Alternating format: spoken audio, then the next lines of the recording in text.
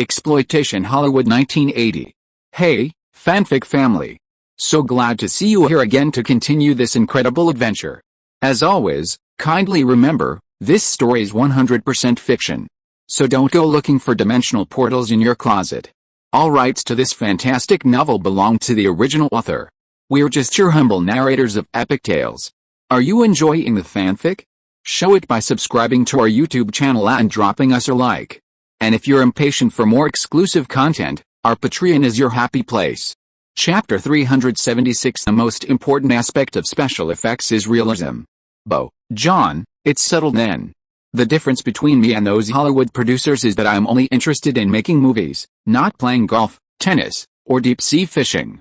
Look at my physique, I don't look like a tennis player either. Ha ha ha. Minahan saw the older man and younger woman out of the office and saw Ronald coming out of the elevator. Hi, Ronald, let me introduce you. This is Bo Derek, this is her husband John, and this is Ronald. Bo, long time no see. Ronald greeted the sexy actress and her husband, who was 30 years her senior, and watched them leave the office. Then he said, Minahan, do you have time to talk? I've just finalized a deal with the couple to invest in John's new movie, starring Bo. Guess what it's called? It's called Bolero. Ahoha. Ronald instantly understood.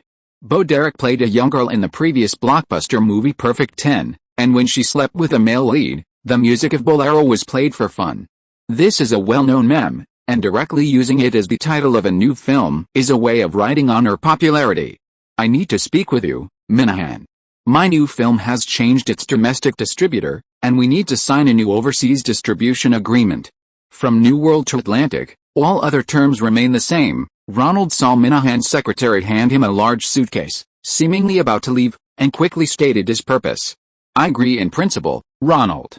I've never doubted your directing abilities and aesthetic sense. I have to catch a flight right away. Brooke Shields is filming in the Negev Desert in Israel, and I need to go check on her. You can discuss any requests with Yoram. With that, Minahan took the suitcase from the secretary and turned to leave. But the new contract requires your signature. Ronald tried to make Minahan wait. Let Yoram sign it. He can imitate my signature. It's fine, we brothers are family. I can't talk to you anymore, I have to catch my flight. Bo and John wasted a lot of my time. Minahan patted Ronald on the shoulder and walked into the elevator. Don't forget, when I get back, you'll come with me to Ken again and help me pick out a few good films. Goodbye, Yoram. This is my new contract, no different from the old one, except the distributor has changed from New World to Atlantic. Ronald had no choice but to talk to Minahan's cousin, Yoram. Ronald, what's wrong? Don't you like New World? Minahan used to be an assistant to Roger Coleman, the owner of New World. He's a very easy person to get along with. Why change the distributor? Yoram was more careful and picked up the contract to read it. Didn't you read the newspaper? Coleman sold New World to 3 lawyers. Their new CEO has objections to my Night of the Comet, so I found a distribution company that can appreciate and respect my ideas. Ronald thought to himself, these two brothers are really out of touch? It's probably not that you two don't play golf or tennis, but rather that other Hollywood producers simply don't bother with these two Israeli brothers who are producers.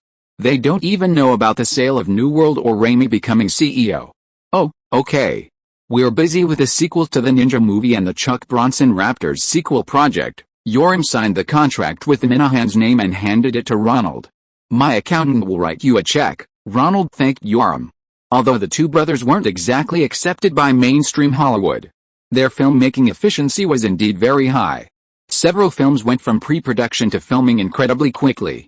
Perhaps, as they themselves said, they only cared about the movies and not about the empty fame and fortune. Having settled one important matter, Ronald began to worry about another. Nicolas Cage had been confirmed to be unable to star in Coherence, and he and Sean Penn had been chosen to star in the new film, The Call of Love, and later joined Alan Parker's ambitious project after Fame, Birdman. While Cage's own release date for Coherence was postponed by Atlantic Cinema, he was quite lucky to have 2 films lined up immediately afterward. Alan Parker is known for his meticulous and time-consuming work. Waiting for him would likely mean waiting until the latter half of the year. Ronald discussed with Cage's agent, Lemato, the possibility of him working on both Coherence and The Call of Love. Lemato flatly refused. He considered Cage's perspective. Having just received a contract from a major studio, he needed to fully commit to the director. Ronald had also considered casting the actor from his dream, but firstly, the actor's performance in the dream wasn't particularly impressive, so it wasn't essential for him to play the role. Secondly, the actor had obvious Latino features. Ronald felt that casting a mainstream white actor would garner greater audience approval.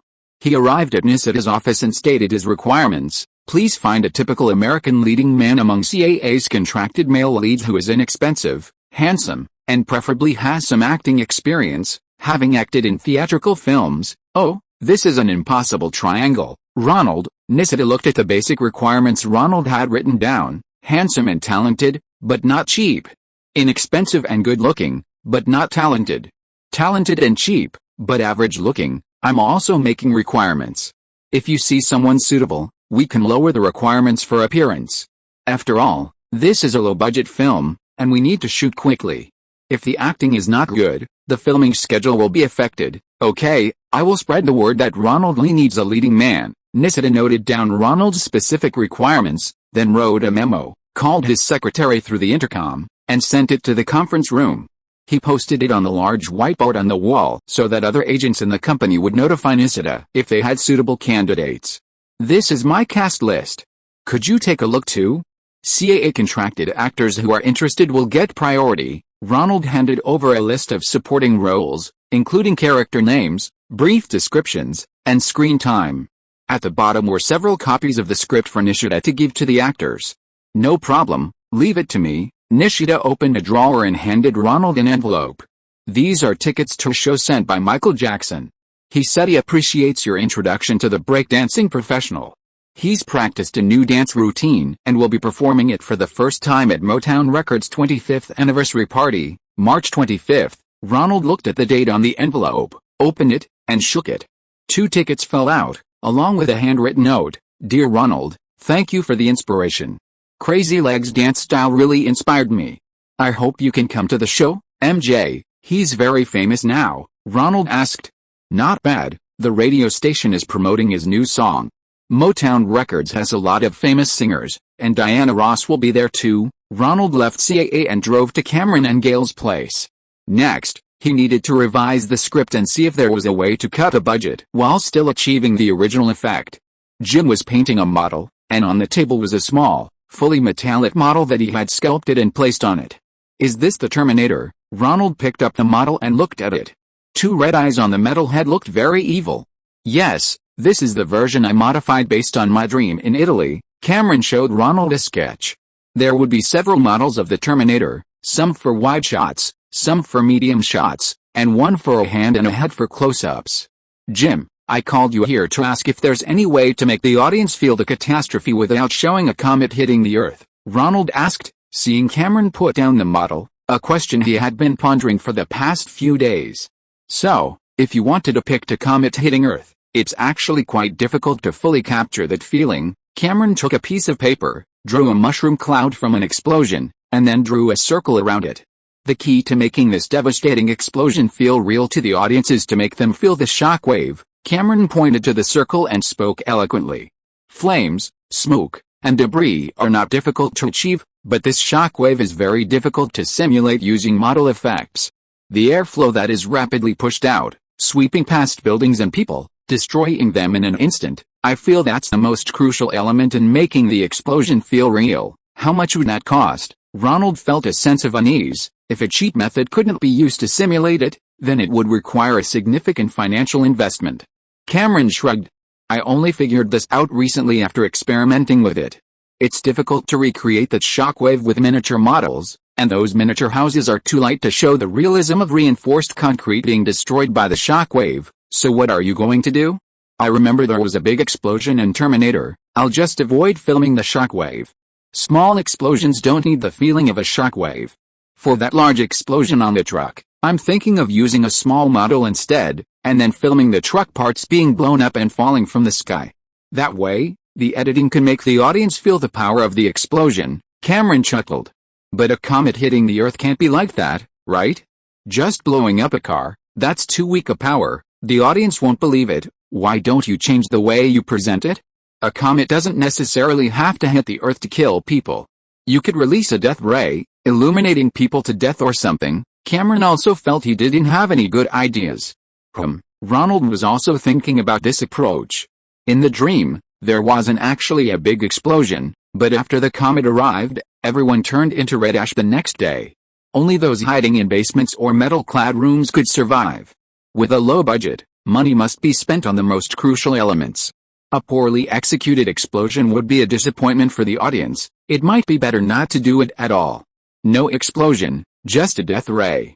Would that leave the audience wanting more? Actually, if an explosion doesn't feel realistic, then a death ray is better. At least they can accept the logic, Cameron said. How should a death ray be depicted? Ronald muttered to himself. Take a look at this storyboard. Cameron handed over a sketch. It showed a few lines outlining lightning, next to which was a vortex from which a naked man emerged. Lightning, yes, with a strong, rhythmic light illuminating the background. This will give the audience a strong sense of light change, a visual experience. How is this kind of lightning usually filmed? Ronald asked. I haven't researched that. It's usually done by electricians. You can ask someone. Chapter 377 Big Cold. A light winter rain fell on Los Angeles that day. Ronald was huddled in his apartment revising his script, the raindrops pattering against the window. He ignored them, focused solely on revising the script. He wanted to completely remove the special effects for the comet impact. His cousin Donna had once said that some comet tails could sweep across Earth without humans noticing. Ronald incorporated this concept. A comet that had passed by Earth tens of millions of years ago could cause mass extinction when its tail swept across the planet. All creatures that saw the red glow of the tail would turn to dust. Only those hiding in caves, untouched by the comet's radiation, would survive.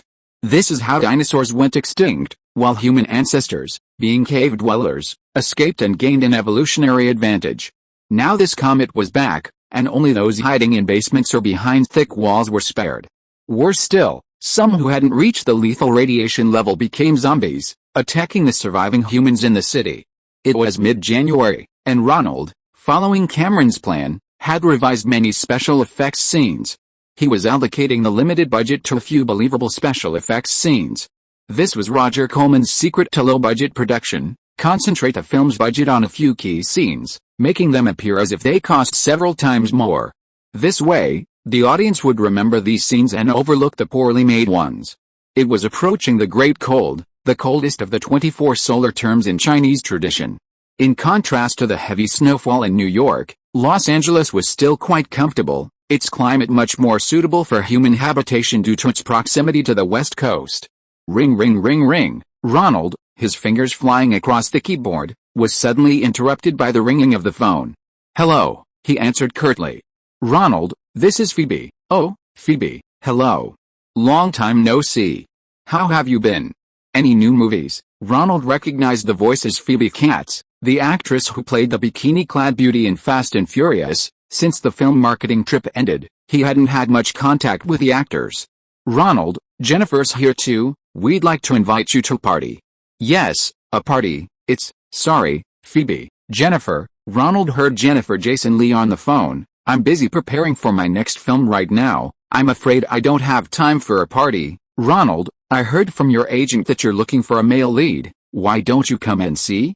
We're going to a party for a successful preview screening of a film. There are lots of handsome actors there. Jennifer Jason Lee grabbed the phone, urging Ronald to come out.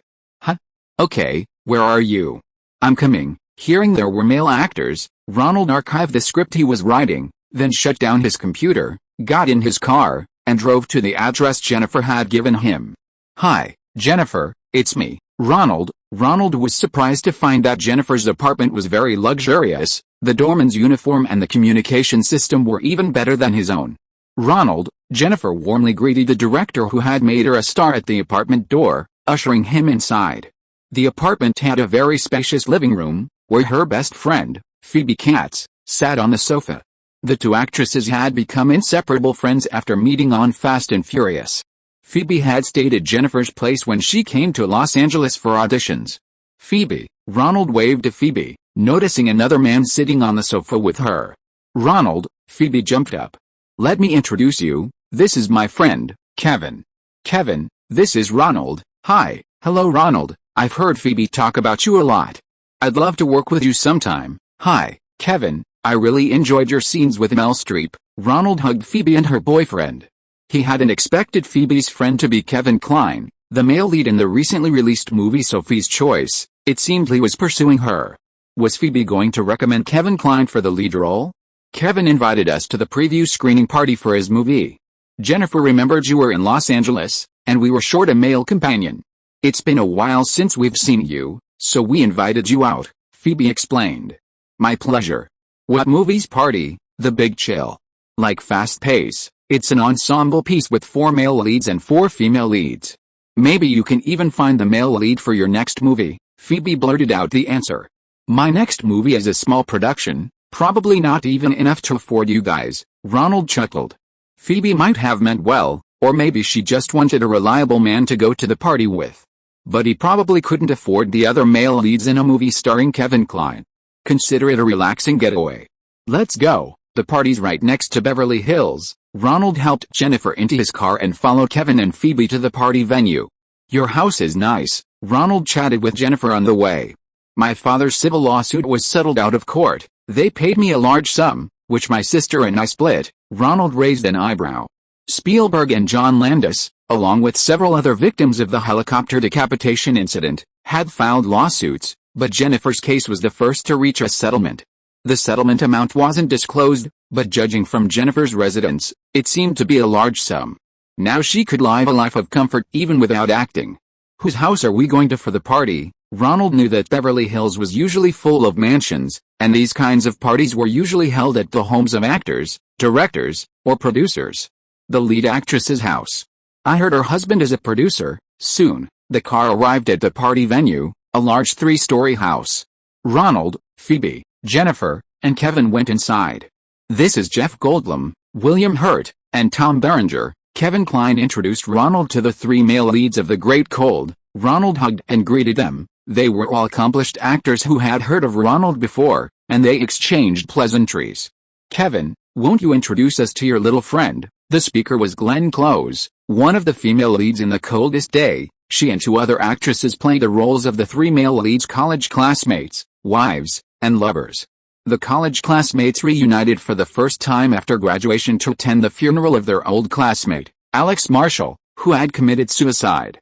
This was a story primarily driven by dramatic conflict, unfolding slowly in flashbacks from many years later, showcasing the life experiences of 6 college friends, their past regrets, and their hopes for the future, gradually revealing the mystery of Alex Marshall's suicide. Ronald knew that this kind of film heavily relied on the actors' performances, and the cast consisted of some of the best young and middle-aged actors, so he perked up and tried to get to know them. Jeff Goldblum, wearing glasses, was relatively less famous among the 4 male leads, so he and Ronald chatted more easily. The 2 talked over cocktails in a corner. You know what? Kevin seems to have fallen for her. He dumped Sally Field for Phoebe. Oh yeah, Ronald hadn't expected Jeff Goldblum to be so direct, immediately bringing up gossip about Kevin Kline. He glanced at Kevin standing with Phoebe, looking in their direction. He knew Goldblum might be there to elicit information and leak news. I know Jennifer and Phoebe are good friends. Glenn is introducing her to people, Goldblum said, gesturing to actress Glenn Close chatting with Jennifer. You 2 seem to get along quite well. Ronald smiled and gestured. The Great Cold is a rare ensemble piece. We really enjoyed acting it out. Director Lawrence Kasdan's skill is exceptional. Ronald knew this director, a screenwriter by training. He was the lead writer for 2 summer blockbusters, Star Wars, The Empire Strikes Back and Indiana Jones and the Lost Ark. He also wrote and directed the erotic thriller Body Heat 2 years ago, which made Kathleen Turner a household name. So this is director Kasdan's house? Ronald asked. No, this is the house of one of the actresses. Her husband is also a famous producer, so we can use her house. Oh, who is it? Ronald looked at the 3 actresses at the party. A female star marrying a big-name producer meant she would play a leading role in a series of films. Not them, it's Chloe, who plays Alex Marshall's girlfriend who died in the movie. Interestingly, Phoebe actually auditioned for the role of Chloe, though she lost to the hostess. Kevin often says he was lucky to have met Phoebe during her audition. I see, Ronald nodded. The actors in the film were quite a bit older than Phoebe, and Kevin Kline was also significantly older than her in real life. It seems Kevin really values Phoebe, inviting all her friends to the party. The hostess is coming down, Jeff Goldblum nudged Ronald as a young actress gracefully descended from the second floor. Kevin, Glenn, the hostess was quite young, with dark hair, and seemed a bit immature for a hostess, but she still fulfilled her duties by welcoming the guests. "Thank you for coming to this preview party." Director Kasdan said the preview went very well. Ronald narrowed his eyes. What a coincidence. This hostess was none other than his ex-girlfriend, Meg Tilly. So this mansion belonged to her husband, Kinnaman? "Oh, Ronald, what brings you here?" Meg Tilly saw Ronald among the guests and blurted out. All eyes immediately turned to her. "I came with Kevin," Ronald replied with a smile. "Oh, well, and this is," Meg Tilly continued greeting the guests, but she seemed a little nervous, her gait slightly stiff. "You two know each other?" Glenn Close, the most sensitive of the actresses, leaned in and asked Ronald. "Yes, in Alan Parker's Fame, I was a sidekick on set. They didn't cast Meg, they chose another girl for the lead. It was an ensemble piece." "Hello, Glenn," Ronald greeted her and then inquired about the great cold. Meg Tilly made her way around, greeting everyone before instructing the waiters to serve snacks and more champagne. Seeing that Ronald didn't react, she relaxed somewhat and began chatting and laughing loudly with the guests. "Isn't this a movie about college classmates getting together? Why is there an actress who's significantly younger than him playing the role of the deceased's girlfriend?" Ronald asked Jeff Goldblum and Glenn Close beside him. "It's the script. Alex is different from all these classmates. He's more honest about his inner self, hence the much younger, immature girlfriend." Ronald understood the plot. It turned out the script involved several experienced, good actors paired with a young actress. No wonder so many people were vying for this role. The plot portrayed Ripley as an immature girlfriend, thus minimizing any acting flaws.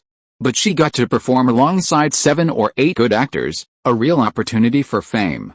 It seemed Kinnaman's influence was greater, managing to get Meg Tilly into the cast. "Kevin, you're here." Another actor arrived late, and Meg Tilly, the hostess, greeted him. This actor, also named Kevin, was late and didn't look well.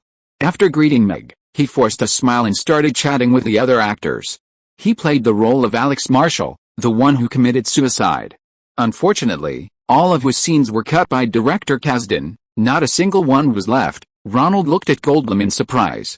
"So tragic?" Meg was still talking to the newcomer, Kevin. "You're really unlucky, Kevin. I heard director Kasdan made a promise to you? That you'll be in his next movie." Kevin smiled helplessly, took a sip of his drink, and didn't want to talk about his tragedy anymore. Several actors wouldn't let him off the hook, starting to tease him about his misfortune. "Really not a single shot?" "I didn't look carefully. Maybe there was a long shot." "No, not a single shot showing my face. I looked for ages, and the only shot was of me lying in the coffin, with only one foot showing. It seems Kasdan doesn't like my face," Kevin joked to himself. "Kevin, you shouldn't say that.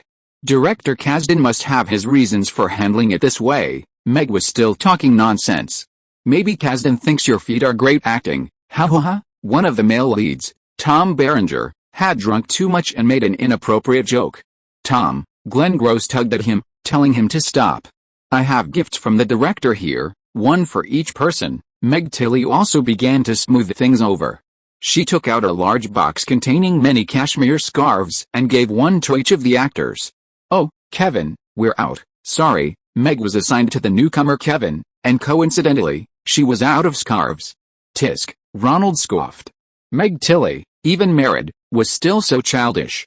There was clearly a better way to handle Kevin's dissatisfaction in this situation. Publicly humiliating someone like that would create a huge grudge for a young actor. Who knows if he'll become a superstar and turn around and block your path. The newcomer Kevin was extremely embarrassed, but he quickly recovered, downed his champagne in one gulp, and smiled. "Hey, you bastards, you know what? I'm going to be better than all of you someday." He spoke well, half jokingly, half seriously, and everyone burst into laughter, smoothing over the awkward situation. Then Kevin stood there for a while, and taking advantage of the distraction, he stopped smiling, turned around, and walked out of the party. "Jennifer, tell Phoebe I have to go." Ronald, who had been watching him closely, quickly grabbed Jennifer Jason Leigh's arm as he was about to leave, said this, and then chased after him. Interesting. Jeff Goldblum watched Ronald's every move and muttered to himself, "Honey, have you been helping me greet these guests?" A sharp, somewhat irritating voice followed as Tim Kinnaman, Meg Tiley's husband, descended the stairs. Of course, Tim, of course. Meg Tiley suddenly became cautious, adjusting the hem of her dress and trying to adopt the demeanor of a hostess, taking Kinnaman's arm. You still have a lot to learn about being a hostess. Don't let anyone feel neglected. Tim Kinnaman began greeting the guests, and, more importantly, don't get too close to single male guests. I know, Tim. I'm trying, Meg Tiley whispered in agreement, nearly stumbling at the last sentence. Kevin, Ronald hurried out of the party, calling out loudly to the actors in front. Ronald, the forlorn actor, turned back in the drizzle ahead. I mean, Director Lee. Hello, Kevin Costner. I have a small production here. Would you like to play the lead role? Ronald finally caught up with him, pointing to his car. If you're interested, get in, and we can talk. If you are listening to this novel on a channel other than Fanfic World, it means it was downloaded and re-uploaded without effort. We warmly invite you to visit our channel, Fanfic World. There you will find the original version of this story and many other novels of various genres. We look forward to seeing you dive into a world of incredible novels. Chapter 378, Bank Mountain. Of course, I'm interested. What's the script? I've attended many acting classes, and I was originally going to have a fairly large role. Kevin Costner was the carpenter who worked at Paramount and acted alongside every female lead during the casting for Flashdance, claiming to be a part-time actor. Ronald hadn't expected him to be a real actor, and even chosen for a lead role in The Coldest Day. That proved his acting skills were indeed up to par for theatrical films. Although his scenes were ultimately cut by director Kasdan, that was probably not his fault. It was part of a conservative strategy adopted by major studios after the videotape case verdict. Get in the car, I'll take you home, let's talk. How did your scenes get cut? Ronald asked Costner, who had gotten into the passenger seat. The higher-ups said they wanted to cut the film's total runtime, and the director ultimately decided to cut all of Alex's flashback scenes, including her past romances with her college classmates. Some of Chloe's scenes reminiscing about her boyfriend were also cut. I don't know why, but the opportunity I fought so hard for was reduced to just a foot. Kevin Costner didn't complain much and maintained a certain sense of humor, which Ronald admired. Being able to laugh in adversity, does that mean someone is destined for greatness? Not necessarily. But it's definitely suitable for low-budget productions. Sometimes money is tight, and you need actors to fill in the gaps. Then you need that kind of mentality. There's a script in the back seat of my car, take a look. Then we can sign a contract. The money won't be much, but it'll be a significant role, and it'll be shown in theaters. Kevin reached into the back seat, grabbed the script, and started flipping through it. Thanks. I'll call my agent when I get home and have him contact you. The car quickly drove into downtown Los Angeles. Ronald asked Costner, you live here? The security here isn't great. They rob people in broad daylight. He couldn't help but recall his experience of being robbed when he tried to take a Greyhound bus years ago. Luckily, I specifically chose a plot of land next to the old city redevelopment area. Not many people live here, so as long as I don't wander far at night, it'll be fine, Costner said, opening the door. Most of my carpentry income goes to acting classes, so this was the only place I could choose. I'll call my agent first, Ed. I have a new script. The director really likes me. Budget? Costner turned to Ronald. Around $1 million. Not one of those exploitative films I used to make. It's a famous director. Yes, Ed, I have good judgment. Okay, the director is here. I'll wait for you. Costner made 2 cups of coffee, handing one to Ronald. I got a new agent. He's very well connected. He found me the role in Kasdan's Great Cold, but he has many clients, so sometimes he can't keep track of me. The two waited a short while before Ronald heard a familiar voice yelling outside the door, Kevin, you little rascal, all scripts have to go through an agent. Have you forgotten what I told you? How many times have I told you, we're one big family? Kevin Costner went to open the door and brought in his agent. Hey, Mr. Ed Limato, how come every time I have my eye on someone, you snatch them up? Are you signing contracts right after me? Ronald, ha. If it's you, then it doesn't matter at all. You're looking for Kevin for Night of the Comet, right? Let me tell you, Kevin is perfect for this movie. He was even spotted by Lawrence Kasdan before. Costner's agent turned out to be Ed Limato. Nicolas Cage, Kevin Costner, and Michelle Pfeiffer. This guy has so many clients, and they're all handsome men and beautiful women with unique screen presence. He has a sharp eye. Let's go with Nick Cage's price this time. Ronald began negotiating with Lemetto. No, Kevin's career is much better. He's already been considered for a big production, and although he didn't appear in the final cut, he's recognized in Hollywood. You're talking about that small circle of actors who also work in theater. In Hollywood's commercial film scene, nobody knows him. Anyway, Kevin's price can't be this low. He's had major roles in big productions. He deserves the respect and treatment he deserves. What kind of treatment do you want? A dedicated trailer, a dedicated makeup artist, and reasonable pay? None of that. Shared trailer and makeup artist, but the pay can be increased. After some haggling, they settled on Kevin Costner's terms. Kevin, you're a lucky guy. The male lead Ronald originally wanted was also my client, but due to scheduling conflicts, he had to find someone else.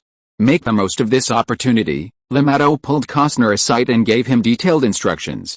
Don't worry, I know what I'm doing. Costner remained calm and collected. Okay, then. I have to rush off to take care of other things.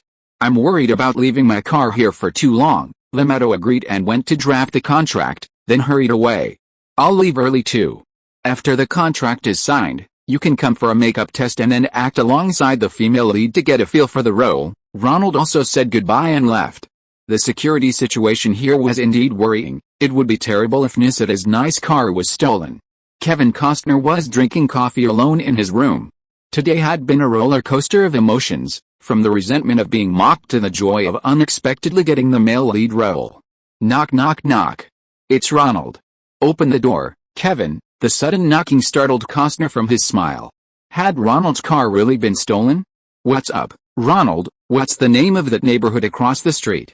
The one you mentioned that's undergoing urban renewal. Ronald pulled him outside and pointed to a newly developed area across the street, where 2 skyscrapers had just been completed, and another one under construction. That's called Bunker Hill. It's newly built and hasn't been fully occupied yet, so it's usually not very crowded. The security here is also better than other neighborhoods in downtown. Are you thinking of buying a house here too? Damn, you're a lucky charm. You've solved a huge problem for me. This is it. What do you guys think? Early the next morning, Ronald dragged cinematographer Arthur Albert and art director John Muto to scout locations. Great. This neighborhood has skyscrapers, commercial buildings, residences, and supporting facilities like schools and hospitals, and it hasn't started large-scale occupancy yet. Perfect for shooting a post-apocalyptic, deserted scene. Art director Muto was the first to express his satisfaction. From this angle, doesn't it look like a city skyline? Ronald was also excited, holding the director's viewfinder and looking across at the opposite side. He then found an angle and showed the viewfinder to the cinematographer, Albert. Arthur Albert took the viewfinder, looked at the lens, then at the actual scene. Not bad, not bad. This saves a lot of trouble. Then he took a filter out of his pocket and covered the viewfinder lens. Take a look at this, Ronald. Ronald squatted down and looked through the viewfinder. Albert's filter was a dark red upper half and a transparent lower half of ultraviolet light. The skyscrapers looked as if they were shrouded in a blood-red sunset. Slowly adjusting the filter so that the dividing line was parallel to the skyline, the dark red perfectly covered the blue sky, while the buildings below remained transparent, perfectly matching the scene of red ashes drifting in the air caused by a comet in the movie. Great stuff. Where did you get this? It's been around for a while. The Mexican film industry often uses it to shoot sunset scenes. You can create a sunset effect even in broad daylight. Excellent. Looks like our budget is enough. We can start shooting immediately. Ronald was very happy. This filter looked fake for sunsets, but it was remarkably effective at simulating this post-apocalyptic, dark red sky. He just needed to be careful about the dividing line during filming. Ronald excitedly took the revised shooting plan and budget to see Thomas Coleman, the president of Atlantic Cinema. Look, we've found a perfect location for outdoor scenes at Bunker Hill. This way, we can create a convincing apocalyptic scene with very little money. With a revised comet apocalypse plot, I think we have enough money to start filming now. Once Atlantic provides the $500,000 for filming, we can finalize the shooting schedule. It should only take 12 to 15 working days to complete. Excellent, Ronald. I've always been very satisfied with your talent. President Thomas Coleman nodded approvingly. However, Our Girl in the Valley, directed by Martha Coolidge, will be released at the end of April. Why not wait until we recoup our box office costs and then add some more investment to make the film even better? How much more investment can we add? We can add from $500,000 to $1 million to $1,500,000, depending on the final box office performance of Girl in the Valley. Ronald thought for a moment. If they could add more than $2 million, it might be possible to add the explosion scenes back. He needed to carefully calculate it with Cameron. When can we get additional investment? It'll be released at the end of April, and we should be able to recoup about 60% of the funds by the end of the year. Then let's forget about it. You know, the visual effects supervisor I found also has a film he's directing. He got a big investment from Orion, and he can't wait that long. Besides, I've already changed my male lead because of financing issues. If we postpone it again, the female lead might not be available. With an additional $500,000 in production budget, we can't actually achieve many visual effects scenes. Let's stick to our current plan, okay, Ronald? I understand what you mean. Here's what we'll do. Go back and think about it again today. I'll also discuss it with my team. If we still stick to this idea by tomorrow night, then we'll start filming with your plan. Chapter 379, Preparing to start filming. Ronald, this is a great opportunity. Shirley Lansing's chosen Ron Howard has already turned her down for The Mermaid. Herbert Roth, Michael Cimino, Ron Howard. She's already messed up 3 directors. If we don't get a director soon, this project will be shelved. And you were the one who revised the final version of Footloose. Tom Cruise really wants to work with you. This is an $8 million investment, a major studio project. You should postpone your Night of the Comet. Paula Wagner approached Ronald and, in the CAA office, earnestly persuaded him to try and get the role in Footloose. Paula, be honest, I want the director to be full of energy, and how many people do I need to approve? The main people we need to interview are these. First, Ms. Shirley Lansing, who oversees the project. Getting past her shouldn't be too difficult, unless she has other established directors. You're her first choice. Then there are the 2 producers responsible for project implementation, Louis J. Ramier and Craig Zadan. We just need to convince them that you have the ability to direct this film well. Next is Daniel Melnick, the president of Indie Prod, who is the executive producer of this film. He's not very involved anymore, so we have a good chance. The second to last person is Mr. Katzenberg, the vice president of production at Paramount. You've dealt with him before. He's always generous with projects with excellent scripts. The final hurdle is President Eisner's signature, and you made a very good impression on him. Once we get to this stage, getting the final green light shouldn't be a problem. So, you mean I have to interview all 5 or 6 people again, essentially selling myself out? And everyone has different ideas about the project? If anyone is dissatisfied with me, I have to revise it and resubmit. I have to pass 5 rounds to finally get the mentorship qualification. I thought you were the type who thinks the cup is only half full. We need to look at things positively. This isn't a Paramount-funded project. There are multiple investors, so naturally there are several hurdles to overcome. And your competitors are all Oscar nominees, even winners. My answer is no, Paula. I have no problem with you, and I really want to work with Tom, but I've already started pre-production on Night of the Comet. While Full of Energy has a large investment, I don't need to give up a small, secure project to compete for a big project with an uncertain success rate. Okay, you have a point. I thought you'd want to work with Tom. Right now, besides you, he only wants to work with big-name directors. I'll call him. Ronald refused to participate in the bidding for the Full of Energy directorship again. Projects at large studios involve too many people, and no one's word carries weight. Only by convincing everyone can a deal be finalized.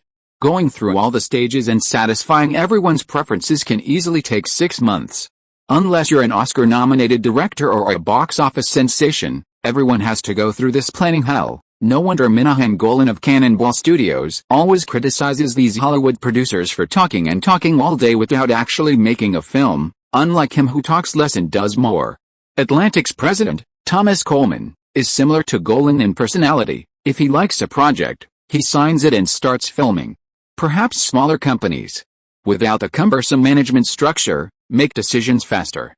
He brought in 2 colleagues, Wayne Crawford and Andrew Lane, to co-produce Comet Night with Ronald.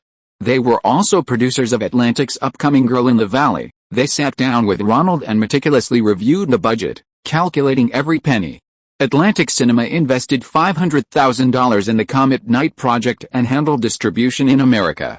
Then came $100,000 from Roger Corman's new company, Millennium Films, $300,000 from Canon Films, responsible for overseas distribution, $100,000 from Ronald's friend, Douglas Jr., and finally, Ronald's own $200,000. The total production budget was $1.2 million. Then came the expenses. Atlantic first had to pay itself $100,000 in director's fees, followed by various online expenses, such as Kevin Costner's salary calculated per film, along with the two leading actresses, Catherine Mary Stewart and Kelly Maroney. Add to that a supporting actress, Mary Voronov. Also included were cinematographer Arthur Albert, production designer John Muto, and visual effects supervisor Jim Cameron, who were involved from the beginning. The remaining costs were offline expenses incurred weekly or daily as filming progressed. For example, there are the costs of extras, lighting, cinematography, drivers, makeup, hairstyling, film stock, and obtaining permits from the City Hall for street scene filming. Then there are the costs of special effects, lighting, explosions, car chases, guns, stunt doubles, special effects models, and makeup. Then there are the essential teenage music tracks for teen movies, like pairing Fame with Aaron Carr's Fame, which would generate a lot of word of mouth among teenagers. Comet Night is a low-budget production, so all the music had to be purchased out of pocket. This part of the music purchase cost about 10% of the total budget. Finally, about $100,000 was left as contingency funds to prevent overspending during filming. If all else fails, Ronald had some backup money to cover it. If that ran out, he could always ask Roger Corman for help. The two producers and Ronald maneuvered around the budget, but it was still a bit tight. They discussed where they could squeeze out some money. How about using an ultra-cam camera? The rental fee would be half the price, one producer suggested. Just kill me. I'd rather pawn my pants than use that damn machine again. Ronald vividly remembered the nightmarish experience of using that super clunky film projector and resolutely refused. How about using public domain music for the soundtrack and incidental music? That would save some money. Low-budget films all do that anyway, another producer suggested. That's not ideal either. If the audience hears familiar music, they'll know it's poorly made. If you have the ability, hire a professional composer.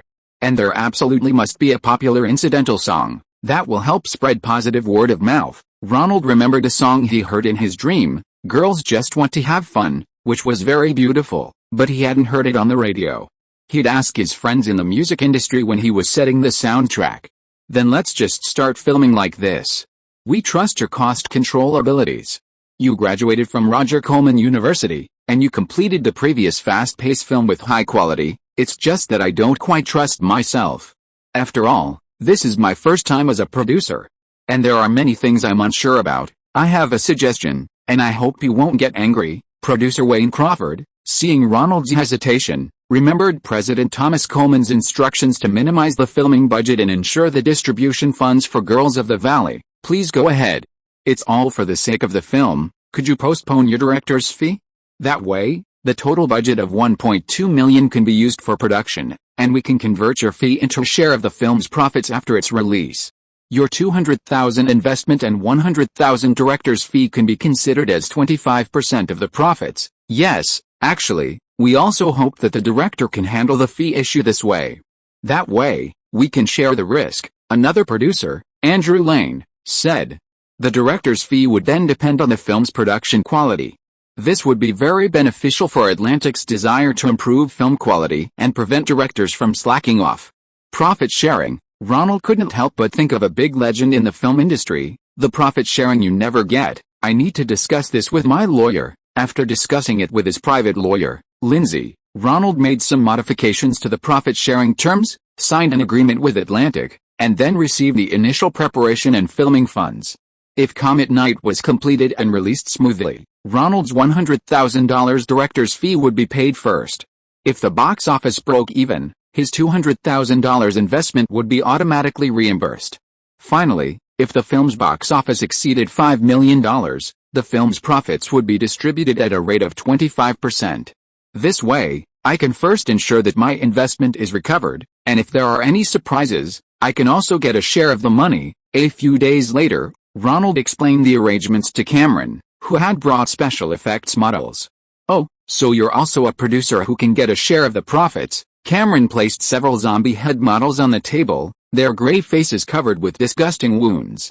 "This is good, it matches the color scheme of the villains." Art director John Mutter had always wanted to give Comet Knight a comic book feel in its main color scheme. Good guys are depicted in vibrant colors, while bad guys are shown in somber shades, allowing the audience's subconscious to immediately understand their allegiance. These are the bad guys from the research base. They started out as humans, but after being deprived of the blood of healthy children for treatment, they gradually decayed, Cameron explained, pointing to another batch of special effects models on the table. "We can add some embellishments to the wounds," a special effects makeup artist chimed in. In his pre-production office, a rented warehouse, Ronald watched the various preparations progress smoothly, feeling quite satisfied. Anticipating difficulties during pre-production saves time and money during filming. Discovering impossible shots during filming is a huge expense. The three main characters are all dressed. "Come and take a look, director," the costume department called to him again. Ronald saw Kelly Maroney, who played Samantha, showing off in a cheerleader outfit. She had played a cheerleader in Fast Paced, so she was quite experienced. "Is it this blue one, or this red one?" "Blue one, the blue is more vibrant, the red is a bit too dark." "Make another blue one, Kelly will have many scenes wearing it," Ronald instructed, worried that if they only wore one outfit for many days of filming, it would smell bad by the end. Then Ronald selected costumes for Kevin Costner and Catherine Mary Stewart.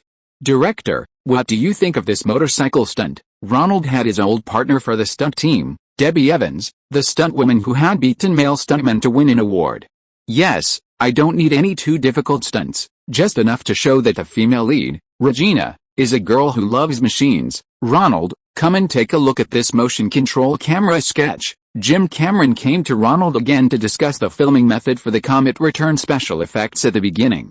"Director, this afternoon you have auditions for several main supporting roles, the female lead stepmother, father, and the stepmother's son. Also, the owner of the movie theater where the female lead works, that stingy owner, Roger Coleman, can play the cameo role. I've already spoken to him." "Okay, I'll mark that down. Also, there are the thugs in the mall shootout, and the kids captured by the base to be used as an antidote." Everything was proceeding smoothly, just waiting for everything to be ready to begin filming. Chapter 380 Roger Coleman's acting skills. Roger Coleman faced the camera, the bright lights shining into his eyes, making it almost impossible to see anything. Fortunately, he had done cameo roles in many films before and knew how to handle the daily routines of filming. He rallied his spirits, trying hard not to sweat from the bright lights, and introduced the cinema's special merchandise for Comet Night to the actors playing customers. He picked up the most expensive headdress, put it on, and introduced it to the actor. "Look, our Comet headdresses are the cheapest here. This one is $9.50, this one is only $8, and this one is $7.50. But, if you blow on this one, the comet's tail can move." Roger Coleman asked the actor to blow on the $9.50 Comet headdress he was wearing. Behind him was an advertisement, Comet Night. The cinema business was slow, so they were showing movies all night during the comet's appearance, allowing audiences to come out and watch the celestial phenomenon. Young people loved the discounted price of the all-night screenings and flocked to the cinema to celebrate this rare celestial event that only happens once every 60 million years. "Cut," Ronald yelled, then quickly exchanged a glance with cinematographer Arthur Alexander. "Great take, develop it." "Roger, you're a great actor." Bang! A crew member popped a bottle of champagne, pouring some into everyone's disposable glasses as they congratulated Roger Coleman, one of the investors, on the successful filming of his cameo in the first shot of the entire film. "Yay, Cameron," Gail Hurd, and Mary Voronov, an actress who had been waiting behind the camera for a long time, shouted, leading the entire crew in applause for Roger Coleman. "Hey, what brings you all here?" Roger Coleman, dressed in a dark red movie theater crew uniform, wearing glasses and sporting a comet-shaped headdress with two ribbon tails that bobbed with his head, asked. "Hey Roger. This is your big day. Whether you can win the Best Actor Oscar in the future depends on your cameo appearance here with Ronald today," Marie Voronov chimed in from the side. She didn't actually have any scenes to film today, she was just there to observe her former boss's acting. "Roger, This is the most significant role you've ever played, and you even get to talk to the female lead. Isn't that much better than your cameo in Joe Dent where you were picking coins out of a phone booth?" Cameron also started joking with Coleman. "What do you think, Ronald? How was Mr. Coleman's acting?" Gail, pretending to be a reporter, simulated an interview with Ronald. "I think Roger is a very talented actor, but his talent has been wasted on making low-budget exploitation films year after year." "Ha ha ha, don't be silly." Roger Coleman's comet headdress bounced as he laughed. "Seriously, Roger, you'd be perfect for playing a movie theater owner?" Ronald laughed heartily as well. Roger Coleman plays a shrewd and stingy boss, and his natural performance is indeed quite good. "This take is also very good. Remember to develop it. Let's shoot the next one." Ronald was very satisfied with Coleman's performance.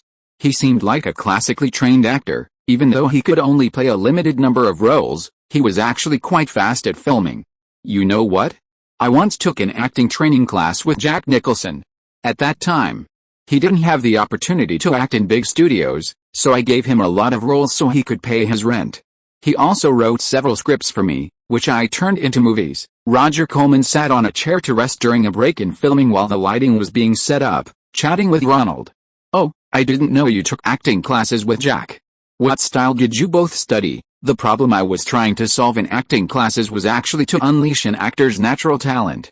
I don't have any natural talent, so what I learned was to relax and be natural, so that I could deliver a convincing performance." "So why didn't Jack work for you later, after I finished filming The Wild Bunch and The Journey, both starring Peter Fonda?" "He thought that combining the themes of the two films into a motorcycle and psychedelic movie would be a good market response. They brought in Dennis Hope to direct. I contacted Ape and got them funding, but at the last minute, they demanded that Peter and the others be supervised by the producers. If the two-day rip wasn't satisfactory, the studio could replace the director and lead actor. This condition infuriated them. Later, Jack Nicholson helped them contact Columbia Pictures, and Jack's condition was that he also had a role in the film." "That's Easy Rider." Ronald raised an eyebrow. Easy Rider was a blockbuster film of the late 1960s, ushering in the new Hollywood era and the era of independent films. It's unexpected that Roger Coleman missed out on such a project. With over $50 million at the box office in 1969, if Coleman had taken that opportunity, he might have truly risen to prominence, perhaps even becoming the 9th largest studio in Hollywood. "Alright, director." The lighting crew prepared the lighting for the next scene, and filming continued. "Watch my mouth. Go." "Check." The set. Roger Coleman stood behind the counter, took out a large flashlight, and said to Regina, played by Catherine Mary Stewart, "Flashlight, check the set, right away." "Okay." Regina walked into the frame from the side, then bent down and took a bag of chips from the counter in front of Coleman.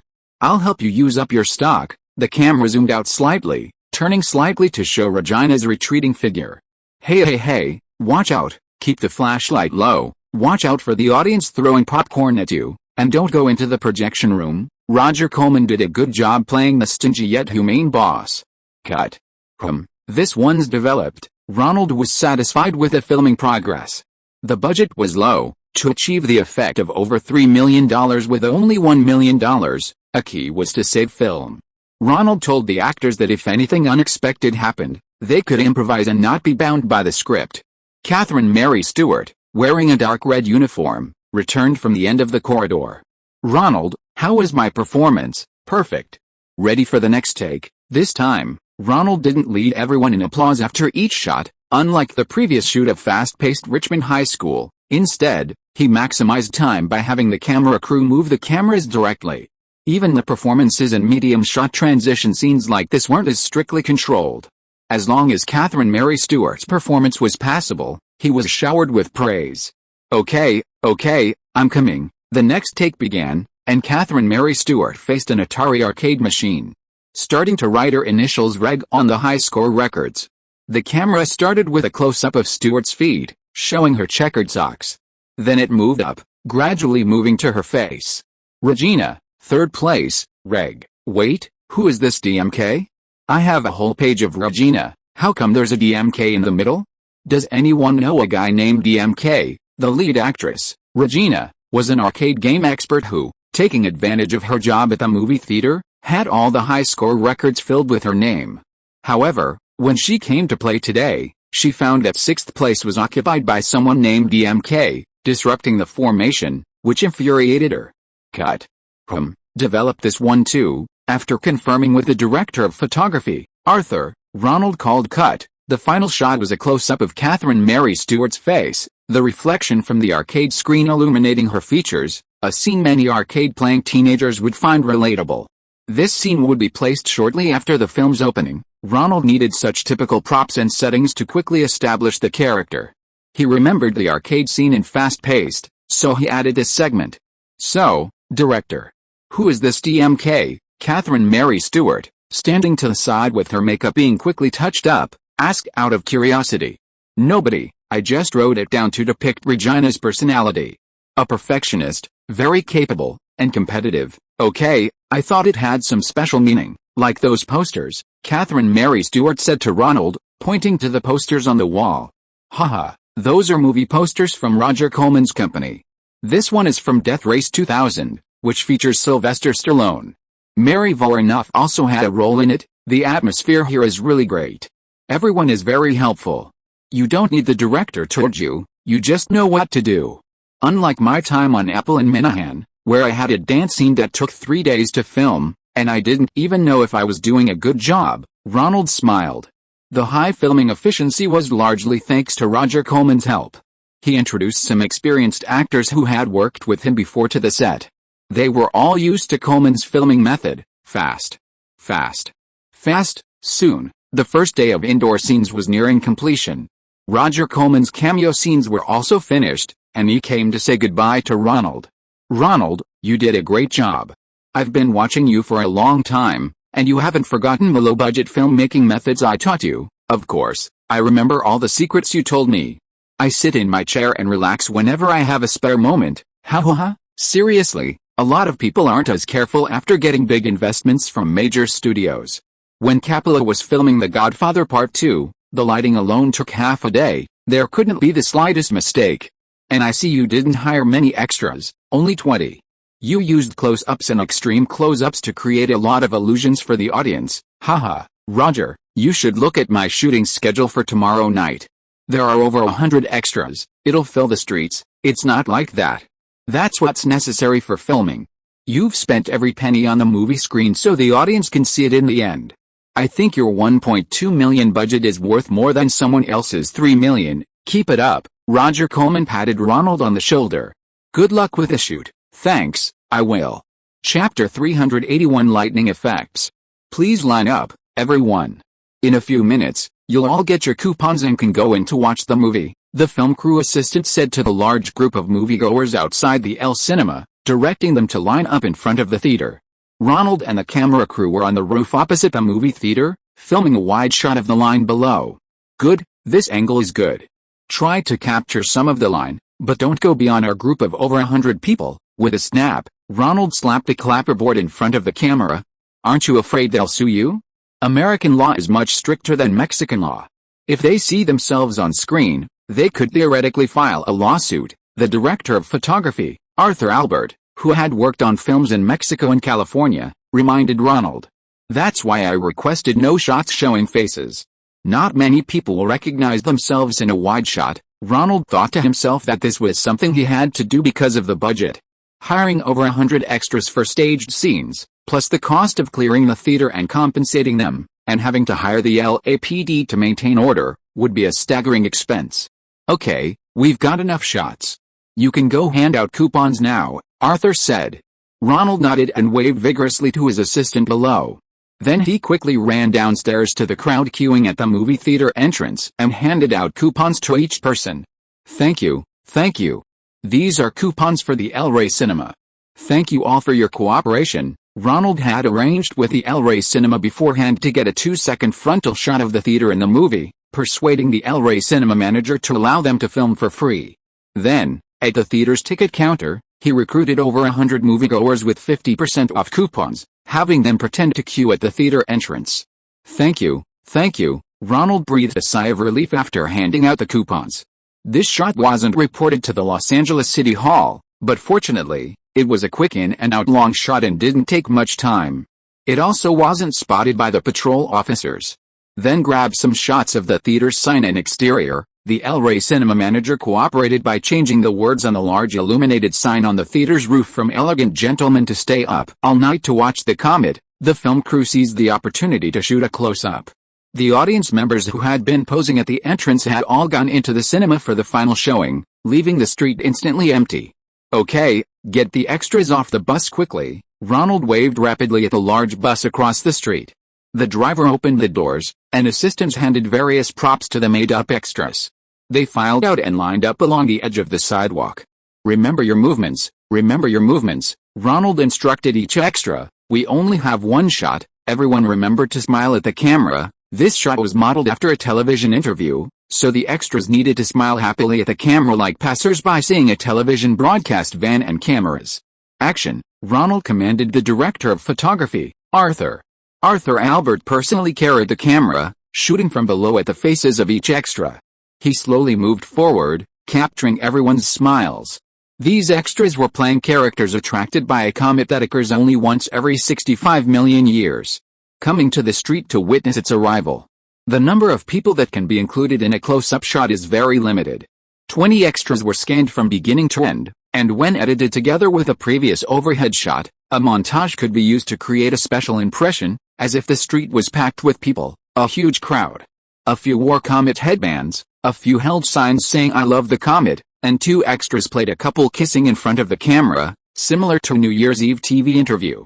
It was already past 8 p.m., and the street outside the close-up shots was actually empty. But the viewer's imagination would automatically fill in the background of the scene with the image of over 100 people queuing. Although the close-up only showed 20-odd people, the audience would feel a massive crowd. "How is it going, Arthur?" "No problem," Arthur replied. Snap! Ronald turned the clapperboard upside down and slapped it against the camera. This meant that no clapperboard was used at the beginning of the shot. The final scene and shot would be recorded by the clapperboard. Because the clapperboard was at the end of the shot, not at the beginning, it had to be deliberately turned upside down. To facilitate post-production identification, they also wrote on the clapperboard that there was no live audio recording for the scene, reminding the editor to add music in post-production to mask the background noise and Ronald and Arthur's dialogue. Since the scene mainly depicted the crowd's intense curiosity about the comet and their swarming out, the lack of dialogue was acceptable. "Okay, everyone get on the bus, quick, quick, quick." Seeing that the director of photography, Arthur, had given him an okay signal, Ronald immediately directed the extras to rush to the bus. "Hurry, hurry." Ronald grabbed the camera Arthur was carrying and was the last to board. He slapped the driver's seat a few times. There seemed to be police officers across the street. "Let's hurry, here's yours, yours, yours." The assistant handed out copies of storyboards to everyone and had them sign a form recording the shooting time. "Thank you for your cooperation." Ronald picked up the microphone on the bus and thanked the extras.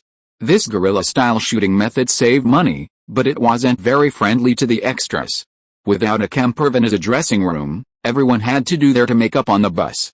If they got caught by the LAPD, there would be trouble.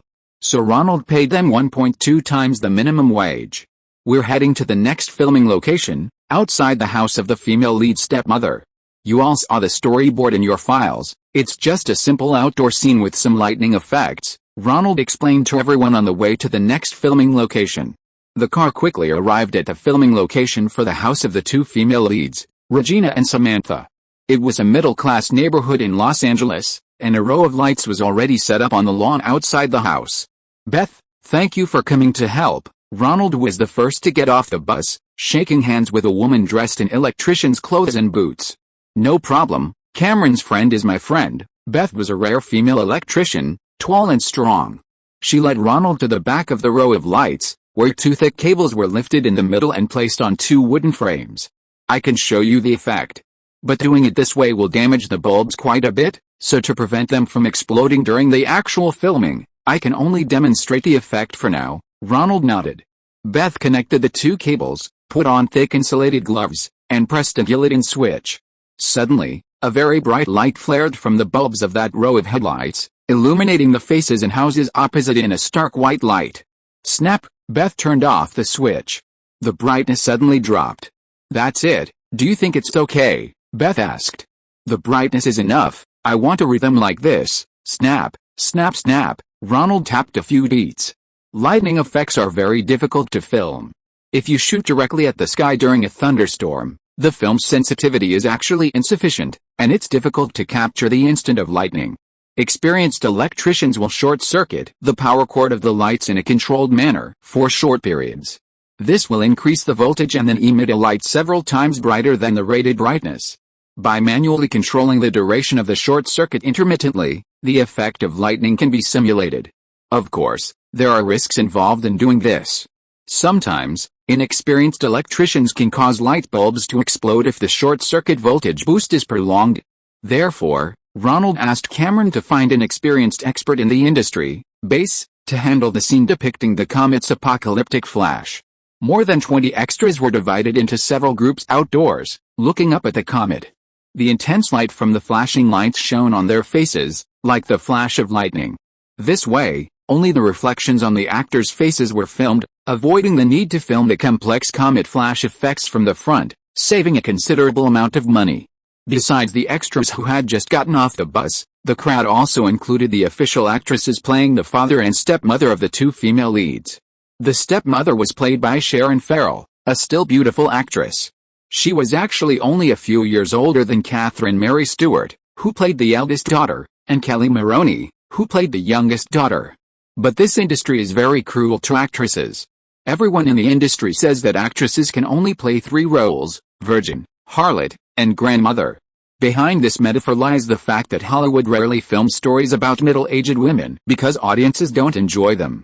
This severely limits the roles actresses can play: young girls experiencing their first love, slightly older women falling in love with a male lead, and mothers or grandmothers of even younger girls. Sharon Farrell has already passed the first 2 stages and is directly playing mothers. Many actresses resist this day, some even giving false ages. But the wrinkles on their faces don't lie. Sharon, when you come out of the room, you've just had a fight with Samantha, slapped her, but you still have to play the role of a good stepmother in front of your husband. Ronald talked to her about the scene for a while, then had the lights ready for a rehearsal. In 1910, Halley's Comet returned, and many people thought they were going to die. An old man in the extras talked at length about his experience seeing Halley's Comet last time. Sharon Farrell, with her short, curly blonde hair, a black velvet choker, and red nail polish, dressed like a wealthy suburban housewife, approached her husband and began to criticize her 2 stepdaughters. "Very well, let's start filming. Record, camera, action." Ronald gave the order, and the camera began to move. In 1910, Halley's Comet returned, and many people thought they were going to die. The old actor began recounting his story to the rest of the cast, when a flash of lightning illuminated everyone's faces. "What was that?" the old man asked, turning around. "Darling, Samantha still has a bit of a rebellious streak." What was that?" Sharon Farrell, playing the stepmother, was also startled by the lightning. She and her husband hugged each other, looking up at the sky, flashes of light illuminating their faces. Ronald gave a gesture. The lighting crew switched on dark red lights, bathing the set in a crimson atmosphere. The electrician, base, made a few quick short-circuit operations, and a few more flashes of light appeared. Sharon Farrell, playing the stepmother, looked at her arm, which seemed to be itching. Another flash of light, and Sharon Farrell covered her eyes with her slender, red nail-painted fingers. Cut. Ronald was very satisfied with the shot. Chapter 382 Daytime Soap Opera Actors. Kelly Maroney played Samantha, the younger of the 2 female leads. She appeared before Ronald in a magenta and turquoise cheerleader outfit. "Kelly, that's fantastic. We're filming a scene where you and your sister Regina meet at home. You've just woken up and don't know what's happening outside, while Regina's just returned from the movie theater after her boyfriend was killed in a zombie attack, so she's in a state of shock. I need 2 sisters with contrasting mental states. One has accepted the harsh reality of the apocalypse with its zombie attacks, while the other still thinks everything is normal and is worried about her date the next day." "All right," Kelly immediately nodded in agreement. She was incredibly grateful for the opportunity Ronald had given her. Kelly Maroney had also played a cheerleader in Ronald's previous film, Fast-Paced Richmond High School, wearing a similar cheerleader skirt and performing a sexy dance on the football field. This actress, who started her career with Shakespeare's New York Company, had previously played a regular role in a daytime soap opera. Fast-Paced was her first film attempt, and she never received another offer afterward. Her soap opera was also abruptly cancelled at the end of 1982. If Ronald hadn't pulled her back, she would have been out of work. Record? Camera? Action. An hour later, the lights and actors were ready, and at Ronald's command, the camera began rolling. Catherine Mary Stewart, playing Regina, broke through the zombies' obstacles and returned home, opening the door. Red light from outside shone in, casting an eerie, dark red atmosphere, like that of a comet's apocalypse, overshadowing her home. Samantha? Doris, Regina began tentatively checking if there were any survivors in the house. She stepped into the room. Samantha, Kelly Maroney, playing Samantha, screamed along with Regina. Cut. Ronald was satisfied with the two actresses' performances. They both seemed to have improved since their last take. After several takes, Ronald was already satisfied with the first one. Sometimes, to be on the safe side or to try a different approach, he would call for a second take. Director, shall we do a second take? Kelly Maroney took the water glass handed to her by her assistant, took a sip through the straw, and asked Ronald. Yes, I want there to be a difference in your surprise. Regina already knows the danger of the zombies, so when she calls out to Samantha, it's with worry and fear. Samantha, on the other hand, is completely unaware of what's happening outside. She's a teenage girl, and her response to her sister is one of impatience. No problem, let me prepare. It's good that we can do a second take for movies. Kelly Maroney and Catherine Mary Stewart both breathed a sigh of relief and then sat on the sofa to discuss the scene. Ronald looked at the actresses playing the two sisters. Their costumes had a comic book feel to them. Regina's silver top made her appear more rational and intelligent. Samantha, the younger sister, was a more vibrant turquoise and magenta, implying she was the more brainless of the sisters. What, when you're filming daytime soap operas, don't you ever have a second take? Ronald asked casually. No, if something goes wrong on set, we have to keep going. We have to film a full hour of daytime soap opera every day. If you can't keep up with the dialogue, if you're the one who gets stuck, we're fired. It's not as comfortable as filming a movie with you. Kelly Maroney stretched her legs out on the sofa and glanced at Ronald. Daytime soap operas are all about improvisation. Sometimes characters forget their lines, or there are unexpected situations, and you have to improvise to cover it up, otherwise the pressure is too much, Catherine Mary Stewart added. Actually, this movie is a small production. If any of you forget your lines, just improvise. That way we can save film and time, and I won't have to do it again. Ronald glanced at the two beauties, especially Kelly Maroney's long legs, and gave them this advice. Take 2, recording? Camera? Action. Samantha, Regina started peeking around, looking for her sister. Here. Samantha opened her bedroom door, and the two suddenly saw each other, screaming in fright. Don't do that, you scared me half to death. Cut. Ronald felt this take was better and quickly had the script supervisor write it down for filming. The two actresses, who had acted in daytime soap operas, were actually quite suitable for this low-budget production. There wasn't much to showcase in their acting, but it met the requirements of a typical scene. Most importantly, filming was quick. Next shot, Ronald ordered the camera crew to move the camera positions, and the lights began to be set up. This shot was of Samantha after being frightened by her sister, nonchalantly talking about what happened last night. She had been slapped by her stepmother, Doris, and her teeth were a little loose. She was sleeping in her bedroom. Today she was going on a date with her boyfriend. Action. She slapped me yesterday, and I slept in. I have to see my boyfriend, Samantha complained to her sister, then picked up the large megaphone on the table and started playing her favorite music. She walked out of the bedroom, tapping the megaphone to the rhythm, brushing past Regina and noticing her silver top was covered in dirt. Oh, you look terrible. The camera panned from behind Samantha, low to the side. Beneath her cheerleader skirt were two strong, long legs, pink socks, and pink sneakers. Kelly Maroney, playing Samantha, turned, her leg muscles tensing, exuding youthful beauty. With a rhythmic step, she stepped out of the frame to the left. Cut. Excellent. Ronald, also peering behind the camera, thought this shot would definitely appeal to teenage viewers. After filming the sisters' scenes, the camera crew moved to Samantha's bedroom to film the scene where stepmother Doris slaps her stepdaughter Samantha before the comet's arrival the previous night.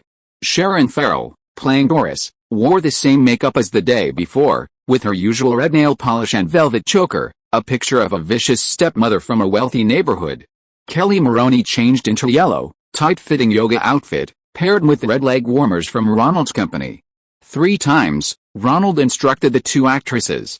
First, Doris hears Samantha's words and slaps her with her right hand. Then Samantha retaliates with a slap of her left hand, and finally, Doris lands a right straight punch on Samantha's mouth. Ronald then ran behind the camera, with Kelly Maroney on the left and Sharon Farrell on the right. The hands of both actresses slapping each other were at the far end of the frame. Action. What party? Can I watch my neighbor Chuck across the street put his hand inside your underwear? Samantha confronted her stepmother on camera. The shot was an over-the-shoulder shot, filmed from behind Sharon Farrell, who played the stepmother. Chuck's a good man. There's nothing wrong with him helping me when your father went to the tropical islands, the stepmother replied. Doris, you're a natural slut, you don't need Chuck to seduce you. Slap. Sharon Farrell slapped her across the face. Cut. The slap was filmed using a traditional Hollywood technique. The person dodges just as the hand approaches their face. In post-production, the frame is cut to the moment before the face begins to move. This montage allows the audience to fill in the details of the slap, even though they don't actually see it land. Ronald, behind the camera, saw everything. Sharon Farrell's slap was well executed, but Kelly Maroney dodged before the hand even reached her face. This was a normal reaction for actors who had never filmed this kind of scene before. Let's rehearse. Sharon's hand is here, then you start dodging. Ronald had the 2 actresses practice the timing of the feint. After they tried it twice in slow motion and felt it was okay, Ronald started filming the second take. Doris, you're a natural slut, you don't need Chuck to seduce you. Slap. Sharon Farrell pretended to slap her again. Cut. You dodged too early. Ronald peeked out from behind the camera. Kelly, you need to slow down. Doris, you're a natural slut, you don't need Chuck to seduce you. Slap. This time, Sharon Farrell's slap landed on Kelly Maroney's face, but she hadn't dodged. Cut. 10-minute break. Several takes hadn't captured the perfect feint, and Ronald was getting impatient. It's generally best not to film more than 3 takes, after which the actors start to lose their natural emotional responses. This scene wasn't just about the slap, it also included a conversation between the stepdaughter and stepmother, revealing the stepmother's affair with Chuck, the man opposite them. It conveyed a sense of embarrassment and anger, requiring careful consideration of the stepdaughter catching her husband cheating and the stepmother's furious reaction. Carrie, you need to get used to the rhythm of this slap. We'll start later. Take a break and relax, Ronald said softly to actress Kelly Maroney, afraid of upsetting her and causing a worse situation. Kelly Maroney smiled, watching Ronald, clearly anxious, still trying to appease her. This director was really good, she hadn't even tried to seduce him to get the role. And the camera angles he gave her were all very sexy. Although the production was small, directors who respected actresses and gave her screen time like this were rare in Hollywood. She didn't want to ruin his plans. Director, how about a real slap? Kelly Maroney said sincerely. A real slap? Yes, I'm grateful you didn't yell at me. If I did that in a daytime soap opera, I'd be fired long ago. This slap is the only shot where I'm facing the camera directly.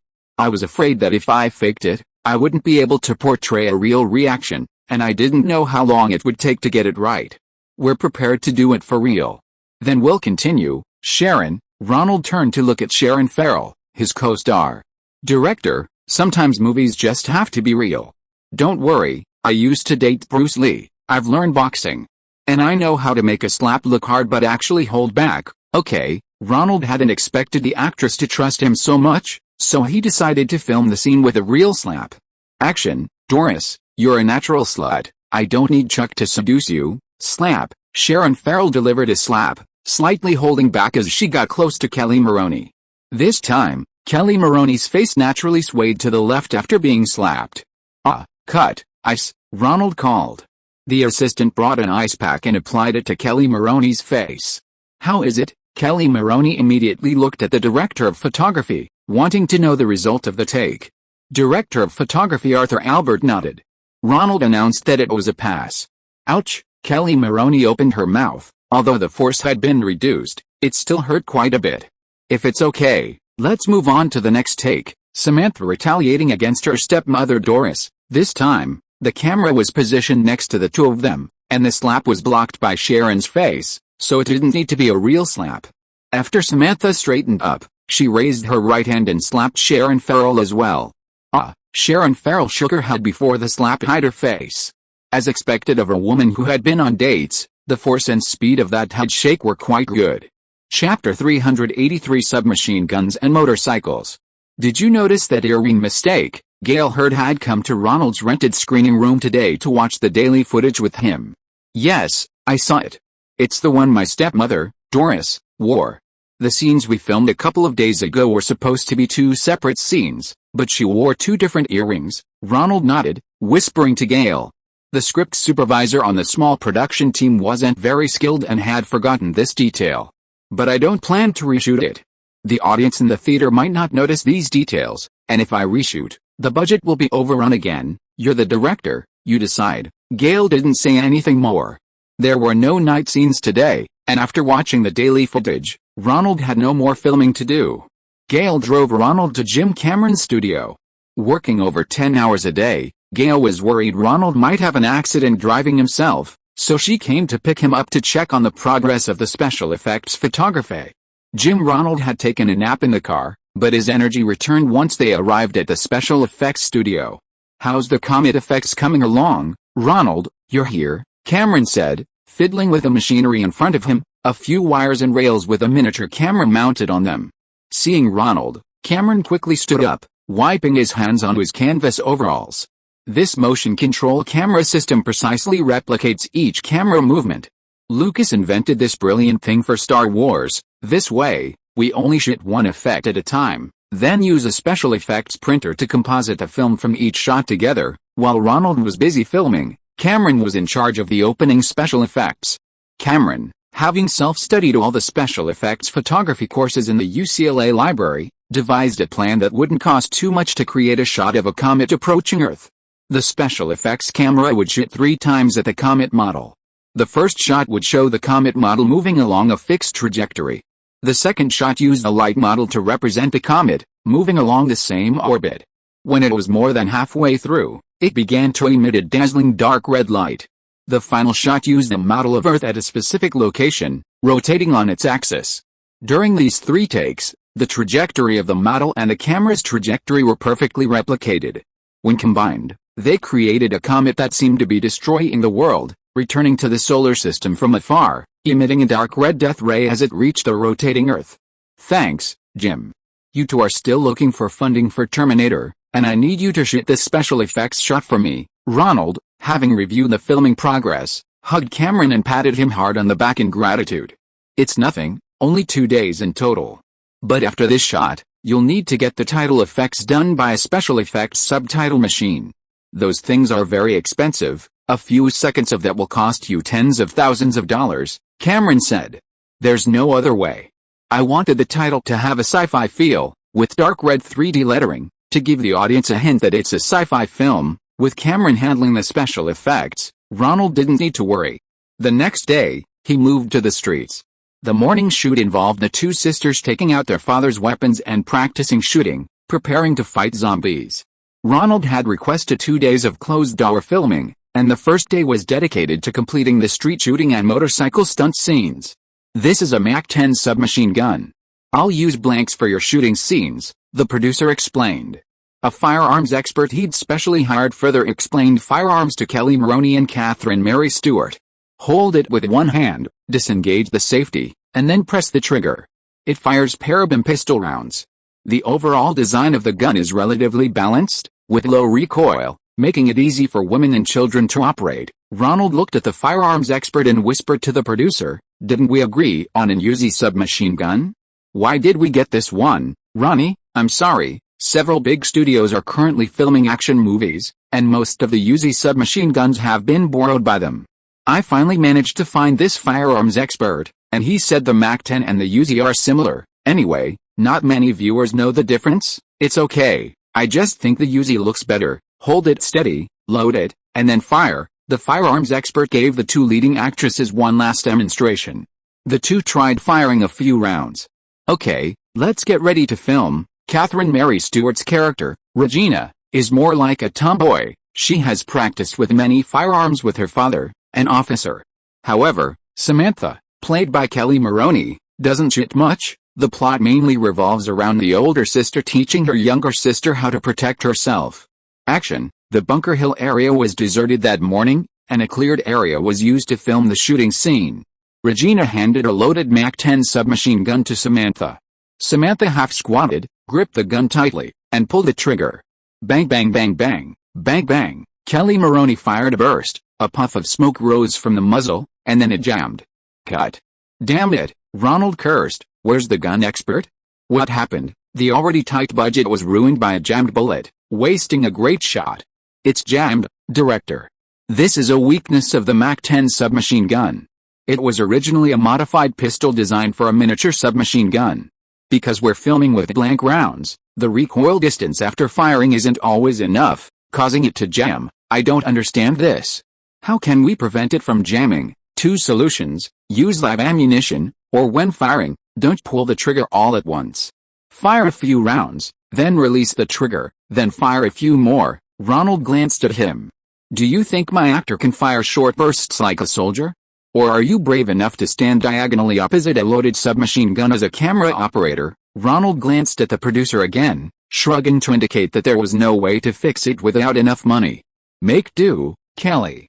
If it jams again, just pull the bolt to eject the spent cartridge and keep acting. Don't stop, okay, Ronald. I'll practice a bit more. Kelly Maroney was short and petite. Asking her to operate a submachine gun was a real challenge. Okay, clear the set. Recording? Camera? Action. Bang bang bang bang. The MAC-10 submachine gun jammed again, as expected. Kelly Maroney pulled the bolt. Bang bang bang. It jammed again. Cut. Cut. Ronald quickly called a halt to filming. Damn it, can't you think of anything? Ronald cursed, hurling insults at the producer and the gun expert. No way, director. How about we borrow and use a submachine gun? Those are much more reliable. The gun expert shrugged. He was helpless too. The British-made MAC-10 was a cheap weapon to begin with, and with blank rounds used in filming, its performance was truly poor. Ronald took the filming schedule from his assistant. There were still many motorcycle scenes to shoot that afternoon. There was simply no time to reshoot. Never mind, Kelly, Catherine, he called the 2 leading ladies over. I know you guys often film daytime soap operas and have a knack for improvisation. This MAC-10 often jams, so if it malfunctions again during this shoot, just improvise. I can't afford to waste any more time on this scene, okay, director? No problem, director. Catherine and Kelly nodded in agreement and went to prepare. Kelly Maroney, playing Samantha, was still wearing the same cheerleader uniform, her long legs spread apart under her short skirt in a horse stance. Then she pulled the trigger. Bang bang bang bang, bang bang, it jammed. Samantha handed the submachine gun to Catherine. Here, Regina took her sister's gun and then handed her another one. Ronald thought to himself, brilliant. It's the older sister training the younger sister, so it's perfectly normal for her to hand the gun to her when it jams. Samantha released the safety and continued firing. Bang bang bang, it jammed again. Great, Kelly Maroney uttered a sarcastic line, all improvised. See? That's the problem. If Dad were here, he'd get us 2 Uzis. Catherine Mary Stewart, playing Regina, covered one ear with one hand and held a submachine gun in the other. But I don't know what the difference is between the 2 guns on that car. Cut, Ronald yelled. The 2 soap opera actors' improvisation was quite good. They managed to gloss over the blunder. Okay, let's move on to the next shot. Bring that junk car over. Ronald directed the driver to bring over a beat-up used car and park it on the side of the road. Now it's your turn. I'm going to blow that car to smithereens. The gun expert put on sunglasses and earmuffs. Then he inspected the guns again. Action, bang bang bang, bang bang, bang bang bang. The gun expert fired a few bursts, and the pre-installed explosives on the wrecked car door created a parallel bullet hole. Then the rims of both wheels were blown off, crashing to the ground with a clatter. Cut. The pacing was perfect, and Ronald called a halt to filming, announcing that the gunfight scene was complete. The afternoon's filming continued with the scene of Regina, played by Catherine Mary Stewart, riding her motorcycle home after killing the zombies after leaving the movie theater. Stunt double Debbie Evans, with a similar build, was dressed in costume and a wig, making her indistinguishable from a distance. Let's try it out, Ronald shouted to Debbie Evans in the distance, using a megaphone. Debbie Evans could perform handstands on a motorcycle, but Regina was a tomboy, so she only needed to perform normal driving movements. Ronald, this is simple, why don't you let me do it myself? Catherine Mary Stewart leaned over and asked him. First rule, if a stunt double can do the action, let them do it. I don't want you to twist your ankle and have to rest for 2 weeks or something, okay? Catherine obediently stood aside and watched how the stunt double performed. Action, only Debbie Evans's back appeared in the film shot. Large fans on both sides blowing out a cloud of smoke, and in the dark red filter, Regina rode her motorcycle further and further away. The deserted city, the dark red view, and the ashes of the remaining human bodies burned by comet radiation drifted by, the whole scene presenting in strange beauty, with a sense of apocalyptic cruelty. Cut, bring the pickup truck over. Ronald was making the most of the time, wanting to complete as many shots as possible within the scheduled shooting time. Your turn, Catherine. The motorcycle Debbie Evans had ridden was loaded onto a large pickup truck, and Catherine Mary Stewart climbed on top. A camera was fixed opposite her, filming close-ups. Get the car moving, Ronald commanded from the following car. The pickup truck slowly began to move. Sound, camera, action. Catherine sat on the stationary motorcycle, hands on the handlebars, her long hair blowing in the fan, mimicking riding a motorcycle. The pickup truck below started moving, the street scenes receding on either side, the camera's narrow viewfinder revealing nothing. Cut. One more take, Ronald shouted from the car beside him. Chapter 384 Guerrilla-style filming. It was 5:30 a.m. on Saturday, an hour before sunrise. The Night of the Comet crew was already waiting to film in Bunker Hill, Los Angeles. A light was on to illuminate the way for the crew. Everyone was busy preparing for the morning's magic scene. A few office and commercial buildings in the Bunker Hill neighborhood already had companies moving in, and they usually started work at 9 a.m. Today was the weekend, so even fewer people were coming to work early. To capture the feeling of an empty city, Ronald had specifically chosen Saturday morning to film this part. They had to get the crucial shots done before the workaholics arrived. Thank you for coming to close the road so early, Ronald said, shaking hands with the two officers and casually handing them a tip. The older of the two officers noticed the thickness of the cash in his hand. Under the light, he saw it was several neatly folded Andrew Jackson bills. He immediately put on a smiling face and chatted warmly with the young director. Assisting a film crew with filming is also part of the LAPD's duties.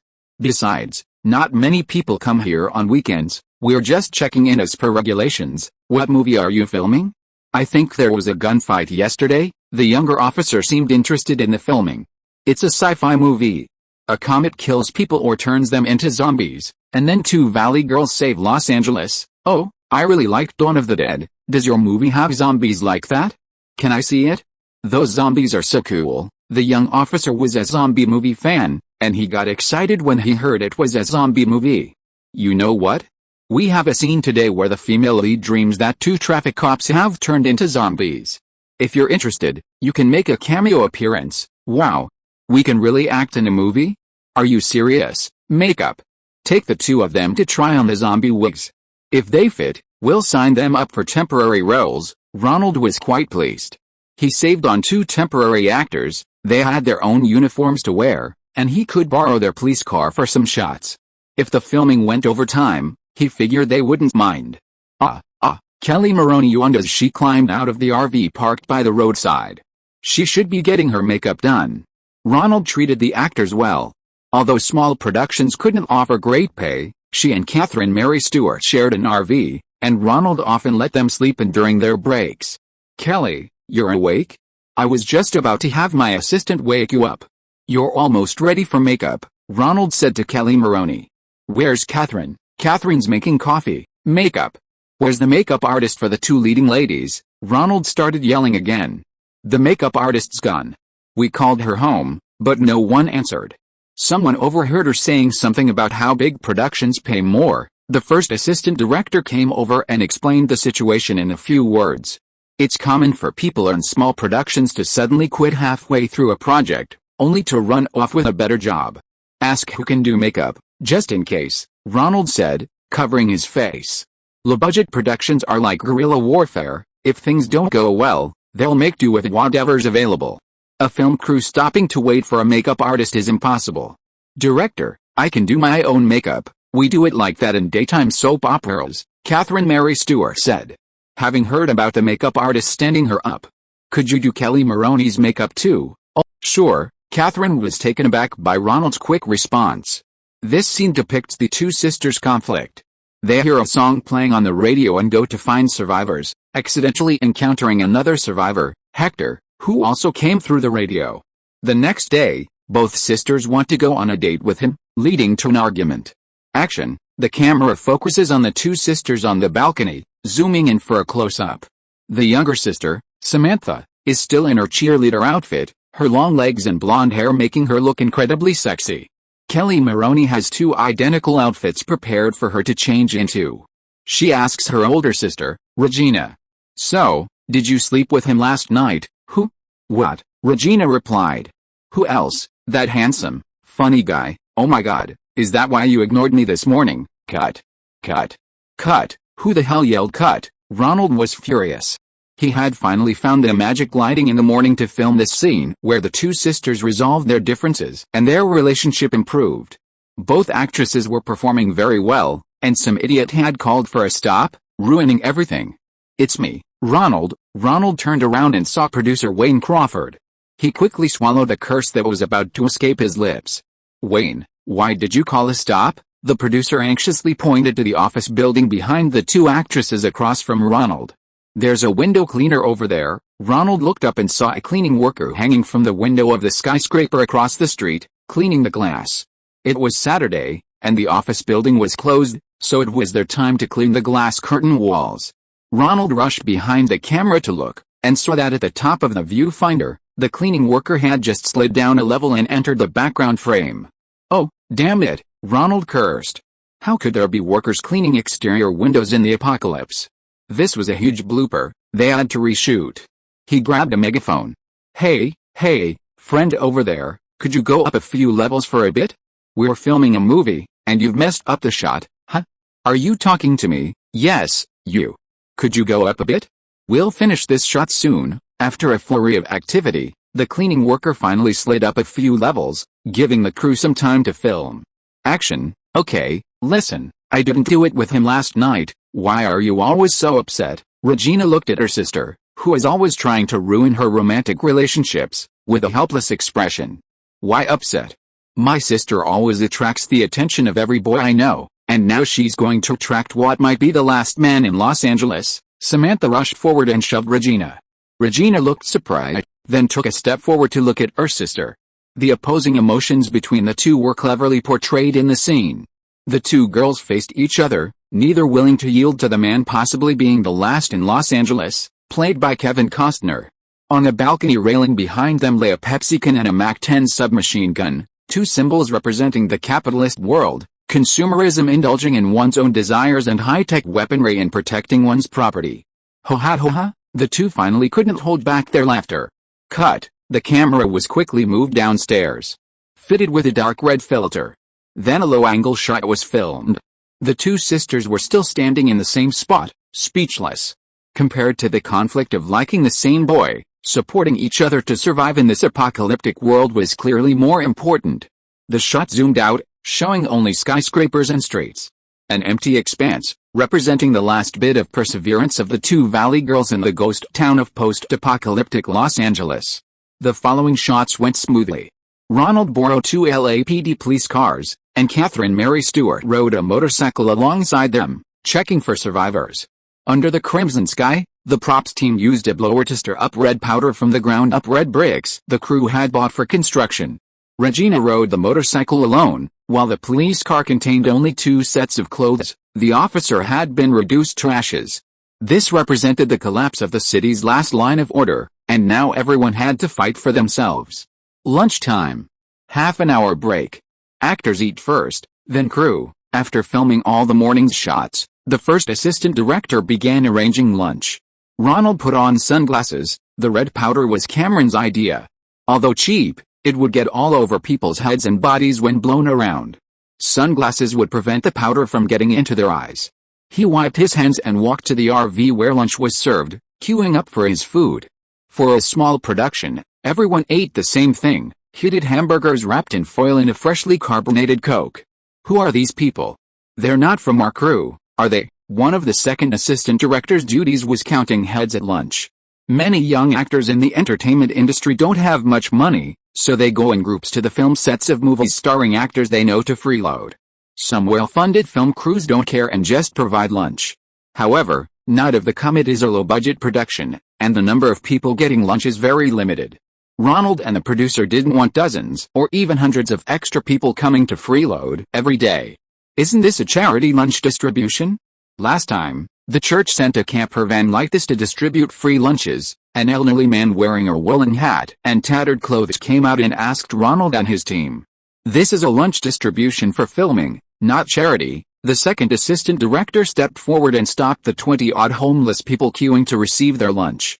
I'm sorry, Ronald glanced at them and saw that they were all homeless people dressed in very shabby clothes, weak, and some were very thin from hunger. There were men, women, young and old, and people of all ethnicities. And they weren't begging for money, but for a meal, so they must be truly unfortunate people. Although the economy is doing well now, the unemployment rate is still very high. Many elderly and frail people who have no exploitable value and no family to take care of them are abandoned by the capitalist machine after losing their jobs. They have no social security and can't even get a hot meal. Ronald felt a pang of sympathy and asked the first assistant director, who had dealt with all sorts of people, Gordon, who usually takes care of them? What do they eat? Do they have a place to stay? Don't meddle, Ronald. These people are usually taken care of by churches and charities. They're either white or Latino. And they don't even get government assistance. While some are genuinely pitiful because of divorce, unemployment, or bankruptcy, many are also addicted to drugs or gambling. If you show them even a little compassion, they'll follow the crew and cause trouble if you don't pay them. At least give them a hot meal. I'll pay for lunch for these 20-odd people. Anyway, after we finish this scene, the location shooting will be almost done, and I won't be able to worry about them tomorrow. Okay, I'll go talk to the producer. Afterward, each homeless man received a lunch. Opening the steaming foil packets, they began to wolf down their food, and several women even shed tears. Let's call the church, Ronald said to his assistant. Move these poor people out of the frame, we need to keep filming. If you are listening to this novel on a channel other than Fanfic World, it means it was downloaded and re-uploaded without effort. We warmly invite you to visit our channel, Fanfic World. There you will find the original version of this story and many other novels of various genres. We look forward to seeing you dive into a world of incredible novels. Chapter 385 Performing in Front of the Camera. Hey Kevin. This scene is after Hector learns that the comet turned everyone directly exposed to the red light and to dust. He wants to go home to check on his family, even though he knows they've probably all perished, but he still clings to a sliver of hope, that sliver of hope that his family is alright. Kevin Costner arrived on set today. His role as the male lead has relatively few scenes, and they're concentrated in a few locations like his home, the department store, and the underground base. So he only came to the set in the second week of filming. Seeing Kevin nod, Ronald continued explaining the scene. So, when he gets home and finds everyone gone, he realizes something's wrong, and at that moment, he has an emotional breakdown. Just then, the zombies come in to kill him, and he quickly switches from the breakdown of his family's tragic death to a state of running for his life. Let's go through the scene once, but don't get your emotions out of control, Ronald instructed, letting Kevin begin the rehearsal. Mom, Kevin Costner, dressed in a shirt and jeans, walked into his house. The record player on the table was still playing music, and fairy lights hung on the wall with the words Night of the Comet below. Hector immediately understood that his family had also celebrated the comet's return last night. The whole family had gone to see it. Knowing this was inevitable, he sat on the bed and suddenly became sad. The record player completed a loop and started playing music again. Hector snapped out of his sadness. He had more important things to do. So he picked up a bag and put all the family photos inside. Who's there? Kevin Costner pretended to hear something unusual. He stood up, took out an automatic pistol, and cocked it with a click. Good. Let's do the scene breakdown like this. Give Kevin a few full-body shots, he's got a great physique. Then give him a close-up when he's sitting on the bed sadly, and finally a medium shot when he stands up to take the family photos. I need the gesture of him gently putting the family photos into the bag. Kevin Costner was a good actor, his acting was nuanced. All the emotions were stimulated by the objects in the shot, with clear beginnings, developments, climaxes, and transitions. Perhaps due to the good training he received from director Lawrence Kasdan in The Coldest Winter, Ronald felt that he was quite good at acting in front of the camera. Unlike the fixed seats and viewpoints of a stage play, movie audiences actually watch the actors' performances through the lens. Therefore, body movements, language, facial expressions, and other details of the performance must be coordinated with the camera. This scene required a relatively rich accumulation, transition, and release of emotions, making it a key scene in the middle of the film, allowing the audience to be moved by Hector's feelings for his family before continuing the battle against the zombies. This is a break in the zombie battle scene, where the audience needs some emotional relief, and all the performances are brought about by Costner's performance alone. Therefore, Ronald first had Kevin Costner rehearse the scene, and then prepared the storyboard based on his performance in front of the camera. "I need some time," Kevin Costner said, stepping into his trailer to gather his emotions. 10 minutes later, he emerged. "I'm ready, action." Hector walked into the house, his face still filled with hope. As everything seemed normal, as if his family had just gone out, he still carried a lot of hope. Then, with his back to the camera, he saw the colored lights on the wall and immediately understood that his family had also gone to see the comet. His movement slowed noticeably, and a deep sadness emanated from Costner's back. Then came a close-up of his face. Hector already knew the tragedy of his family. His spirit deflated rapidly, like a punctured tire. Suddenly, Hector was startled awake by music from the jukebox. He looked up and saw photos of his family on the table. He quietly wiped his eyes, took a bag from the drawer, and carefully and gently placed the photos inside. Cut. Ronald was satisfied. The greatest characteristic of a good actor is relaxation. Being able to remain relaxed in front of the camera allows for the expression of various emotions. If you get nervous on set, you won't be able to act in scenes that require transitions and layers. Very good, let's move on to the next scene. No one applauded, everyone automatically entered preparation mode for the next scene. Saving a few minutes on each shot meant they could shoot more in a day. "Ronald, how was my performance?" Kevin Costner leaned over, feeling there was room for improvement in his performance and hoping for another take. "You know what? If I had an $8 million budget, I could shoot this scene in a whole day. You had plenty of room to improvise. But unfortunately, I'm not Lawrence Kasdan, and Atlantic isn't the United Artists of the past, so I'm already satisfied with your few takes." "Oh, I wish you were Kasdan, so you wouldn't cut all my scenes." "No, my film's appeal to female audiences depends on you. Besides liking Regina's strong and independent spirit, they also need a handsome guy to date her to make it complete." Ronald knew Costner was a bit afraid of being cut, so he quickly reassured him. "The next scene is with a child actor, so I'll have to go with him for now. You need to be on your best." "Okay, I'll cooperate." The next scene is a child playing a zombie who rushes into Hector's house to bite him. Hector recognizes the neighbor's child, can't bring himself to shoot him, locks the door, goes out, finds his car, and runs back to find Regina. Industry insiders say the most difficult scenes to film are with children, animals, and water.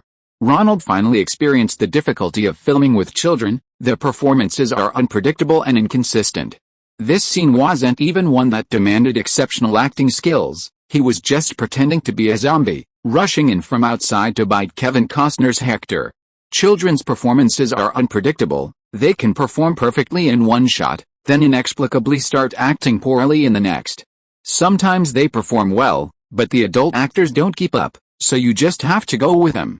And Ronald couldn't say anything to them. If he went too far, the children would either start crying or become even more uncooperative, dragging out the filming time significantly. Fortunately, the producer, a parent of children, noticed something was wrong and gave one of the children a piece of chocolate. After eating it, the child filmed the scene smoothly. He seemed hungry. Sometimes, giving them a little candy and praising them for their excellent performance in the last take would give them the courage to film the next shot. Ronald patted the child actor's head.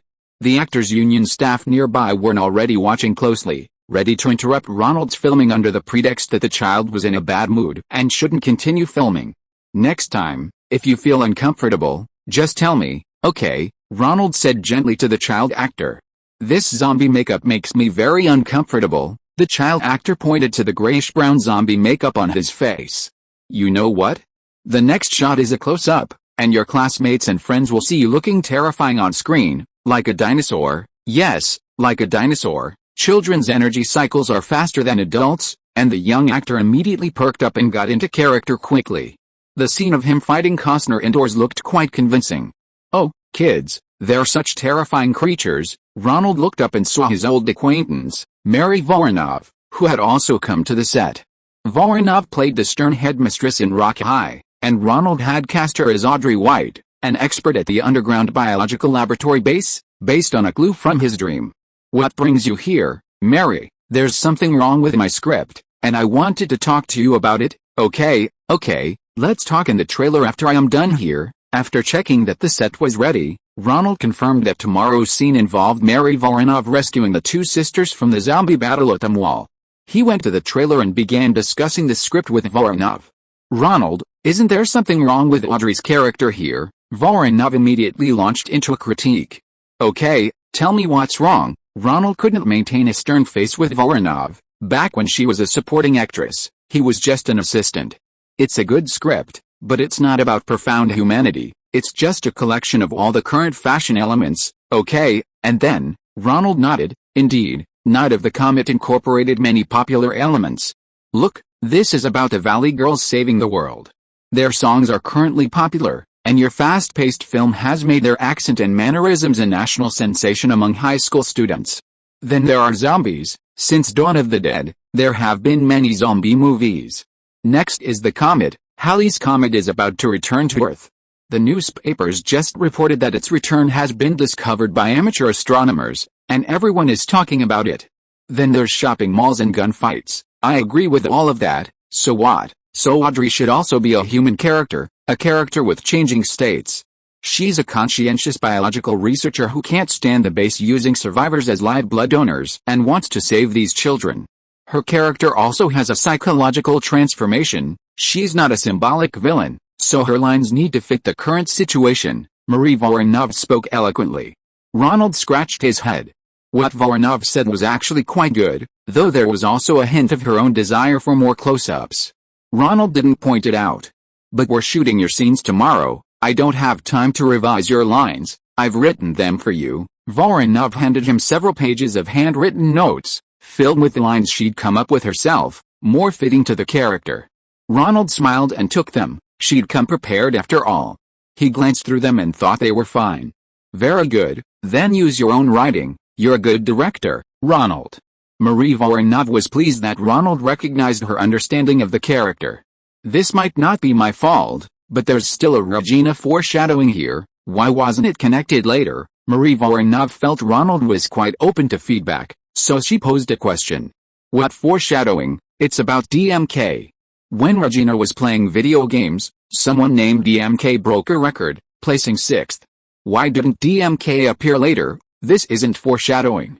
It's a scene I created to show Regina's competitive spirit and independent nature, combined with her tomboyish hairstyle, so the audience could immediately accept her identity. Marie Voronov shook her head. She had directed many low-budget films like Roger Corman's and knew that audiences remembered the opening scenes well. If it's not foreshadowing, there's no need for such a shot at the beginning. Have you heard of Chekhov's gun? Ronald whistled. Chekhov's gun meant that if there's no subsequent plot connection, don't add that scene. I didn't have this foreshadowing idea, but since you also think there should be one, I'll consider how to incorporate it. Chapter 386, is the director obsessed with shooting lug shots?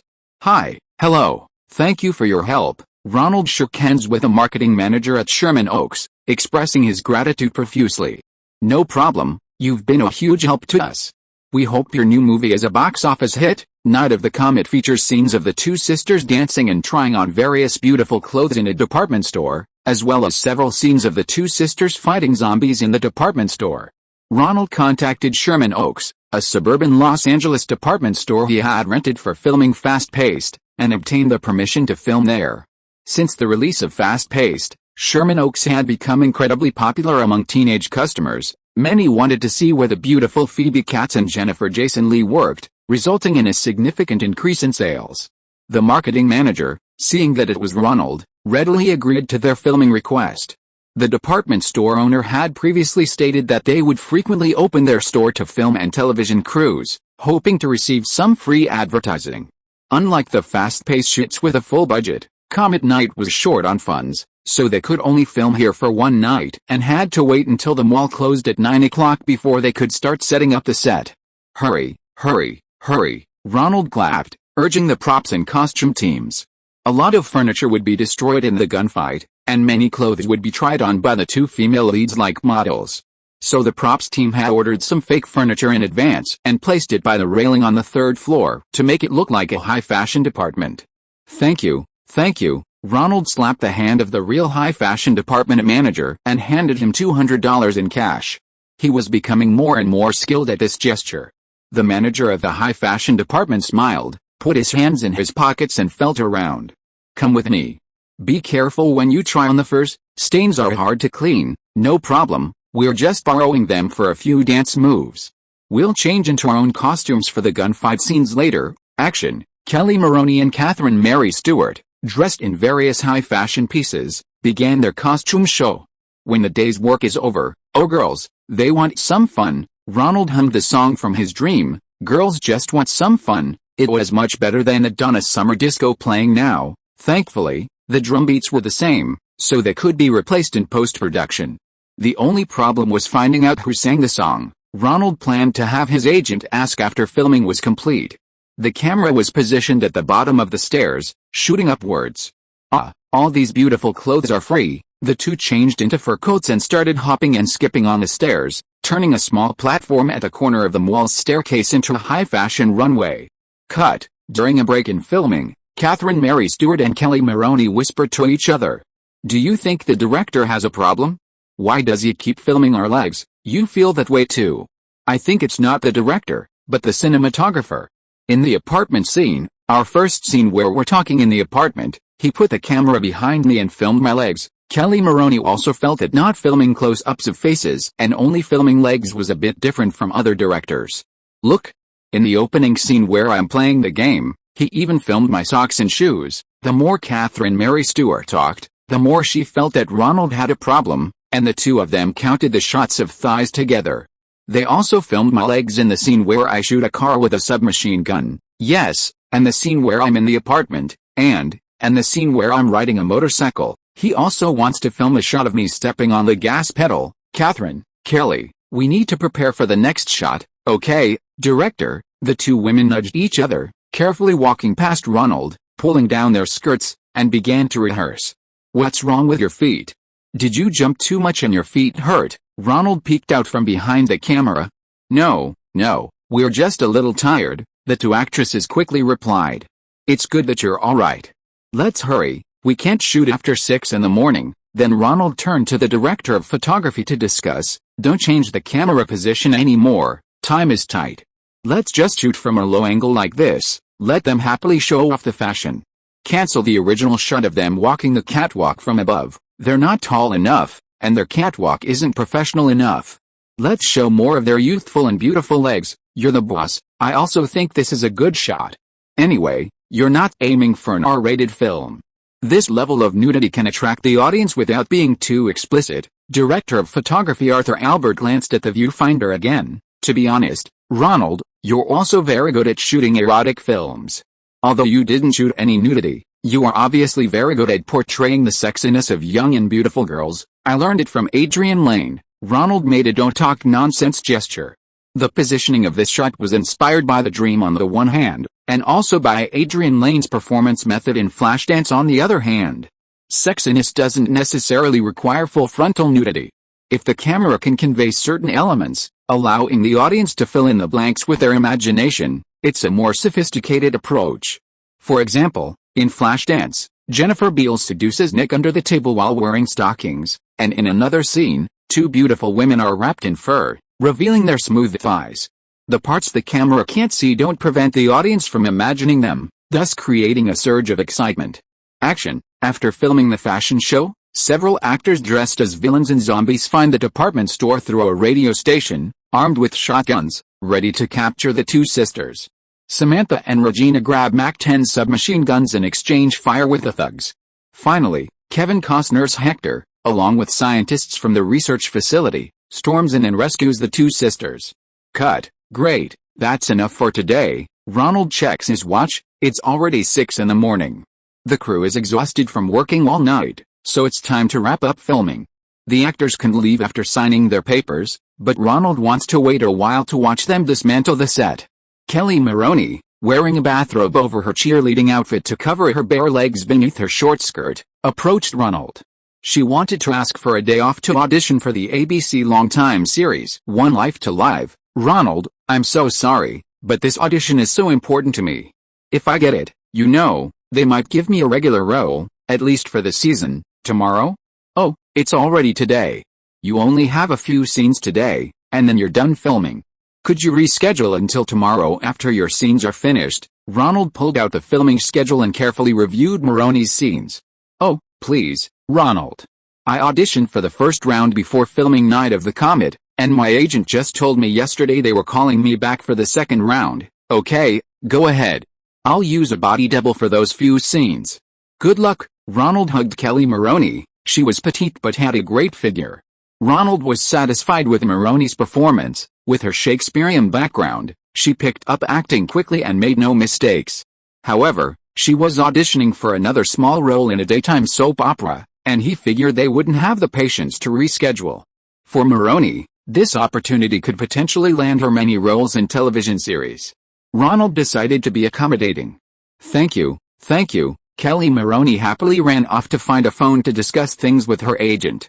After a few hours of rest, the entire crew moved back to the studio to begin filming scenes inside the research facility. Kelly Maroney went to audition. I found a body double for the scene where she walks out of the elevator. The producer pulled over a girl who was about Kelly's height.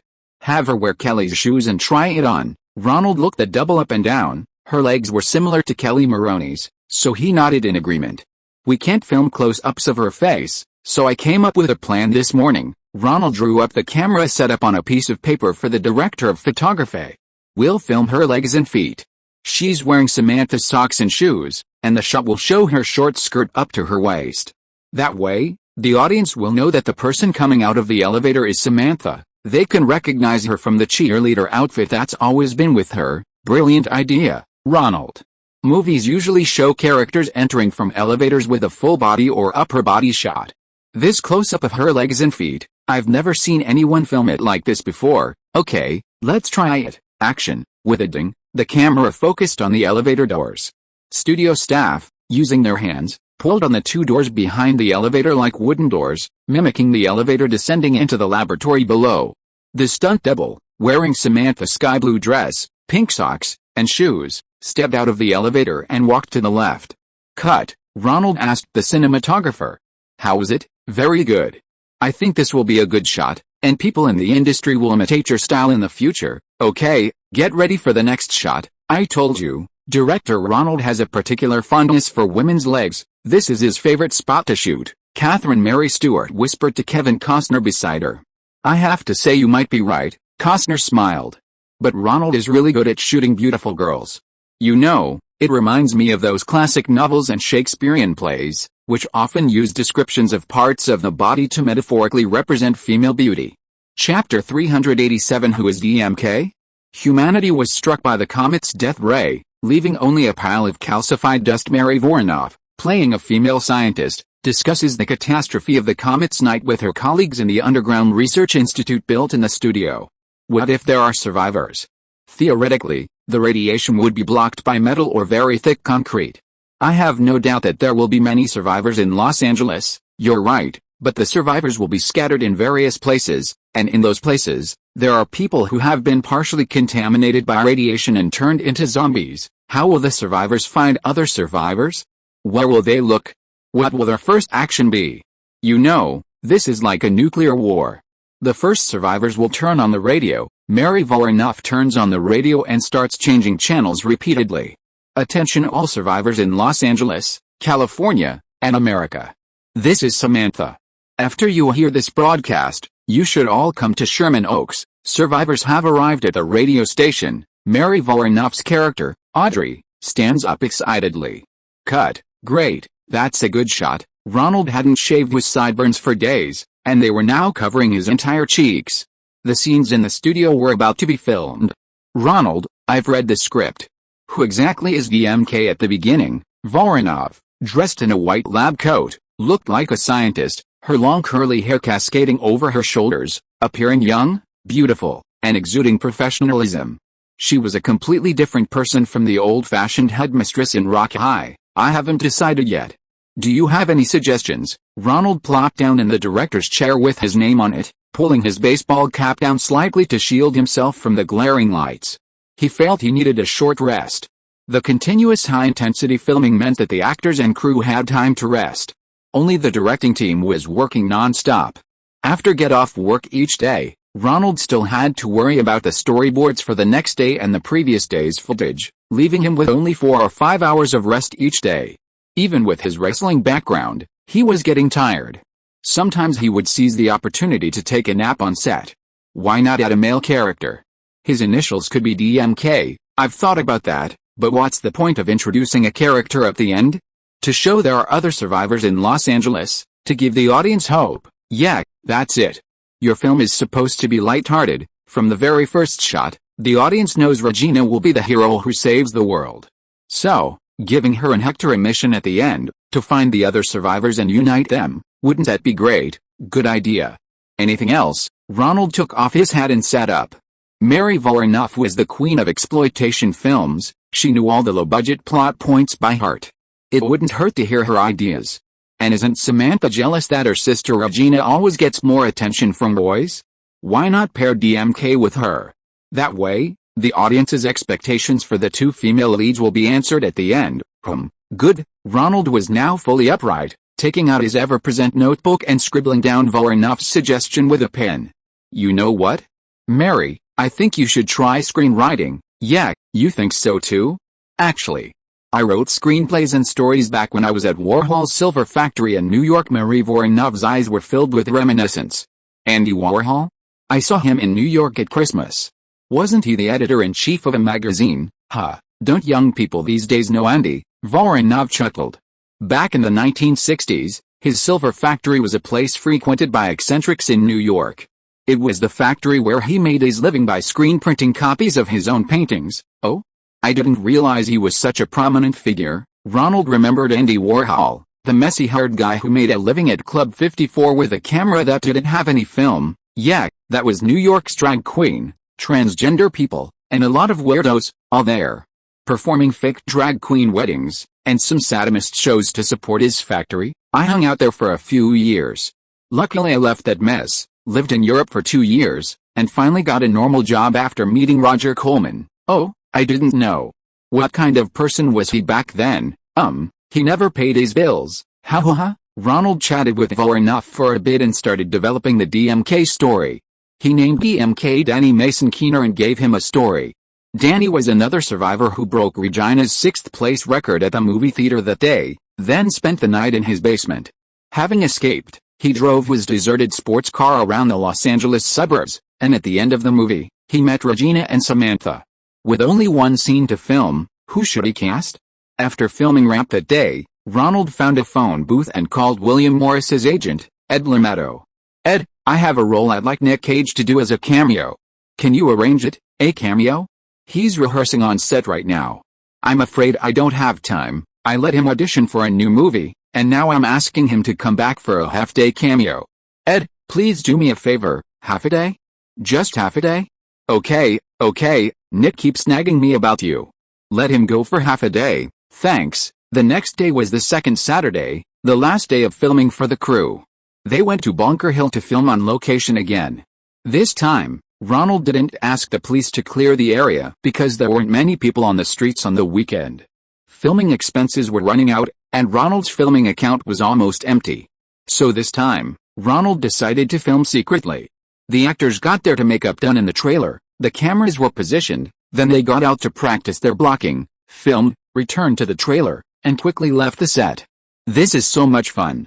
Will the LAPD arrest us if they see us? Nicolas Cage was excited. He'd never filmed unauthorized street scenes like this before. No, the LAPD here are old acquaintances of mine. It's fine if they see us. Ronald was referring to the 2 police officers in zombie masks who were making a cameo appearance as Samantha's cops. Just remember to drive slowly in the sports car and don't crash it. I borrowed this from Mr. Roger Coleman, and you can't afford even the slightest scratch. Ronald tossed the keys to the Mercedes convertible to Nicolas Cage. "I'm a good driver, don't worry." Cage hadn't expected to get to drive such a cool convertible for a cameo role. He'd definitely buy one for himself someday.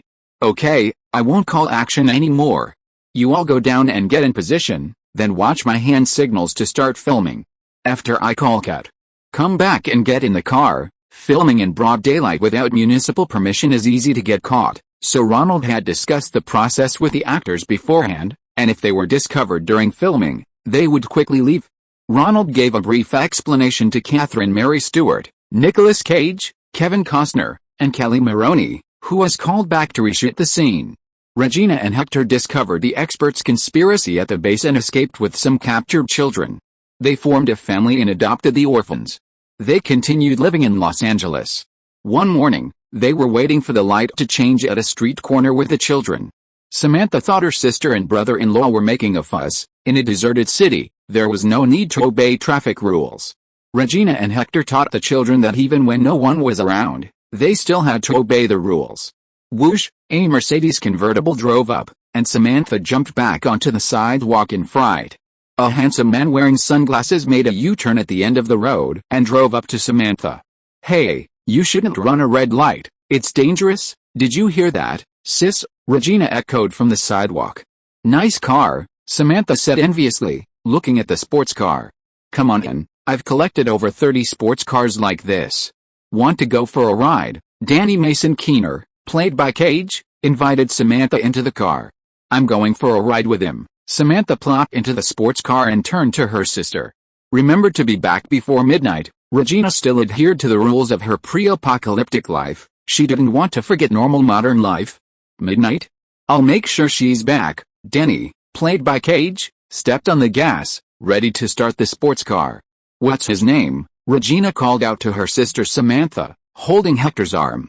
"What's your name, Denny?" "Danny Mason Keener." "His name is Danny. Danny Mason Keener," Samantha repeated loudly to her sister. The camera behind the sports car captured everything.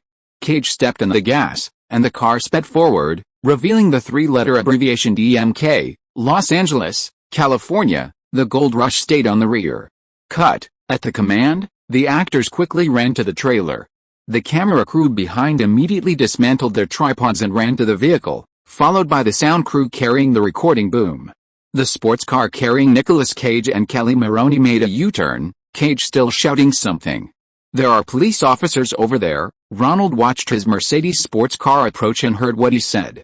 "You guys drive. Meet at the studio." Ronald gestured with his hand like a megaphone and shouted to Cage. Then he jumped into the trailer. "Hurry. Run." The driver put on sunglasses, started the engine, and the trailer pulled into the driveway, accelerating forward.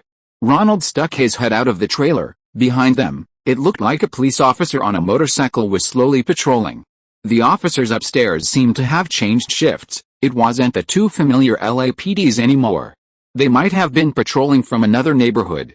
He waved to Cage in the back of the RV, "Hurry up and follow." The two vehicles went up a hill, and the patrol officers on their motorcycles following behind didn't seem to notice their unusual activity, gradually disappearing from sight as the road became obscured. So close to being caught. Ronald breathed a sigh of relief. The convoy had finished filming the scene and sped away. Chapter 388 Vacation. "Hey bro, your packing party was a bit lame." Nicolas Cage, heavily intoxicated at the post-shoot party, patted Ronald on the shoulder and started rambling. "Not even that. Give my regards to Lamato." Ronald handed Cage over to Kevin Costner, who was also under at Lamato's agent. Lamato, having received Ronald's call and heard that Cage was drunk, sent his assistant and a car to pick him up. "I will," Costner nodded, and together with his assistant, helped Cage, who had to continue rehearsing for the new film the following Monday, out of the theater.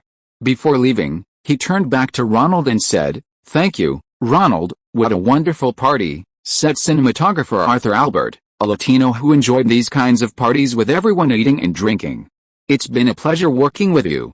I've already taken on a few new jobs, and if the opportunity arises, we can work together again. What are your plans next? Will you start editing immediately?" "Ronald, I'll take 2 weeks off. It's my habit.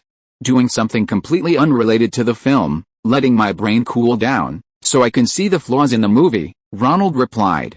Good idea. Have you decided where to go on vacation? I don't know, maybe I'll go to Britain to see my girlfriend. After seeing everyone off, Ronald gave each of the party service company staff who stayed behind to clean up a small tip. Shooting a film single-handedly wouldn't be as leisurely as the previous fast-paced film, where he only had to focus on shooting and editing. Everything related to the film needed to be handled by Ronald personally. The most urgent thing that popped into Ronald's notebook was the theme song from the scene where the two female leads try on haute couture in the department store. Ronald had his agent, Nisida, inquire with several record companies, but without a definite answer. If they couldn't find Girls Just Want to Have Fun, they'd have to find another song with a similar rhythm and lyrics. Besides the theme song, there was also the soundtrack. The total cost of both couldn't exceed 8 to 10% of the total budget, so finding a cheaper composer had become a top priority. Ronald had already asked Michael Gore, who shared the Oscar for Best Original Song with him on Fame. Gore's own fees were already very high, and Comet Nights couldn't afford him, but he promised to recommend a more cost-effective composer. In addition to these technical issues, there was also the film's distribution. Atlantic's previous film, Girls of the Valley, was scheduled for release in April, and Comet Nights needed to wait until it recouped some of its funding before it could do marketing and release. A mountain of things awaited Ronald, but his top priority was a good night's sleep. Back in his apartment, Ronald collapsed onto his bed and fell fast asleep. 2 weeks of intense physical and mental exertion had left him sound asleep, waking him only the next day around noon to the ringing of the phone. Ronald, Michael Jackson from Epic Records is looking for you. He wants you to see his breakdancing moves. It was Richard, CAA's manager, calling. Huh? What does a pop star want? I'm still sleeping. The dance instructor you introduced him to has helped him master the whole routine, and he wants you to come and see. Crazy legs. Ronald rubbed his eyes, got up, and took a hot shower to fully wake himself up. Richard arrived at the apartment shortly after and drove him to Epic Records recording studio in Los Angeles. Any news lately? Ronald asked, sitting in the car, eating the Burger King burger, fries, onion rings, and a Pepsi Richard had brought. Lots of news, Richard said, recounting the entertainment news of the past few weeks as he drove. Your friend Cynthia Rhodes, the one who played the dancer in Flashdance, caught Stallone's eye and got the lead role in Dance of the Phoenix, huh? I asked Nisida to put in a good word, but she doesn't have that much influence, does she? Does she have other connections? Ronald asked, munching on his hamburger. Nisida said that when he accompanied Cynthia to her audition, Stallone's brother, Frank Stallone, saw her and is now pursuing her relentlessly. Frank will also have a supporting role, a musician who goes on a date with Cynthia's character. Okay. Any other news? Ronald finished his hamburger and started eating onion rings. The script for Dance of the Phoenix had been completely rewritten, and he had no interest in it anymore. The Los Angeles premiere of Flashdance is confirmed. Don Simpson and Jerry Bruckheimer sent you invitations. It's in April. I'll go. Ronald took a big gulp of his Coke. Your girlfriend Helen called you from the set in Britain and asked me to tell you she's doing well and you don't need to worry. I'd like to visit her on set in London, but I don't know when I'll be free. I've already asked my colleague in London to send flowers to Helen on your behalf. If you have a time, I'll arrange all the flights and accommodations. Thank you, Richard. It's nothing. An agent should handle these things. Any other news? That's all that's relevant to you, plus some major industry news. Columbia Pictures president, Frank Price, lost in the power struggle. He let go of last year's biggest box office machine, E.T. the Extraterrestrial, and was collectively asked to resign by executives from his new owner, Coca-Cola. Columbia might announce it soon. Huh? Where will he go? I don't know. Industry rumors suggest 20th Century Fox is the most likely candidate. They fired Shirley Lansing and need a male president. By the way, Lansing officially rejected Paramount's offer and started her own production company. Richard reported on several major personnel changes in the industry. Let me think. Oh, right. Shirley Lansing's Full of Energy has been handed over to a new producer. I heard they're going to find the original director, Herbert Ross. The two films were being planned around the same time. I've already finished filming, but they haven't even decided on a director yet. That's how the big studio system works. Waiting for the green light is tough. Ronald finished his hamburger, and Richard finished telling the news. The two drove to Epic Records rehearsal room. Inside the rehearsal room, on stage, The skinny black singer Michael Jackson was talking to Crazy Legs, seemingly arguing about something. Hey, this kind of dance is our rebellion against capitalism. Why can't we use those traditional dance steps? With these combative lyrics? This is black people using music to rebel against these white masters' tradition. Listen, my friend. That dance was originally designed to match the Billie Jean single on my new album. Are you criticizing my music? Hey, MJ. Your Ronald is here. A man who looked like a manager came on stage and whispered a few words to MJ. Ronald, let him in. Ronald walked into the rehearsal hall and greeted Michael Jackson and Crazy Legs. Hi, Ronald, it's great to have you here. MJ smiled warmly, revealing a genuine smile. Music? I'll dance it for Ronald to see. Michael Jackson performed his choreography for Ronald. She told me her name was Billie Jean, because she caused a sensation. Everyone turned their heads, their eyes dreaming of being her. Billie Jean King's music started playing, and Ronald watched MJ dance on stage. White t-shirt, black top hat, Ronald suddenly felt a sense of familiarity. This choreography was so familiar, it seemed like the one he knew was just like it. Could it be that he learned it from MJ in a past life? What do you think? MJ stopped dancing as the music played and asked Ronald from the stage. Great, Ronald and Richard both applauded. Although both were doing the moonwalk, MJ's was clearly much better looking and more powerful than theirs. Your dance will definitely be a sensation, Ronald said sincerely. That move was fantastic, but it seems you could add a bit more power. You like it? Haha, great, you like it. MJ jumped down and shook Ronald's hand. Crazy Legs doesn't like me altering too many of the classic moves from the predecessors. Ronald raised his hands, indicating he didn't understand it all. I don't understand any of this, I just think it matches the song. Great, then I'll get a new dance instructor. You won't be unhappy, will you? Ronald glanced at Crazy Legs. Of course not, I only worked with him on the same film set. Okay, I've acted in movies before. After chatting about movies and songs, Ronald noticed the person next to MJ constantly raising his hand to check his watch. Knowing MJ was busy, he took the opportunity to say goodbye. Okay, you must come to the Motown Memorial Concert. Ronald said goodbye to him and walked towards the door with Richard. His arrival today was a bit inexplicable. MJ just wanted him to come and watch the dance? Maybe it was because Crazy Legs was the one he introduced, and MJ wanted to inform him before replacing him? Are black people this meticulous in their work? The manager-like man whispered to MJ, I told you, your album is groundbreaking. What you need now is to make a name for yourself at Motown's 25th anniversary concert. The music video can be postponed. We'll arrange for the most famous film director to handle it, not some exploitative film director like him. Okay, I just think his movies are interesting. Brooke Woolworth's mentioned his name to me too. MJ shrugged. I found 2 breakdancing talents from Los Angeles for you. You're a star. Stars don't need to learn dance moves from anyone. Nobody can be your teacher. Okay, some new music. MJ didn't comment on his arrangements and started talking to his backup dancers. After a day of rehearsing Billie King's dance, he wanted a change. When the day's work is over. Oh, girls, they want some fun. The dancers changed the record and started dancing to the new music. Huh? Ronald, walking to the door, heard the song coming from the loudspeaker, the same high-pitched female voice from his dream, singing that same song.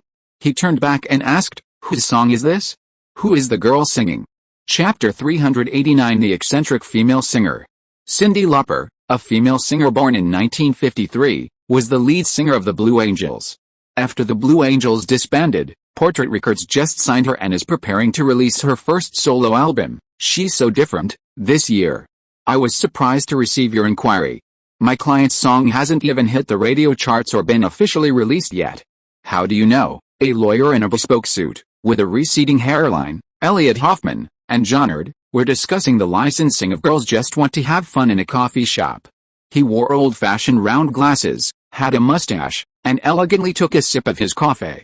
I heard this song with Michael Jackson's backup dancers, and the moment I heard it, I felt it was perfect for a scene in my movie, Mr. Hoffman.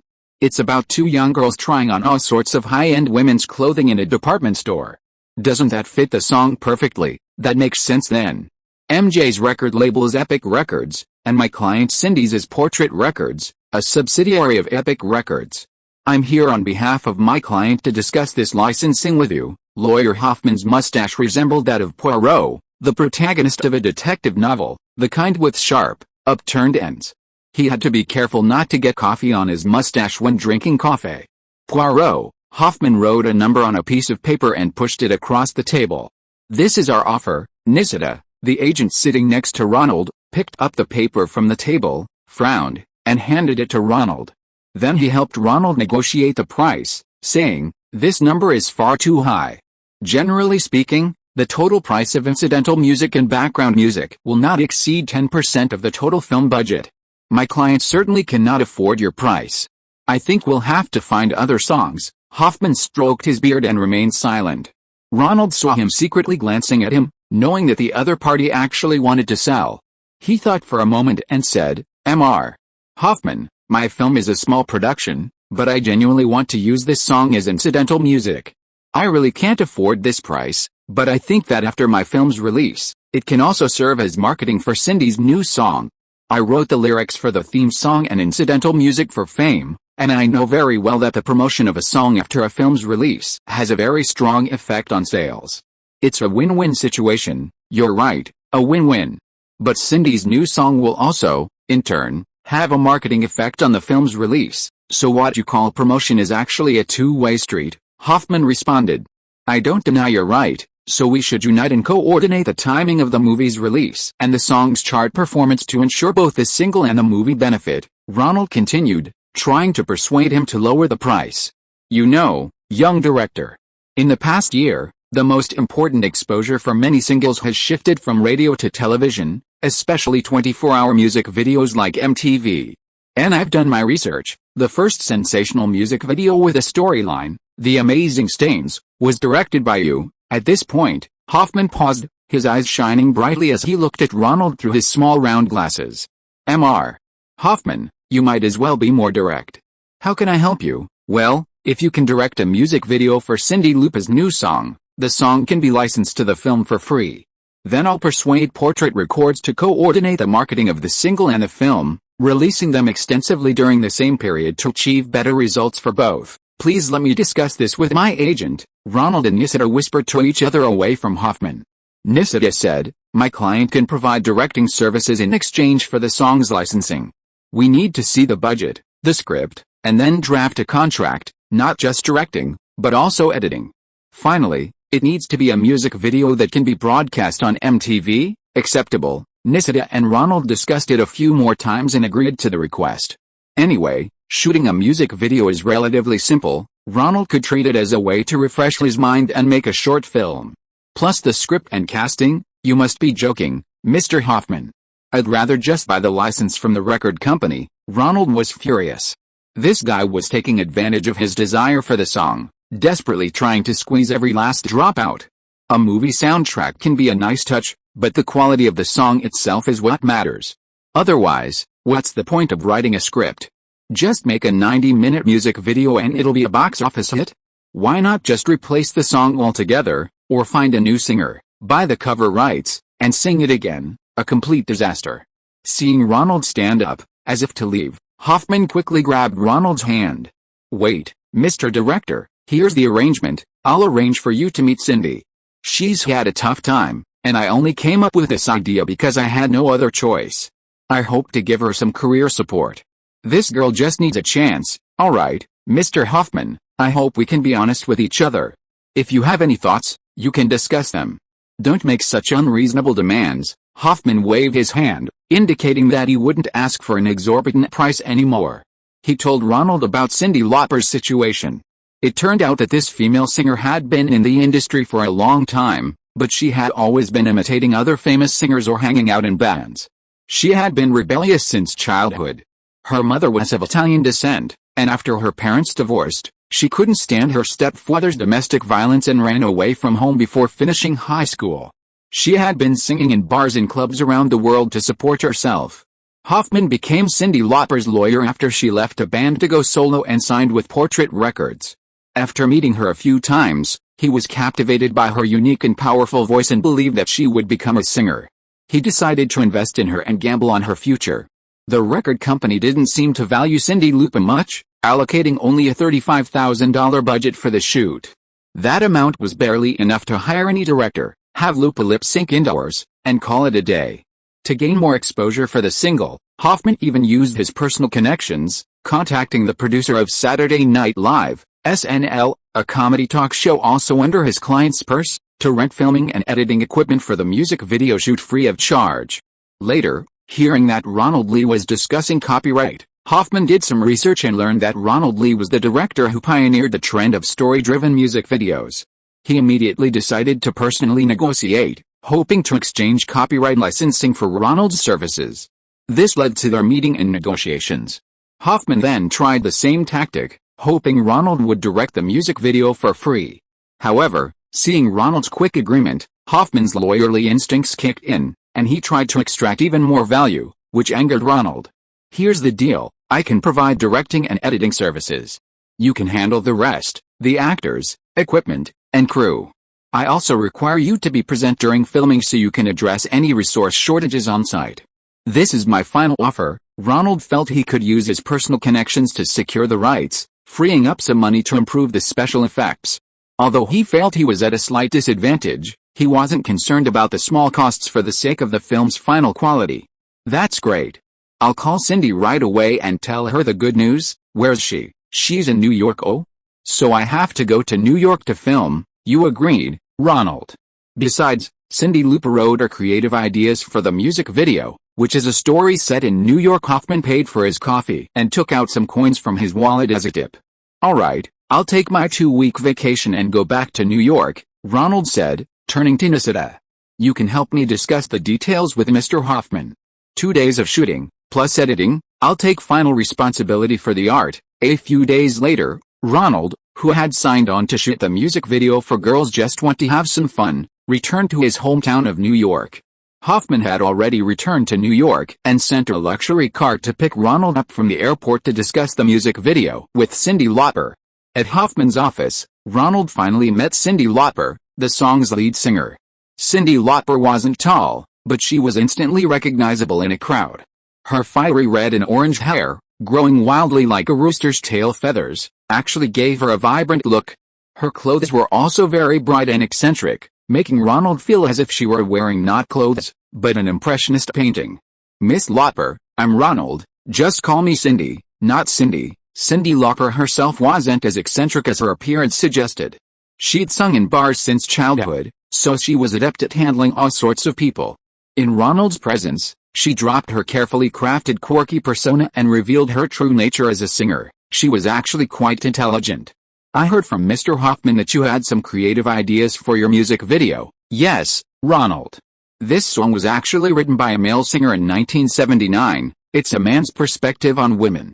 After I took over, I revised the lyrics, changing it to a girl's perspective, saying that girls should absolutely be like men, they should enjoy all the opportunities men can enjoy. So, this is a girl's satire and cry against the relatively few opportunities women have in society." Ronald reread the lyrics. Indeed, the creator's own explanation was more precise. "Yes, you see, even among high school students, boys usually don't say anything if they come home a little late, but if girls come home late, their parents get very anxious, even scold them, or ground them. Isn't that because New York is a dangerous place? With such a bad security situation, which responsible parent wouldn't be careful?" Ronald thought to himself, criticizing the other's peculiar perspective. However, for this song, the girl coming home late, or not coming home all night, driving her parents crazy, is indeed a very good angle to start the story. Chapter 390 Specialty, Saving Money on Filming. "Katerina, don't look at the camera, just make your omelet like usual." Ronald smiled at a plump, middle-aged Italian woman, instructing her on how to act in front of the camera. Katerina held an egg, cracked it on the rim of a large bowl, and poured the egg white and yolk into the bowl. "Like this. Very good, very good." Ronald gestured for the cameraman to start filming. "Just crack the eggs one by one." Katerina is Cyndi Lauper's real mother. She herself is of Italian descent and possesses the characteristic kindness of a middle-aged Italian woman. To save money, Ronald devised a very budget-friendly plan for the Girls Just Want to Have Fun music video shoot. Cyndi would play the lead role, a runaway teenage girl.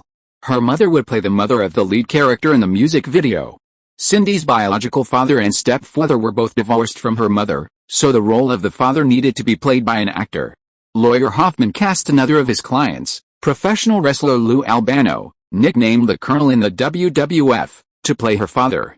The Colonel, now retired from active wrestling and primarily a manager, was overweight, with a long, unruly beard, and wore a tattered vest. He and Cindy's mother looked like a middle-aged couple from the lower class.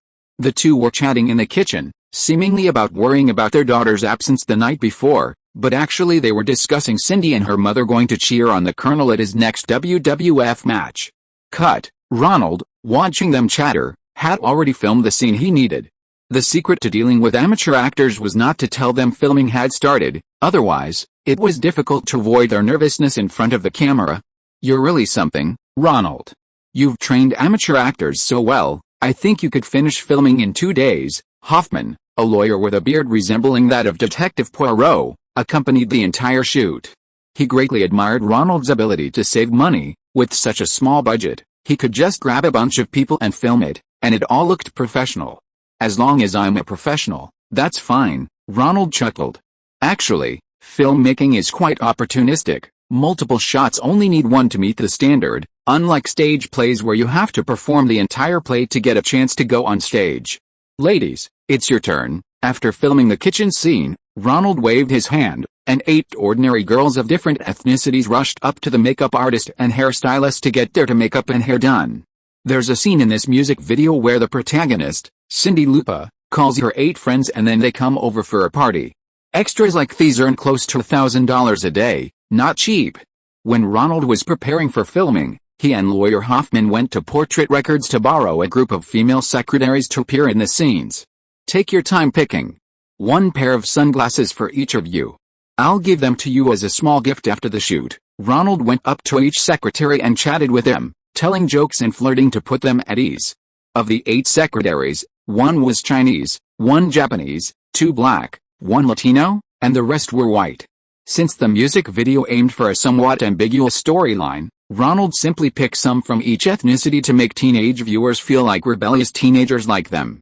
"Do you know how to make wearing sunglasses look sexy?" Ronald stepped back a few paces, letting a female makeup artist come forward to teach them how to put on sunglasses.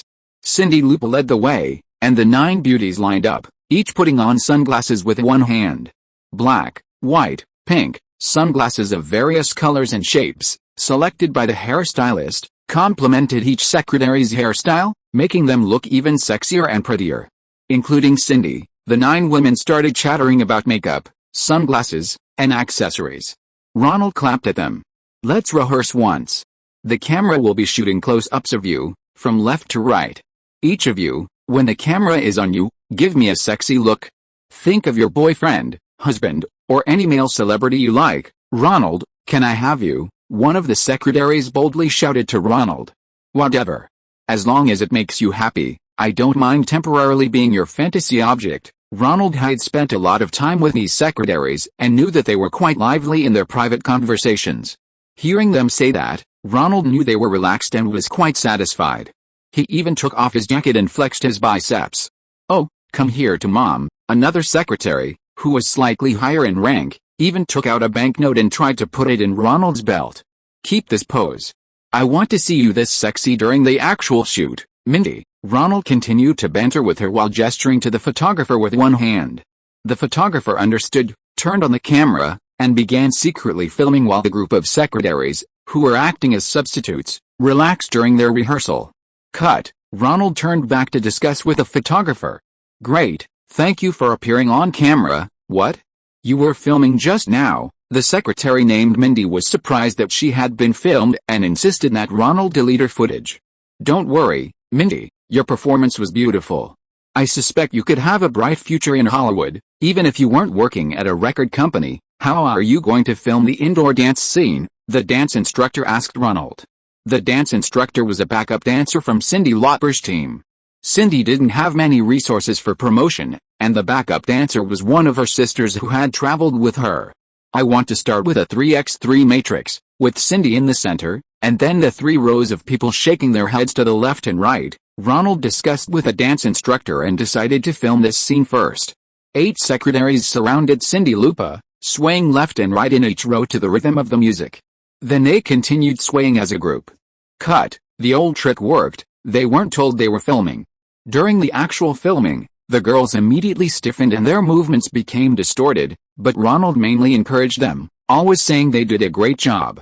After filming close-ups of each girl individually answering Cindy's phone calls, Ronald waved to them, "Girls, go practice your dance.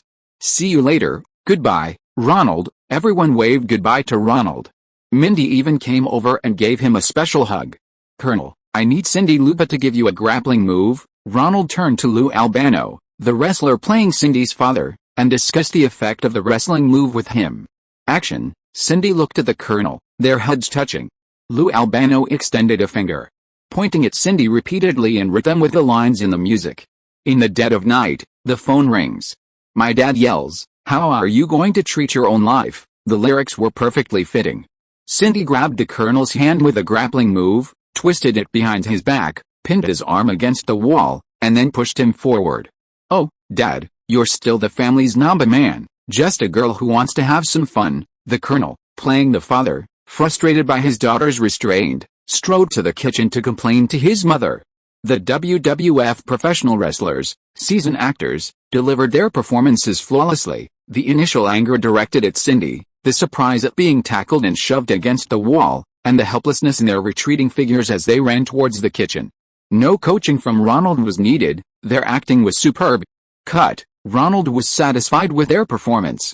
Cindy Lupa was a bit of a show-off, quite comfortable in front of the camera, and convincingly portrayed a daughter who disliked family rules and insisted on throwing a party, staying out all night. "You know what? I think you WWF wrestlers wouldn't need training to act in movies. You're all natural performers," Ronald complimented. "You're not bad either, kid. I saw you give Cindy those grappling moves, they were very professional. You could go straight to the WWF wrestling ring." "Ha ha ha," Ronald hugged the Colonel. WWF wrestling matches were mostly performances. They were quite entertaining to watch, but the falls were really hard, and he didn't want to try it. Next scene, a dance scene. Ronald called over another group of extras. This time, it was the entire record company staff, including Cindy's manager, Cindy's brother Butch, and the lawyer with the distinctive beard, Hoffman. "Everyone, follow the dance instructor's rhythm. You'll be like in a disco, forming a train, following the locomotive's rhythm, and improvising. Okay, everyone show me your moves first. 1, 2, 3, 4, 2, 2, 3, 4. Ronald watched as everyone improvised, making it look like a chaotic dance party. However, this scene involves Cindy's friends, along with their friends' friends and the neighbors in the apartment building, dancing in a free-spirited way, not pursuing professional dance skills, but just like ordinary people dancing at a disco. "Oh, what is this? You need to practice more, Mr. Lawyer." Ronald noticed that the stingy lawyer, Hoffman, was dancing with his arms and legs moving in unison. "You should teach Mr. Lawyer properly," Ronald whispered instructions to the dance instructor. This lawyer was also a real penny pincher, always trying to save money. Ronald felt that he had been taken advantage of by him, so he made full use of his expertise in saving money during filming. As a small revenge, he specifically instructed the dance instructor to teach Hoffman a memorable dance move. Action. The girls just want to have some fun, have some fun. As soon as the rhythm started, Cindy started, followed by a string of extras dancing. As expected of people from a record company, everyone danced quite well. Even after being properly instructed by the dance instructor, the lawyer Hoffman in the middle still couldn't solve his problem of dancing with his arms and legs moving in unison. The coach simply taught him the duck dance. The front hand makes a duck's beak shape, and the back hand makes a duck's bottom shape, so that by dancing with the same hand and foot, he could keep up with the rhythm. The girls just want to have some fun, have some fun. Lawyer Hoffman followed a rhythm, his front hand stretching and retracting, along with his neck, his mustache curling up, just like a duck's walk. Cut. Ha ha ha ha. Ronald was very satisfied with the dance move. After calling a stop, he sat in the director's chair laughing non-stop. The final cut of Lawyer Hoffman's image would definitely be spectacular. Chapter 391 Morning Quick Shots. In an old neighborhood in Lower Manhattan, dawn was just breaking. Faint steam still rose from the metal vents of underground pipes on the sidewalk. A lucky homeless man had snatched a cardboard box, using it to block the vent, and covered himself with a thick copy of the New York Post, sleeping soundly and warmly.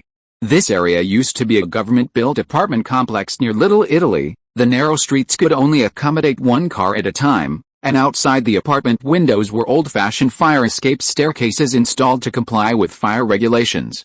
Meow, a cat startled the homeless man awake. He stood up from the box and suddenly noticed a commotion on the other side of the street.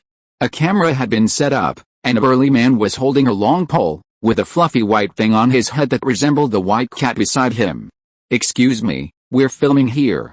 Unauthorized personnel are not allowed in." The homeless man was stopped at the perimeter by several security guards, and he looked ahead.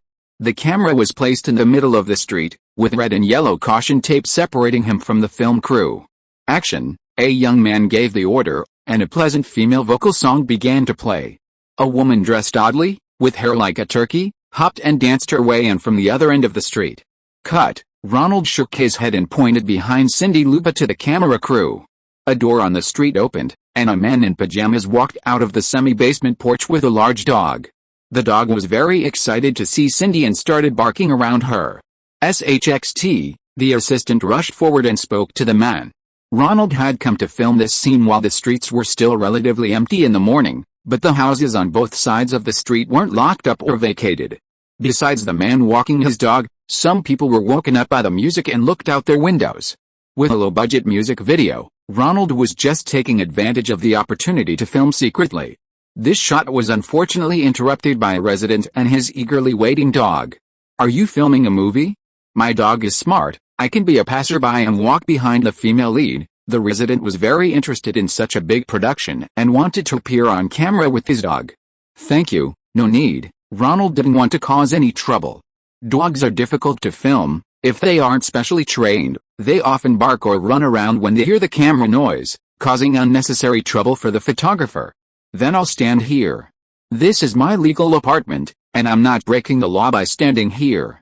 You can't kick me out of my home." The middle-aged man was a typical New Yorker from the start, knowing a little about the law, and then he started to boast about his advantages. "Okay, someone come and give him a temporary agreement to get one shot, but you and your dog can only stand at the bottom of the steps." Ronald looked at the sky. If he continued to be bothered by this man, more and more people would come to watch the spectacle, and some people going to work early would be leaving. Action! Cyndi Lauper started skipping over to the rhythm of the music again. As she passed the man and dog, she even improvised and tapped herself on the head. On the other side of the street, diagonally behind the camera, the son of a portrait record company executive, riding a bicycle with a mailbag slung across his shoulder, like a newspaper delivery boy, entered the frame from behind the camera, crossing the path with Cyndi Lauper. Cyndi, wearing high heels, hopped into the middle of the still wet road, leaping over several puddles to reach the other side. Cut. Several more shots were filmed of Cyndi Lauper dancing home, the last being a close-up. The pajama man and his dog reappeared, causing trouble. The lazy dog even defecated on the ground. Ronald, seeing this was the last scene, didn't care much, only cutting a section at most. "Hurry, we still need to film at the street corner. If we're late, early risers will be coming. Hey, you should pay me and my dog. Otherwise, I'll sue you for violating my portrait rights." The pajama man demanded money, relying on hearsay about the law. Ronald pointed at lawyer Hoffman and stepped forward to negotiate. "According to our contract, you and your dog defecated during filming, violating the contract. We have to bear the corresponding filming losses, and according to this contract, you need to compensate us." Hey, I'm just here to help you." "What contract?" The man quickly pulled the dog away and ran in the opposite direction. Hoffman put the contract away. It wasn't an employment contract, but an informed consent form. The signatory automatically waived any claims for image rights. "Ladies, it's your turn." Ronald picked up a megaphone and shouted to the 8 secretaries from yesterday. Today, they were dressed in brightly colored dresses, belts, leather shoes, and had exaggeratedly high hairstyles, ready to dance. Screech! Several large trucks stopped on the side of the road and prepared to back into the street. They ran into the film crew and were blocked at the congested intersection. "I'm here to deliver goods to the grocery store, make way." Several drivers got out of their trucks and shouted at Ronald and his group. "We still have a few shots to shoot." The assistant tried to reason with them. "Who gave you permission to film here? We're from the truckers union. If you don't move, you'll be responsible for any damage you cause." The Italian-American truck driver started acting unreasonably, chewing gum and honking his horn. You young people, have you lost the tradition of respecting elders? How did your mothers raise you? Huh? Whose son are you? Let your mother come out and talk to me. Who washes your clothes and makes your pasta? How dare you talk to a mother like that? Cindy Loop's mother, Caterina, walked over and slapped each of the Italian-American youths on the arm.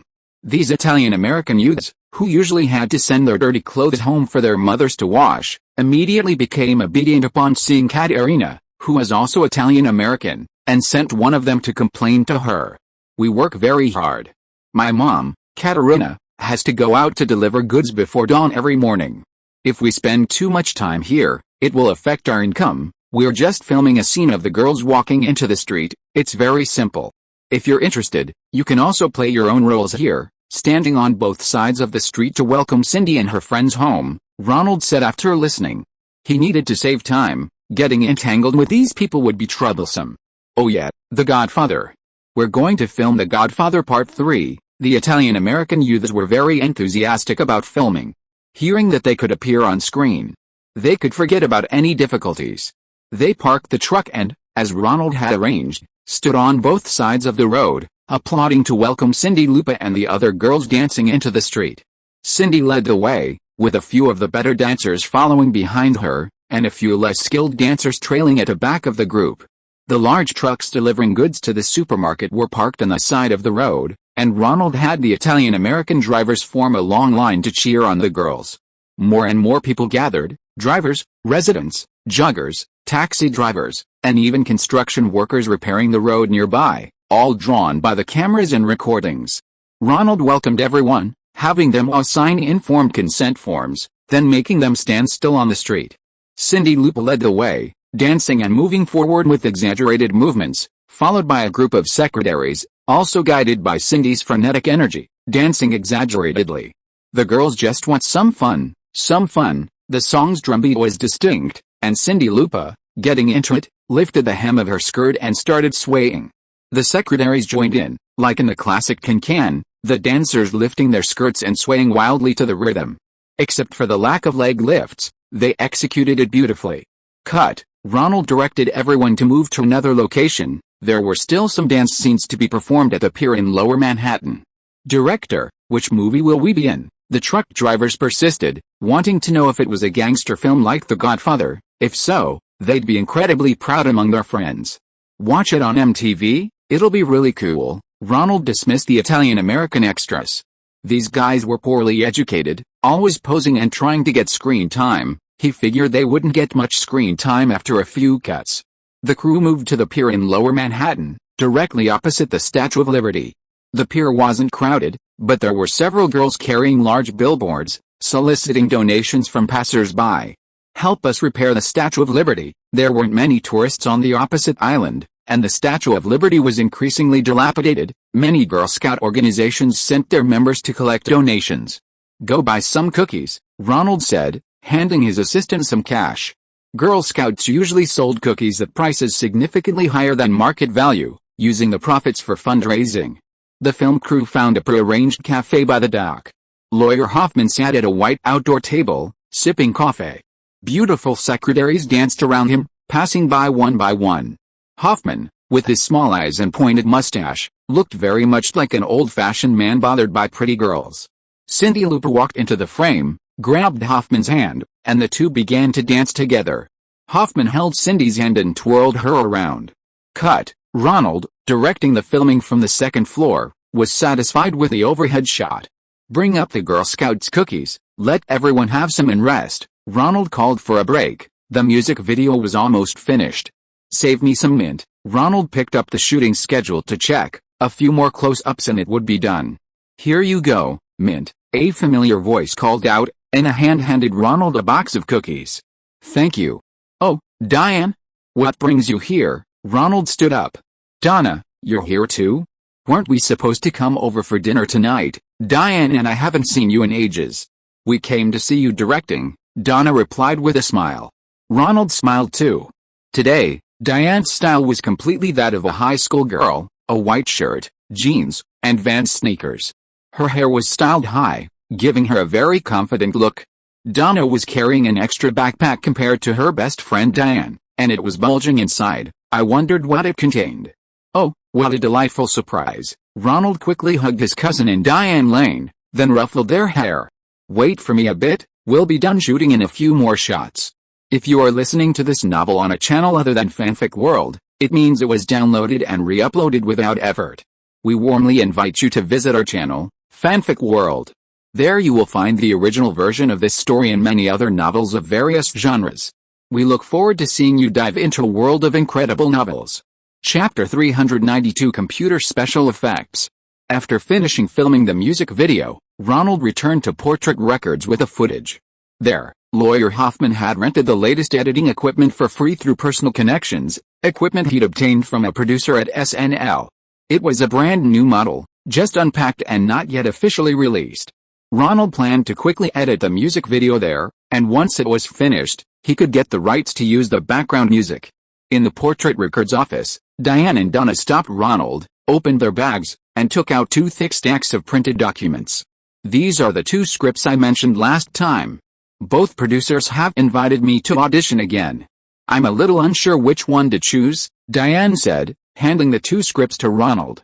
Diane was clearly in a hurry. She hadn't waited for Ronald to finish the music video, but had come with Donna to consult him. What did Bert say? Ronald picked up the 2 scripts and casually flipped through them. The first thick script was for The Little Mermaid, 2 brothers, heirs to New York fruit and vegetable wholesale dock. One named Alan, fell into the water while playing on a yacht as a child and was rescued by a little mermaid. Years later, the grown-up mermaid used magic to transform into human form and went ashore to spend 7 days with Alan. However, a few days later, a mad scientist captured the mermaid, and Alan rescued her. Finally, for the sake of his love for the mermaid, he gave up his life on Earth, grew gills, and returned to the sea with her. This script is clearly adapted from Hans Christian Andersen's classic fairy tale, The Little Mermaid. However, the ending is completely opposite. It's not that the Little Mermaid couldn't bear to hurt the prince and disappeared, but rather that the human prince, who owns a fruit and vegetable wholesale dock in New York and can live like a prince, abandons worldly life and returns to the sea with the Little Mermaid. There are also some subtle environmental themes. Director Ron Howard wants me to play the Little Mermaid, Diane said, pointing to the script. Ronald raised an eyebrow. He was full of energy to hear that Ron Howard had already declined, so it seemed he preferred the film. How much are they planning to invest? Over $10 million. A live-action film invested in by Disney, Diane said proudly. This production budget is already a big deal for a studio like Disney. President Ron Miller clearly hasn't given up on transitioning to live-action films and continues to move forward on the path he's chosen. Ronald looked up at Diane. Diane wasn't wearing makeup today, and under her thick coat was a white shirt with what looked like a gold brooch, making her look very youthful, with a bit of the ethereal quality of a Little Mermaid. And this one, it's a Universal project. The budget is also over $10 million. Diane brought up the second script and handed it to Ronald. This one was labeled Untitled Project. Ronald quickly flipped through it. It was a classic gangster story. A female rock star from a small town was kidnapped by a gang leader, and her ex-boyfriend, a retired soldier, returned with her current boyfriend and manager to rescue her. Then the ex-boyfriend rallied the men of the town to stand up and resist the counterattack summoned by the gang leader. In the end, the female singer and her manager continued their journey to fame, while the ex-boyfriend continued his wanderings. The script was thin, with only about 50 pages containing detailed content. Many parts lacked detail, only vaguely mentioning gunfights, duels, and group brawls on half a page or a full page. Why does this look so familiar? The plot seems like Casablanca, Ronald asked Diane, puzzled. The ex-boyfriend broke up with the female lead, then by chance saved her and her current boyfriend, ultimately allowing the new boyfriend to be with her, and then went far away. Yet, they also say it's the prototype for Casablanca, but with a lot of modern rock elements added. Bert said taking on this film would be better for my career. Diane's eyes shone brightly, as if waiting for Ronald's praise. Well, if that's what he says, then it's this one. Hello, new Ingrid Bergman. Ronald smiled at Diane. The transition from teen to teenage is the hardest hurdle for actresses, and it seems Diane's transformation is going well under Bert's guidance. However, he immediately frowned. Are gangster movies really that popular these days? Ronald always felt that today's teenage audiences might not like this kind of film. Whether it will succeed or not, We'll know by looking at the box office of The Outsiders next month. But I hope you can give me some advice, Ronald. You're an accomplished director, and I think your opinion is more valuable." Diane clenched her fists. "Don't let Bert hear that. Okay, but I need to look at these two scripts carefully tonight and give you my opinion tomorrow, okay? I'm busy getting familiar with the new editing equipment right now. I also need to help edit this music video before I can get." "Really? You want to take a closer look?" "Of course. But don't keep me waiting too long. Both movies are about to start filming." Diane was happy and interrupted Ronald's explanation. Anyway, it was good that Ronald could give her some advice. Ronald patted the two scripts and put them into the bag Donna had brought. Diane has starred in 2 capital films, seemingly making a name for herself in Hollywood. The scripts sent to her now are full versions, no longer just excerpts featuring only her scenes. This indicates Diane is now qualified to choose projects, rather than being chosen by them. Several film projects are now vying for her lead roles. With 2 big Hollywood productions to choose from, if The Outsiders and The Rivals are box office hits, she'll already have one foot firmly in the ranks of A-list actresses. "I need to learn how to operate the new machine. Why don't you and Donna go back first? I'll have my assistant call you a taxi, okay? Remember to come back early tonight. My mom hasn't seen you in ages." Donna pulled Diana along, and the two went to the door to wait for the taxi. "Is this the machine?" Ronald slung his bag containing 2 scripts over his shoulder and went into the back room. "Which script do you think Ronald will let me choose?" Diane whispered to Donna. "I don't know, but I like that mermaid. It's really interesting. Isn't a rock star good?" "I think rock stars are really cool, not bad. Didn't you act in a rock movie? That movie did so badly at the box office, it doesn't count." This is the editing machine, equipped with an audio effects machine. This is the first machine in America that can generate special effects using computers. The technician sent by the company that purchased the new machine from SNL to train Ronald was waiting in the back room to introduce it to him. The editing table still looked like a traditional horizontal editing machine, except that a large metal table had been added next to it, with various knobs and switches. "Ado, Ampex Digital Optics." Ronald saw the logo on the panel. "Yes, this is the latest digital film and television special effects machine. We are the first company in America to make this kind of product." The staff member began to recite the introduction from the sales brochure. "How do you use this thing?" Ronald interrupted the recitation and asked him directly how to use it. "First, put the tape in, and then here are some special effects." The staff member explained the use of the audio effects machine to him. First, input the X-axis data and the Y-axis data, like this. And then it can be like this." The staff member operated on the sample tape for a while, then pressed play. The entire monitor screen seemed to be peeled away layer by layer, like an onion, and then the whole picture flipped like turning the pages of a book, finally stopping at the top left corner, becoming a picture-in-picture. "Huh?" Ronald exclaimed in surprise. "This is the special effects I just finished. Let me show you the sample tape. It has various special effects demonstrated." The staff member put in a videotape and played it on the monitor for Ronald to see. "This is the page-turning effect. This is the upside-down effect. This is the rotation effect. This turns the image into a sphere. And then there's this, which makes several balls collide with each other." The staff member demonstrated for Ronald using the sample tape that came with the audio effects machine. "Can I rent this machine to do special effects for a movie?" Ronald had his eye on the effects machine. "Could it be used to create the opening sequence for Come at Night?" "Yes, that's possible, but the film needs to be converted to tape first before it can be edited with the audio effects machine." "What if we don't use the pre-shot film?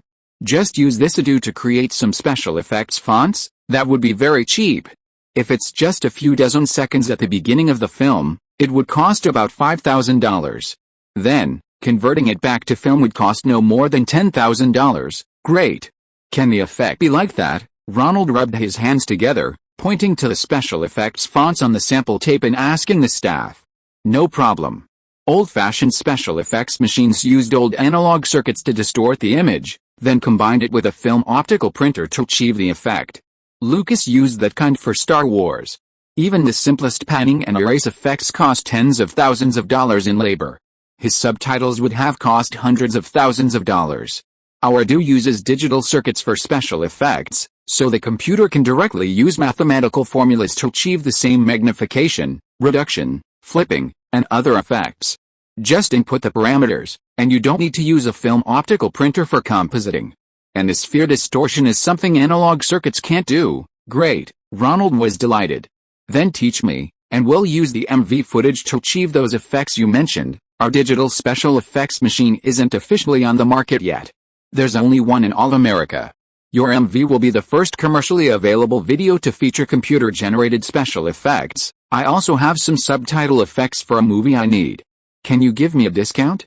If possible, I'll include all the special effects that you can do in the MV. It'll be like advertising for you, is that so? I can call the company's sales director.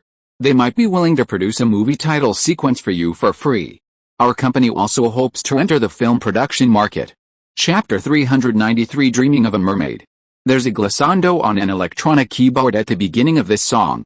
Do you think we could cut out Cyndi Lauper's image and have her move across the screen like she's playing a piano? Ronald and the Ado computer effects team added many effects to the music video, trying to showcase various effects while also ensuring they match the music video's rhythm.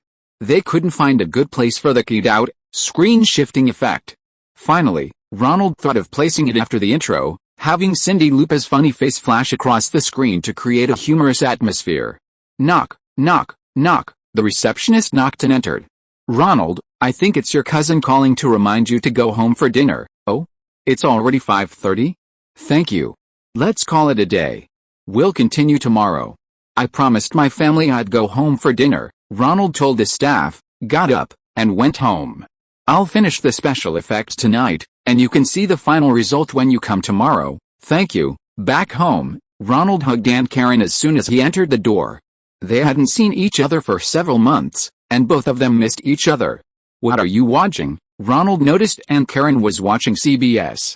It seemed to be a TV series. A military Bell helicopter appeared, and below it was a military jeep carrying a wounded soldier. Today is the finale of MASH, Donna told Ronald. Oh, Ronald smiled and sat down on the sofa. This TV series, depicting America's war in Northeast Asia in the 1950s, had been airing on CBS for over a decade, much longer than the war itself. Aunt Karen liked watching it mainly because the series didn't actually emphasize the war background too much. She essentially watched it as a Vietnam War drama. Many of the weapons and plot points were based on the Vietnam War. After all, soap operas don't usually go that far in their research. I really enjoyed this TV series. I can't believe it's ending so soon. The last episode today was especially long, 2.5 hours. The title is perfect too. Goodbye, farewell, and amen. Aunt Karen ate dinner while watching the finale. As the last scene ended, Colonel Porter, Max Klinger, and Father Malcolm, who had been with Aunt Karen in countless American families for 12 years, finally waved goodbye. Honey, I'm going to bed now. It reminded me of your Uncle Steve. Aunt Karen hugged Ronald after watching the finale. Don't stay up too late. Ronald hadn't been following the series closely, so he went to his room early to read the 2 scripts Diane Lane had given him, preparing to give Diane some feedback tomorrow. Hi, Ronnie, are you free? Donna knocked on Ronald's door and came in. Which movie are you planning to recommend Diane for? Any inside information? I haven't finished reading the script yet. Ronald rubbed his eyes. He'd done a lot today and was a bit exhausted by evening, but he had to finish what he promised. I think The Mermaid is good. What do you think? I don't know. Choosing a script is actually a very difficult decision. As a director, of course I hope the actors will act in my scripts, but conversely, from an actor's perspective, it's not that easy to choose. It's hard to judge which movie will accelerate their career. Ronald asked Donna to sit down, so they could chat and rest for a bit. Huh? Isn't it enough to just choose based on the script? That's hard to say. Some movies don't reveal much from the script. You know Spielberg's E.T. the Extraterrestrial? I read the script before filming, and to be honest, I couldn't foresee how moving the final film would be. Then what should we look at? Besides the script, we also need to consider the actors' performances and the special effects.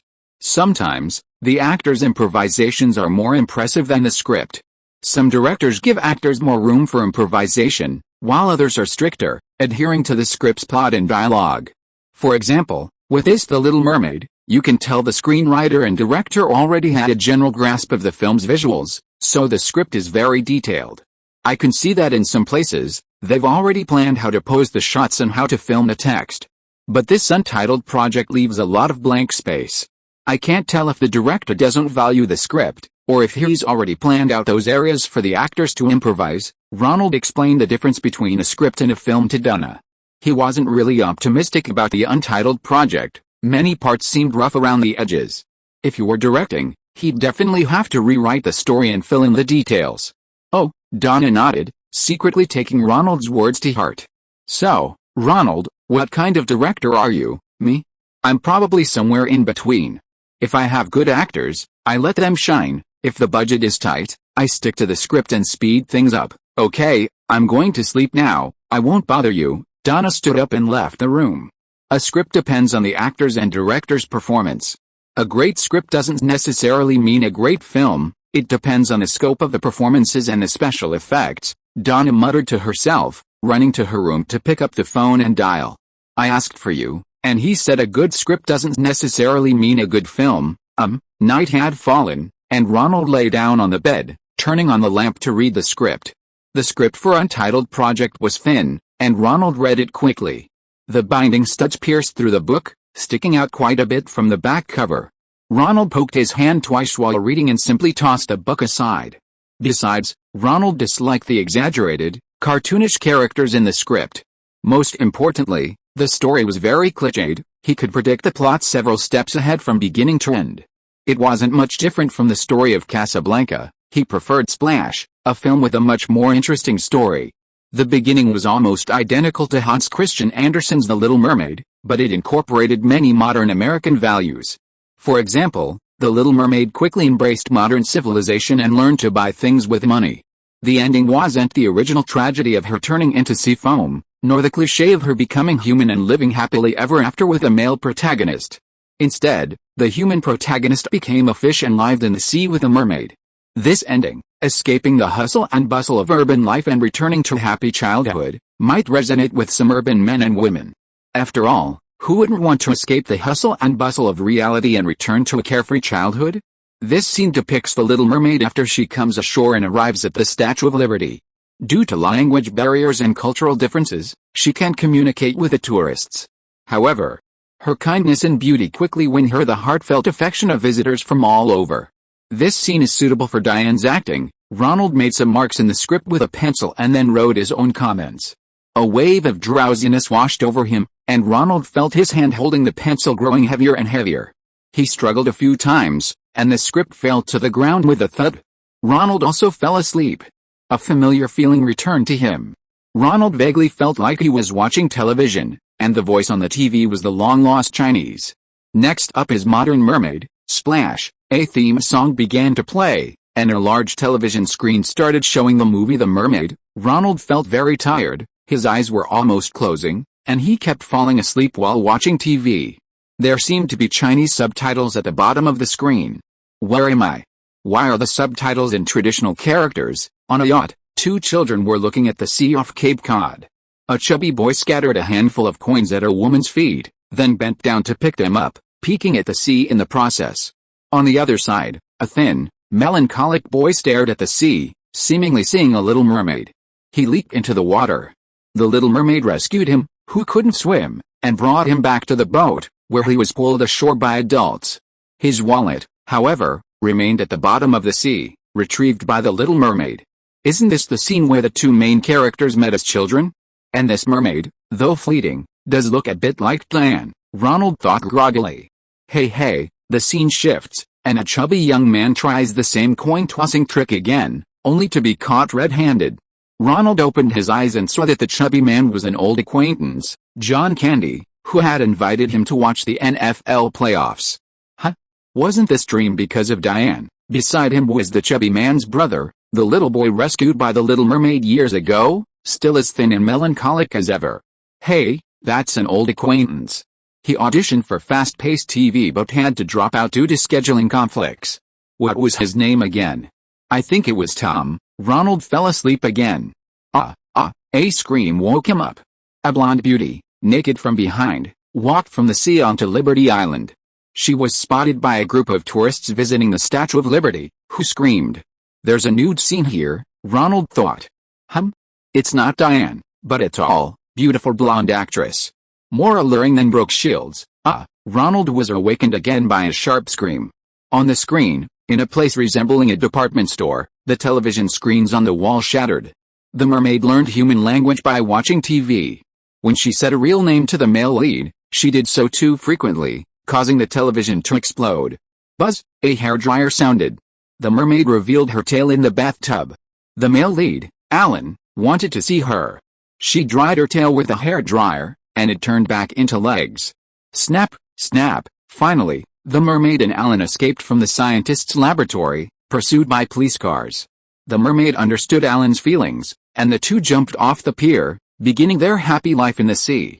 Splash! The next morning, Ronald opened the window, sunlight streaming into the room.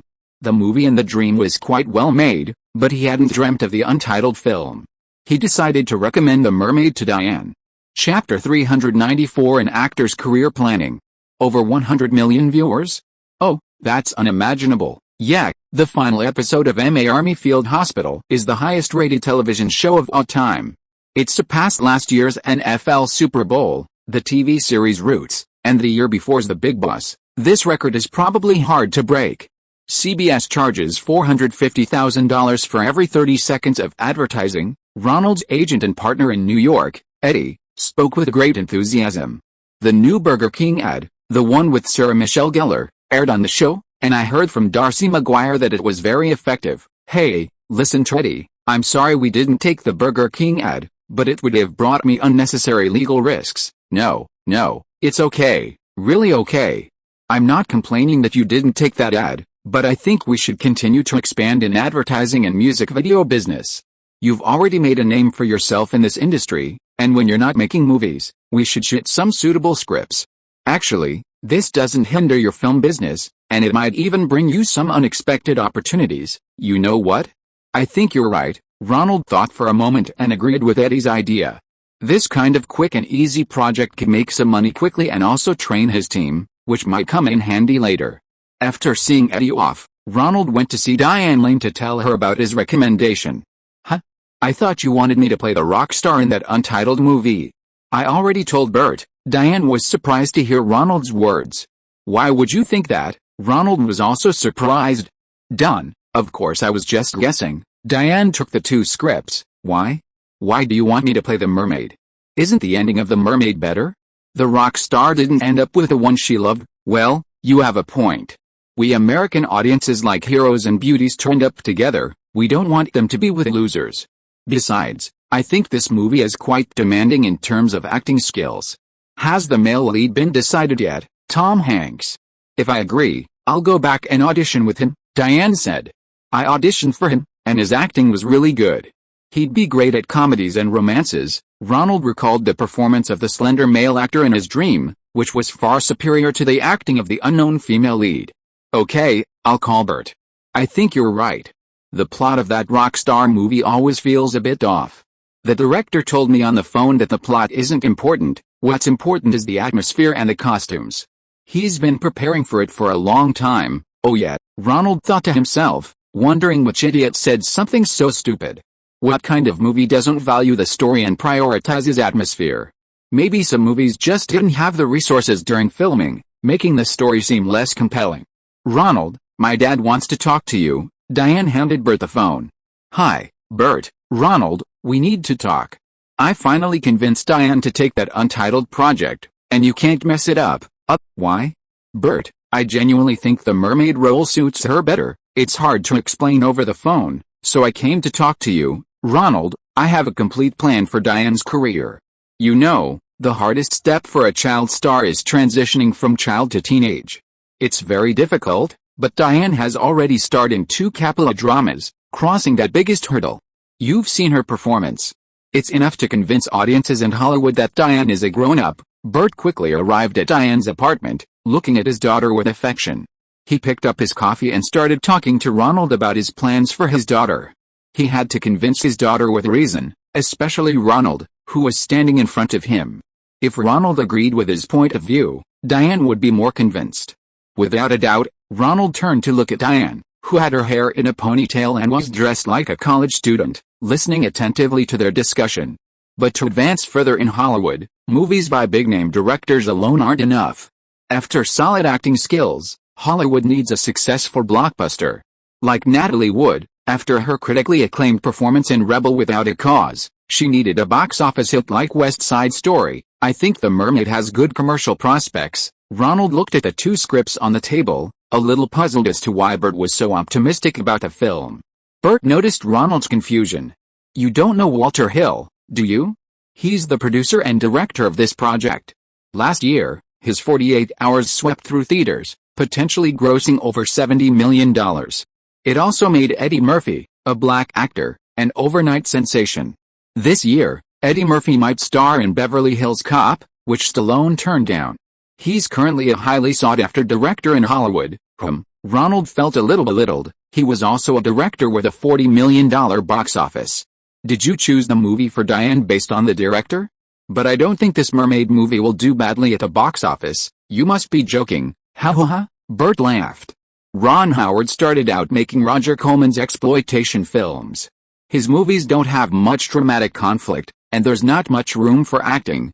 I'm not talking about you, Ronald. Diane. Seeing that Bert had spoken the true opinion of Hollywood's upper echelons and the New York theater world regarding directors like Ronald who make exploitation films, quickly nudged her father's waist. It's okay, I know how they see me. I just think that a movie's box office performance isn't just determined by the actor's performances and dramatic conflict. There are other important factors. Seeing that everyone was speaking frankly, Ronald didn't hold back and shared his views. Ronald, I don't mean to look down on exploitation films, but to be officially recognized by Hollywood, you need big-budget films like this. Walter Hill is a director who has already proven himself with his previous works. Several of his films have been box office hits. Actually, you and he are only one or two successful films apart. Okay, I hope you're right. We all hope Diane can succeed. I personally have higher hopes for another film. Seeing Ronald's response, Bert looked at his daughter, thought for a moment, and decided to persuade Ronald with reason. So he revealed a secret. Actually, you're right. Movie box office is hard to predict. The reason I don't want Diane to play that mermaid is actually for another very important reason. Warren Beatty is preparing a movie with the same mermaid theme, and Universal is willing to distribute it. You know, Disney is just a small company, and they haven't done much in live-action movies.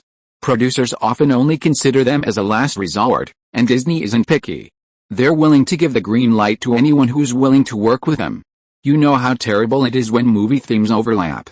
I don't want Diane's first leading role to be a head-to-head battle with Warren Beatty. That's true. Ronald stopped arguing, inwardly lamenting that his relationship with Disney's president, Ron Miller, was very bad because of Meg Tilly's husband, Kinnaman's, meddling. Otherwise, he wouldn't have had so many troubles in financing his movie. Okay, so you're Diane's father, Ronald replied after thinking for a moment, a little doubtful. Was what he dreamed about last night really Warren Beatty's project? Warren Beatty usually directs and acts in his own projects, and his reputation as a womanizer.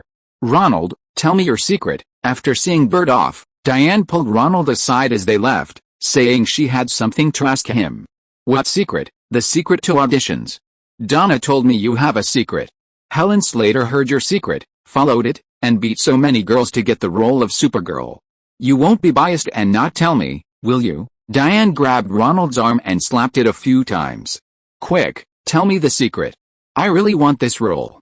Walter Hill is another candidate, and she's also an audition candidate for The Mermaid. I have to beat her. Oh. Ronald was both amused and exasperated to hear Donna say she had audition secrets.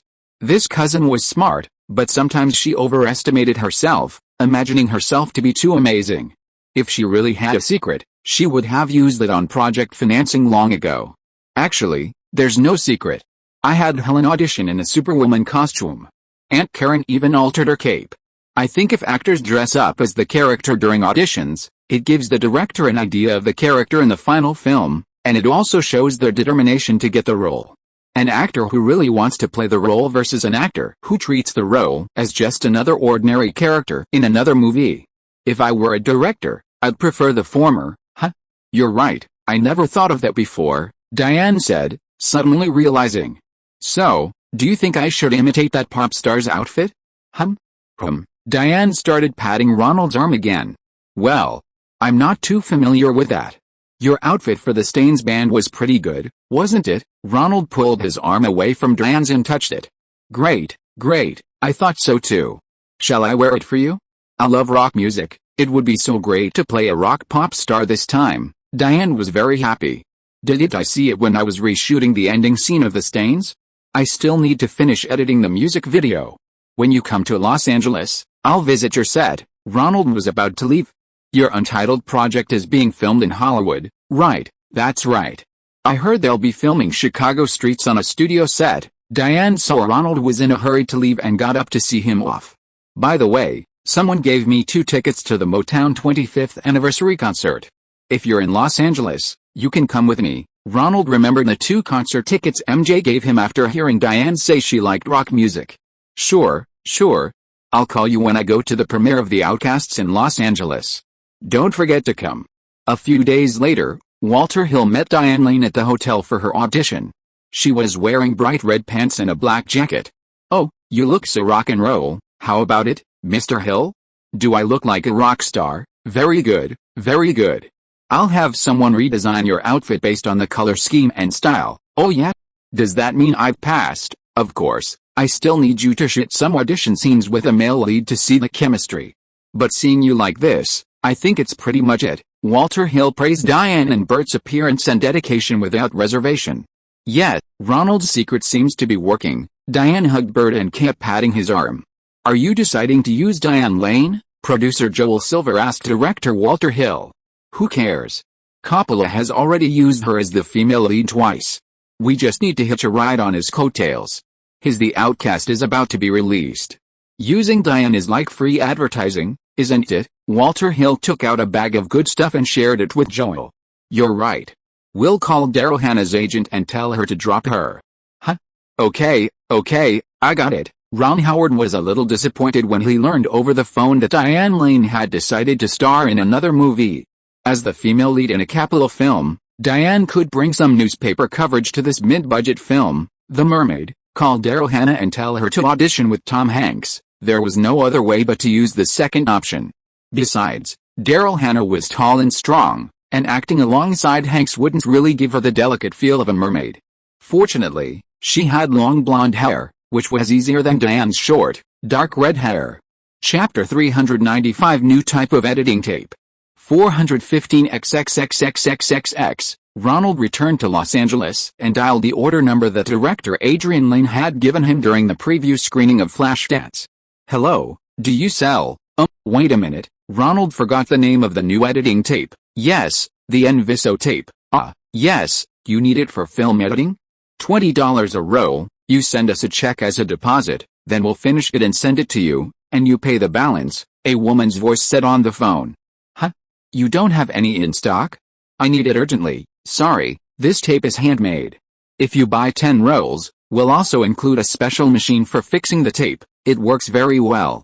You know this tape is very narrow. Regular editing tape covers about 18 frames of film. Ours only needs 1.5 frames. The woman began to promote the benefits of Enviso tape. Hey, listen, I know this stuff works. That's why I'm buying it, so don't give me that sales pitch again. I need it urgently. Can you hurry? $30 a roll for Rush. Okay, give me an address. 10 rolls first. I need them for editing my movie. Ronald angrily hung up the phone. This is robbery. If it weren't for the fact that this editing tape allows me to cut the working copy and use it directly for the test screening, I wouldn't have fallen for this extortion. Standing in the editing room, facing Ronald was Catherine Bigelow. She had come from New York to Los Angeles to promote her film, The Loveless, and to visit an old friend. Poor Bigelow had already finished shooting her debut feature film in 1981, but it had only been shown on a few occasions and had never attracted any interest from distributors. At this Los Angeles International Film Festival, she and her co-star Willem Dafoe were again carrying heavy copies of the film, hoping for a breakthrough. Both of them had made their film debuts, but were still struggling to find an audience. Needless to say, Bigelow's scenes in Heaven's Gate were all cut by Cimino, and the film in which he played the lead role was never released, making him a laughingstock among his friends. If only I had known about this kind of editing tape when I was filming Loveless, I wouldn't have had to spend money at the film processing plant to reprint a response copy based on the edited version. That money could have been used to submit it to an international film festival. Maybe an international distributor would have taken a liking to it. Kathryn Bigelow felt a pang of regret upon hearing about the cost-effective editing tape Ronald had ordered. It's not cheap, but it's much better than attracting an entire film. And if you add the revisions after the test screening, it still saves a lot of money. Sit down. Ronald gestured to the sofa and asked the editing assistant to pour 2 cups of coffee. Is this your new film? Willem Dafoe asked, pointing to the music video for The Girl Just Wants Some Fun on the monitor. This is a music video I shot, which I plan to use as background music in a movie. I gave it to their director, and they granted me permission to use it for free. Ronald simply turned the knob to play, letting his 2 friends see his work. The rhythm of your music video is very interesting, so dense, but it doesn't hinder the audience's understanding. Bigelow found it very interesting. Ronald shrugged. We only have a little over 3 minutes, and we need a storyline, so this is the only way. I've seen too many. And I think the content is a bit too dense, but there's no other way. Ronald took the coffee and handed it to the 2 men. By the way, what brings you here today? Bigelow and Dafoe exchanged a glance and asked. Our film reels have been sitting in the warehouse for 2 years. We heard you're also working on independent production projects, not going through major studios for distribution, so we wanted to ask if you have any connections that could help us sell them to theaters. Sigh, if I had a way, I wouldn't be here slowly editing. Ronald sighed. Atlantic is a very small company. All their resources can only guarantee the release of 1 film. I'm still waiting for their new film, The Valley Girl, to be released. If that film fails, I'll have to find another distributor to sell it. So I'm also trying to get it into European film festivals. Do you have any connections here? Ronald countered. The chances are slim. Several major film festivals lack opportunities to screen our films. We can only try our luck at smaller festivals like Brussels and those in Spain. Sigh, it's tough being a filmmaker. Independent films might sit unsold for 2 years. Talking to big studios and 5 or 6 vice presidents can take a year or 2. It's better to just make TV series, Ronald complained. Seeing that Ronald didn't have any connections, Kathryn Bigelow had to take her leave. Not many buyers at the Los Angeles International Film Festival were interested in domestic films. They were mainly there to find foreign films. A domestically produced film, if it had no connections and had to participate in a festival primarily for foreign films, its quality was questionable. By the way, here's the poster for my film. If you have the chance, please introduce me to some distributors. We're willing to accept any conditions. As Kathryn Bigelow left, she handed Ronald a poster and a few business cards. Right now, she wasn't thinking about recouping the production costs, but rather about not letting her hard work go to waste. If it could be sold and released in theaters, she'd have more opportunities to take on new films later. Instead of the current situation, making a film that doesn't sell is actually worse in the eyes of producers than not making a film at all. Not having made a film might mean you're a diamond in the rough, but if you make a film and it doesn't sell, it's very likely your skill level is lacking. Willem Dafoe is a prime example. No one even noticed him in 2 films. His agent was embarrassed to write his resume on the back of his audition photos, otherwise, people would immediately ask why the film hadn't been released. Okay, I will. Ronald saw the 2 off, casually opening the poster. It showed Willem Dafoe wearing a leather jacket, nothing underneath, exuding a wicked yet handsome aura. The poster is pretty good. I wonder if the film will be any good. Ring ring ring ring. Ronald answered the phone. This is Ronald. Hi, Ronald, this is Walter. Are you here to buy my editing tape, Walter? Hi, Mr. Murky. What, is this editing tape your business? Ronald recognized the voice as that of his editing mentor, Oscar nominee for Best Editing and Sound Design, Walter Murky. Hey, it's one of my little inventions. My assistant told me someone ordered it, and when I saw the name, it was you. What? You've finished another movie? I'm so envious. My return to Oz is still rolling around in planning hell. Walt Murdoch was noticed by Disney President Ron Miller and invited to participate in Disney's Young Director program. However, his script was repeatedly rejected by several executives and rewritten, which was very painful. Walt, if possible, don't try independent production. I've been through all this, and it's really painful. You have to do everything yourself. I just realized how easy and enjoyable it was to make my last fast-paced movie, Ronald joked with his teacher. Although Walt was suffering now, Once he got Ron Miller's green light and funding, making movies would be like being an emperor. Professionals would help with everything, and he could just focus on filming. I didn't expect it to be you. Here, I have 10 rolls of tape at home. I'll send them to you first. You can pay me the normal price. Walter, seeing it was his apprentice who needed the tape, naturally prioritized giving it to him. Oh, really? That's great. I'll still give you the expedited price, since it's a film project and can cover expenses. Since it's your work, I'll send you a full payment check. Send it out as soon as possible. I need it. No problem, I'll send it to you first. This stuff requires sourcing raw materials and then handcrafting, which is quite troublesome. I'll give you the stock I have. Handcrafted? The demand for this must be huge, right? Why not use machines? Ronald asked, puzzled. I'm an artist and craftsman. I don't know anything about that. Right now, demand exceeds supply, and I don't advertise. I rely on word of mouth. I don't have the money to buy in bulk. It's all made to order. I see? Well, let's talk about it another time. Thank you, Walter. Ronald had originally considered collaborating with Walter to open a small tape factory. However, considering that this stuff was only used in the film industry and not in television production, it seemed unnecessary to industrialize it. Even if it were made, not many people would buy it. 2 days later, Ronald finally received the new editing tape, which came with a new device for applying it. This tape not only covered only a few frames of film when applied, making it almost imperceptible during playback, but it also significantly reduced the amount of manual work involved in editing. At least when aligning audio and video, it no longer required sticking together several feet of film. Chapter 396 Trailer. 2 weeks after editing began, Ronald had finished a final cut and was ready to hand it over to the sound designer for music and sound effects. However, he was still busy in the editing room today. Click, click. Due to a shortage of manpower, Ronald personally used the machine modified by Walter Merkic to glue the film.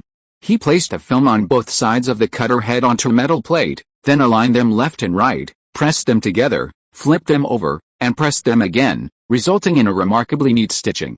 The editor Atlantic Company had found for Ronald was Fred Stafford, who, like Walter Merkic, was a master of both film and sound editing, saving them money.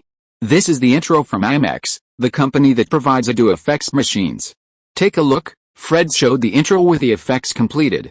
Above the words Comet Night, a bright light flashed, perfectly aligning with a previous shot of the comet's return filmed by Cameron. Not bad. How much did you spend on this? Fred was an experienced editor. Seeing this intro, he knew it had taken considerable manpower and equipment. It was free. I added a credit to them at the end. IMAX wants to enter the film market, and I used their equipment to create the effects for their first music video. It'll be on MTV in 2 months. Great, great. I've noticed you always have something new, including this new editing tape, which is also very nice. Fred praised Ronald's new gadget. It's a pity their new software isn't finished yet. The current software can't calculate the Z-axis image effect beyond the XY axis. The title looks a bit like a piece of paper with no thickness. They said that next year, the upgraded software will have a 3D font effect. The song The Girls Just Want to Have Some Fun started playing, and a dance scene appeared on the monitor, with 2 beautiful women constantly changing outfits and admiring themselves.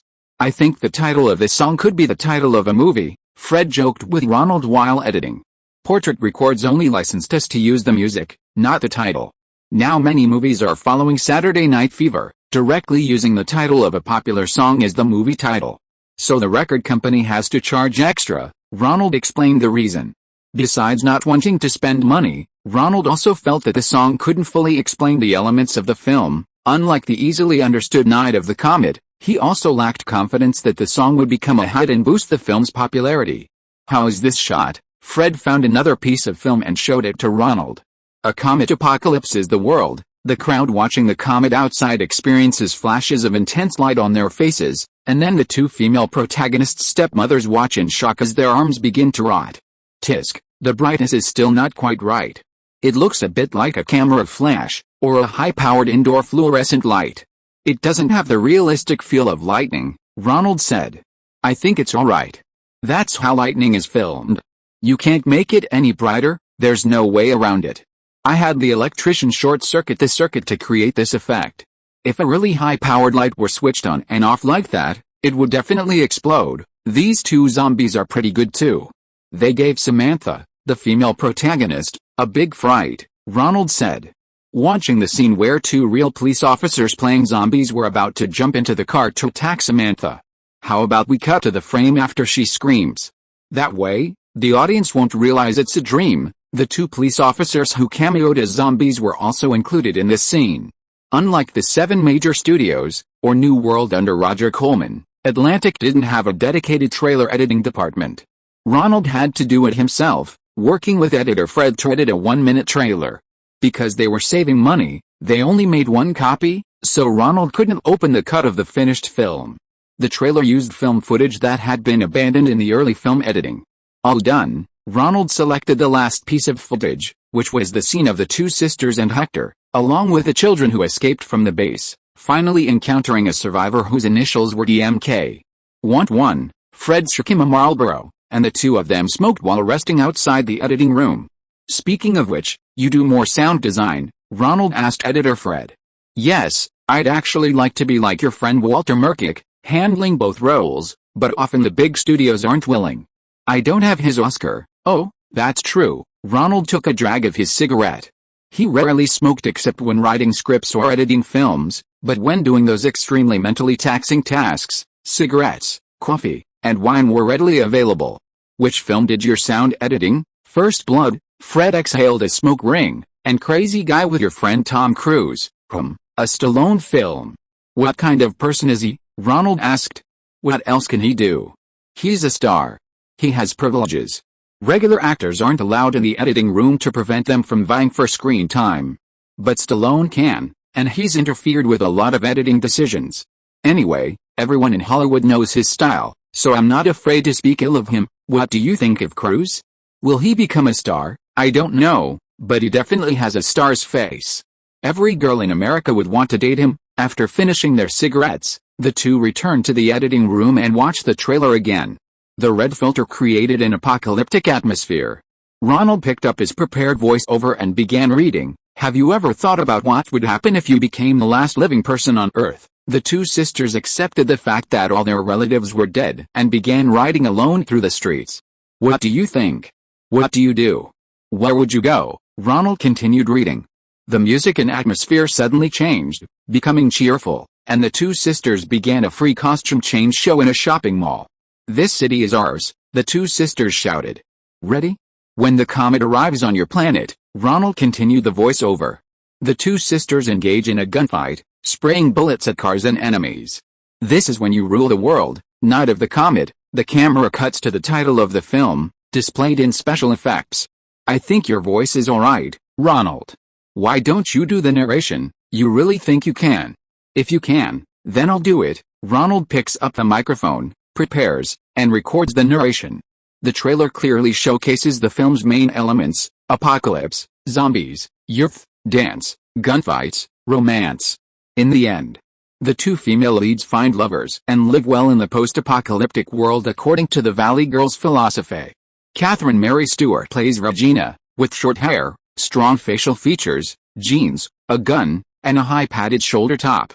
Even her cheerleader sister, Samantha, is dressed in sneakers and carries a submachine gun, strong and confident. Starting in the 1980s, the Suvair Alliance expands relentlessly globally, with a new president responding sharply, delivering tough speeches and telling jokes mocking the enemy. American audiences particularly love girls with a strong, tomboyish image. The 2 female leads in this film are perfectly positioned to capitalize on this trend. Looks like the second film will be no problem either. It's bound to be a blockbuster. Ronald is finding his film increasingly appealing. Having just finished filming and editing, creators are often immersed in the satisfaction of their work, experiencing a period where everything seems perfect. I wonder how Helen's workout is going on in London? She should be similar to Regina, having shed her previous gentle image and become more assertive. I wonder how many pounds she's gained.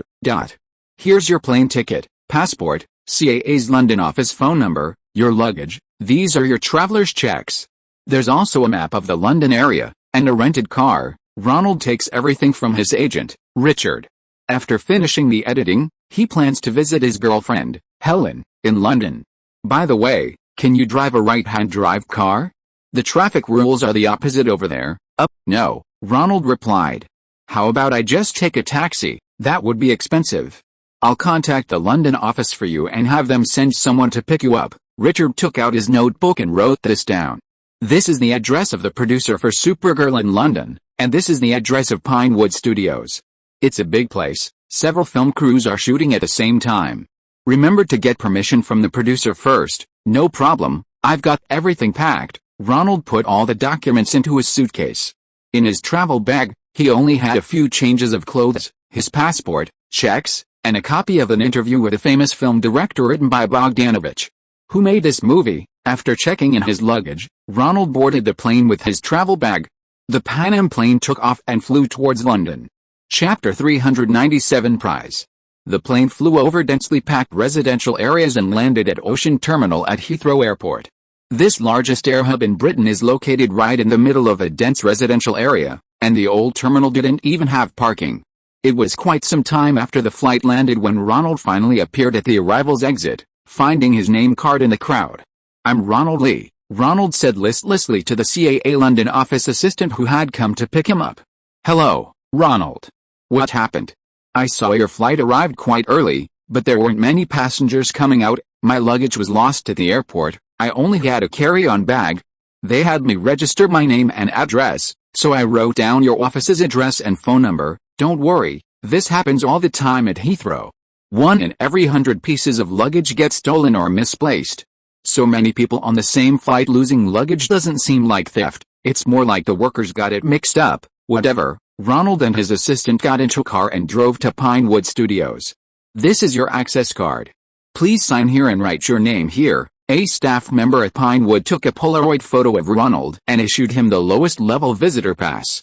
Don't forget the flowers. An assistant handed him a bouquet of roses, which Ronald accepted as he headed towards the location where the Supergirl filming was taking place. Pinewood is the largest film and television production base in the suburbs of London, with over 20 sound stages and several outdoor locations featuring British classical architecture, making it ideal for filming period dramas based on Shakespeare and Jane Austen. The Supergirl crew occupied one of the largest sound stages. It had previously been used to film movies like Superman and Star Wars, making it particularly suitable for science fiction films requiring large sets. Excuse me, Ronald stopped a staff member, asking where Helen Slater was. To surprise Helen, he hadn't informed her beforehand that he was coming to visit the set.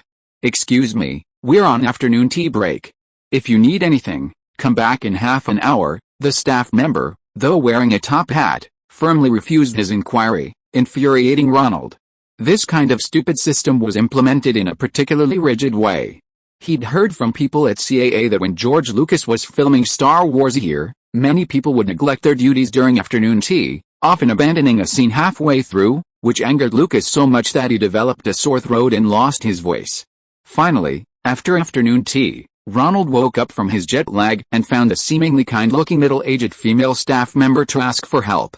Excuse me, I'm not responsible for finding movie stars for tourists. If you want their autographs, try coming before 10 a.m. tomorrow. Some stars will sign autographs for fans waiting here.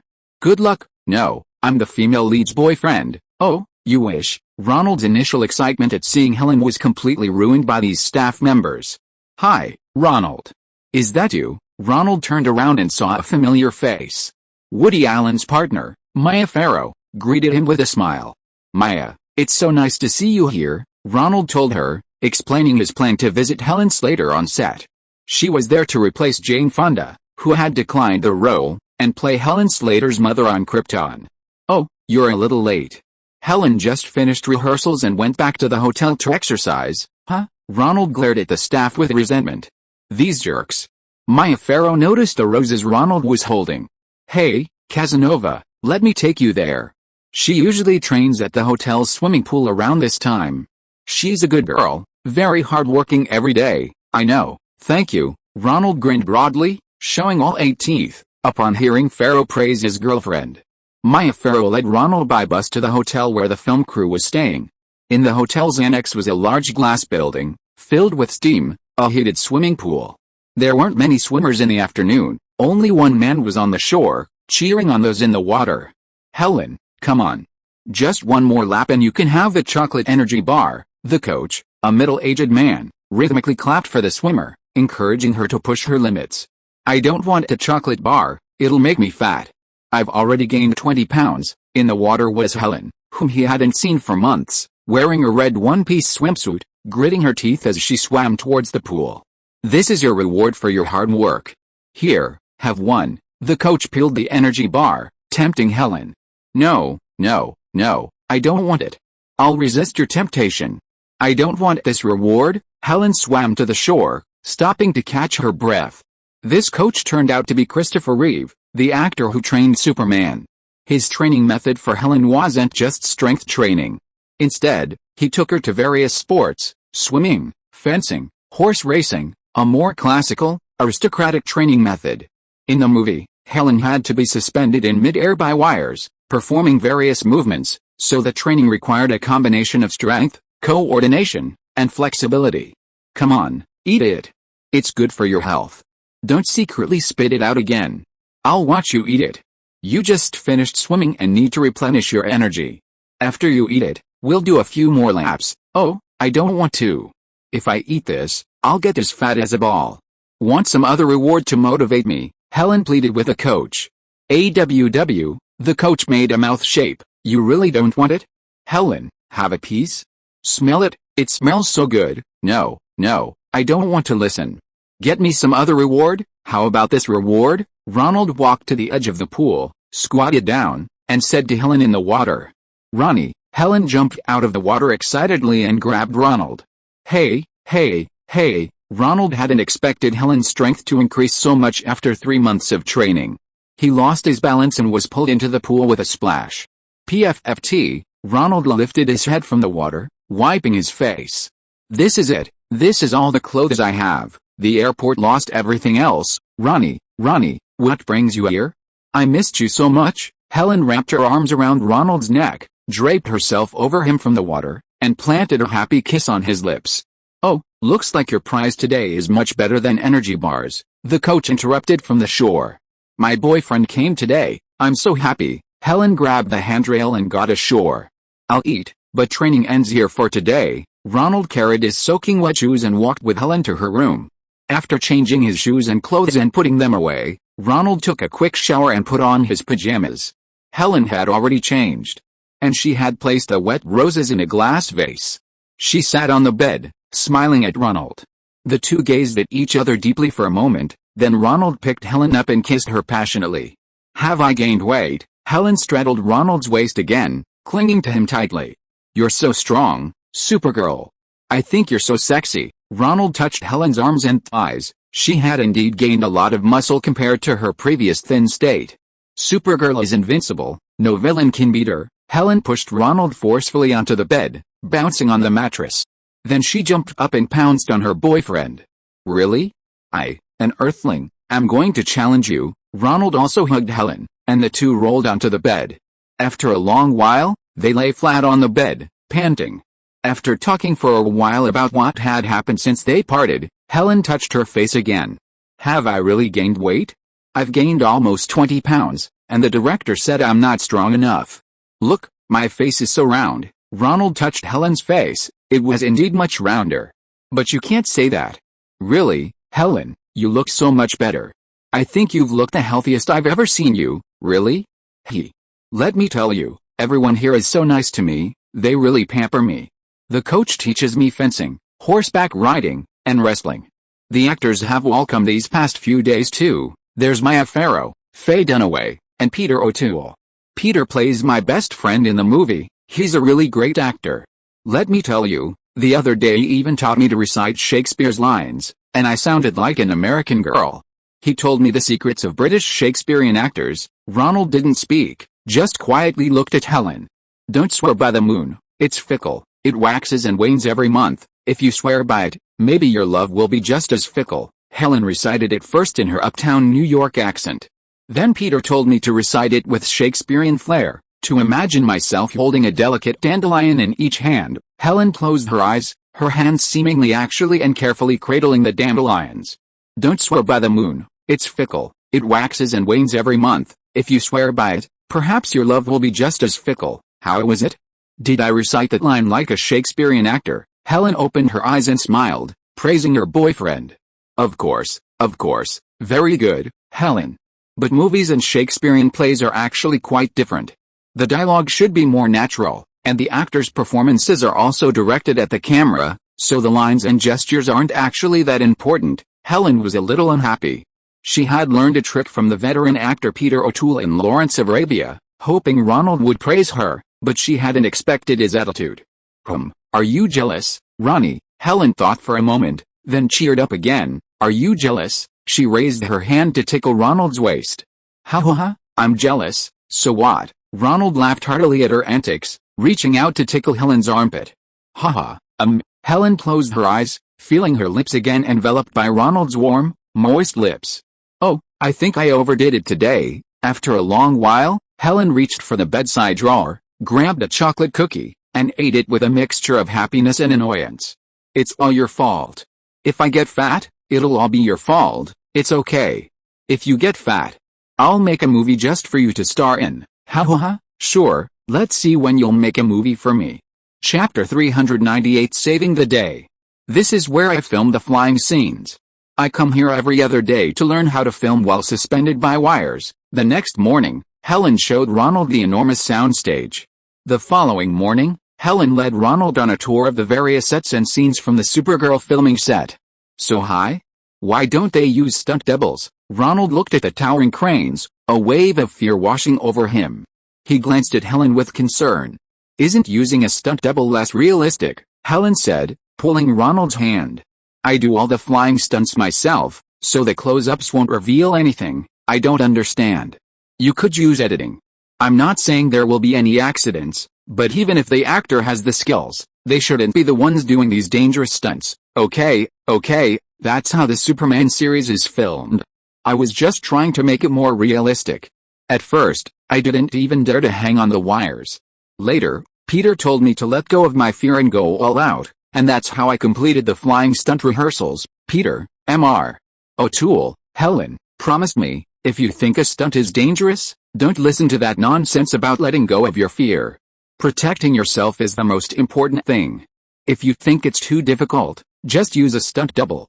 That's standard practice in Hollywood. That's why Hollywood can't make good movies. A thin, middle-aged actor, carrying a bottle of wine, interrupted their conversation. Oh, Peter, Helen greeted him with a hug upon recognizing Peter O'Toole, the actor who played Supergirl's mentor in the film.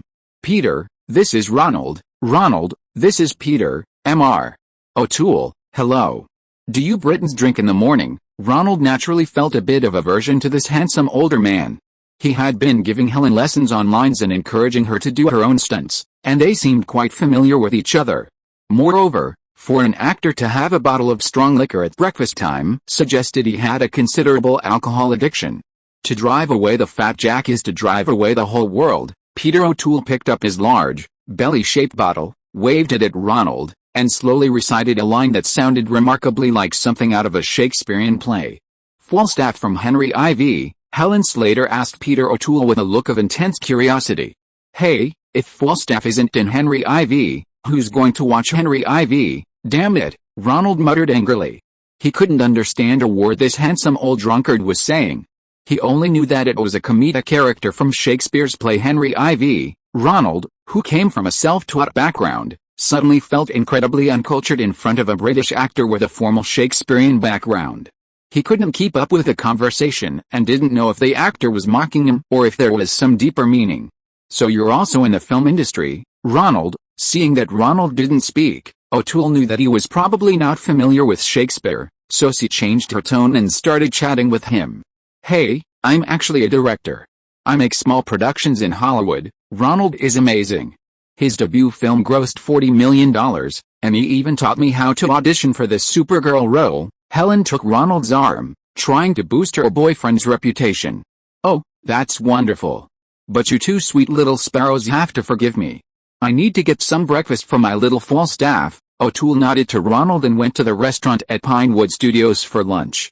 Let's go eat too. Their muffins are delicious, Helen said, pulling Ronald along. What, are you jealous of Peter? Helen ate a muffin. Her intense daily workouts had allowed her to indulge in some food, which she enjoyed. No, I just don't like how British actors speak in a Shakespearean tone in their daily lives. It makes me feel like I can't understand them." Ronald chuckled, gently stroking Helen's hand. Slap. Helen lightly tapped Ronald's hand. "That's a skill our American actors desperately crave. They're all Cambridge or Oxford graduates, and they've been acting in theater for a long time. In their hands, acting becomes an art." "I don't know. For me, film acting doesn't need that tone at all. As long as it's close to real life, so the audience feels that the character speaks like that in real life, that's enough." For example, Supergirl, she came to America on Earth as an ordinary high school girl. How come she speaks with such a Shakespearean accent? Helen quickly and forcefully hit Ronald a few times. She was a little unhappy with Ronald's belittling of actors' abilities, as if making a movie only required a few good-looking actors smiling in front of the camera. However, what her boyfriend said wasn't entirely unreasonable. Acting in movies is indeed different from acting in plays, and it can't be completely copied. After several years of training at the New York Academy of Performing Arts, Helen always held actors who could perform Shakespearean plays in high regard. They always seemed to fall short when rehearsing at school. Ronald, the CAA assistant who had picked up Ronald yesterday, appeared again at the Pinewood Studios. He saw Ronald and hurriedly ran over. "What's wrong? One of your investors contacted me through the Los Angeles office and asked you to return a call to him. He's currently in Israel. His name is Minahan." "Oh." Ronald took the slip of paper from his assistant, which had Minahan's phone number and Israel on it. "Did he say anything?" Ronald was a little puzzled. Why would Minahan want to contact him at this time? The assistant shook his head. "I don't know. I'll make a long-distance call for you. I'll get back to you once it connects." "Who's calling you?" Helen asked. "It's Minahan, the owner of Canon Films. He invested in my new movie and wants to talk to me about something. He seems very anxious." "Canon Films, the one you mentioned that makes really funny movies?" "Yes, that's it." Ronald explained the details of the financing to Helen. "Ronald, the call's connected." The assistant came to call Ronald. "I'll go for a second." Ronald wiped his mouth with a napkin and went to answer Minahan's call. "Minahan, are you still in Israel? What time is it there? What does he want?" "Never mind the time. I have a huge problem here. I need you. Come to Israel, otherwise Sahara can't be filmed." Wait, what problem? What does it have to do with me? Can I solve it?" Brooke Shields' mother, Terry, has a major conflict with the director, and I have to come and mediate. I've already fired the director and am directing myself, but Terry is still unwilling to cooperate. Brooke said she wants you to mediate, as her mother listens to you more, but I'm on vacation. I'm in London with my girlfriend." "Never mind, Ronald. I invested in your film without asking a single question and even guaranteed its overseas distribution. Now my $25 million big budget production has a problem. You have to help me out. I'm begging you. This is a big production. It will go down in history. Now it's facing a problem that no one but you can solve. You have to come. This isn't just helping me, it's a huge favor to the art of film." The long-distance call quality was poor. The buzzing static made Minahan's voice sound particularly anxious. "Oh well, I'll get off to Israel as soon as possible." Back in his seat, Ronald noticed another woman sitting next to Helen, her smile having a mischievous quality. This kind of smile was more common on male actors. It felt strange, yet somewhat novel, on a woman. "Helen, Minahan wants me to help him with something.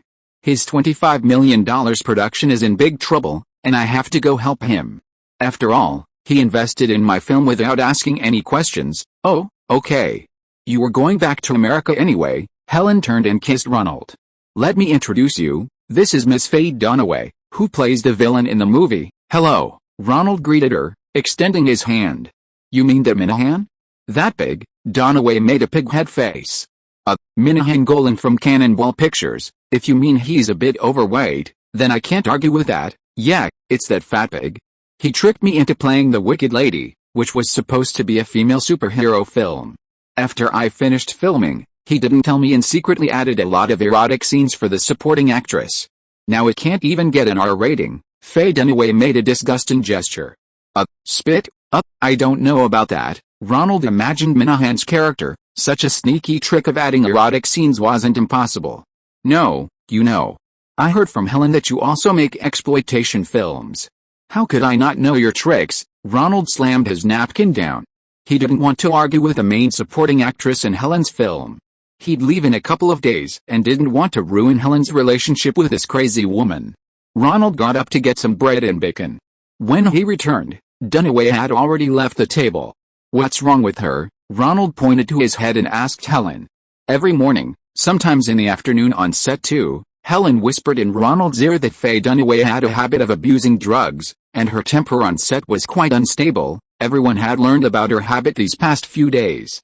After breakfast, Helen began her daily workouts and rehearsals with the other actors. Ronald wandered alone on the Pine Forest set, bored out of his mind, and started reading director interviews, which contained many transcripts of interviews with famous directors, to pass the time. In the afternoon, Helen returned from fencing, and Ronald attentively helped her change her clothes. The two walked along the path in the Pine Forest, talking about their separation. "I'm going to Israel soon, and I really want to see you again soon.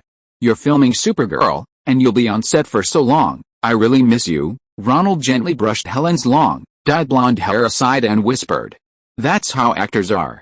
"I miss you too." Helen buried her face in Ronald's chest.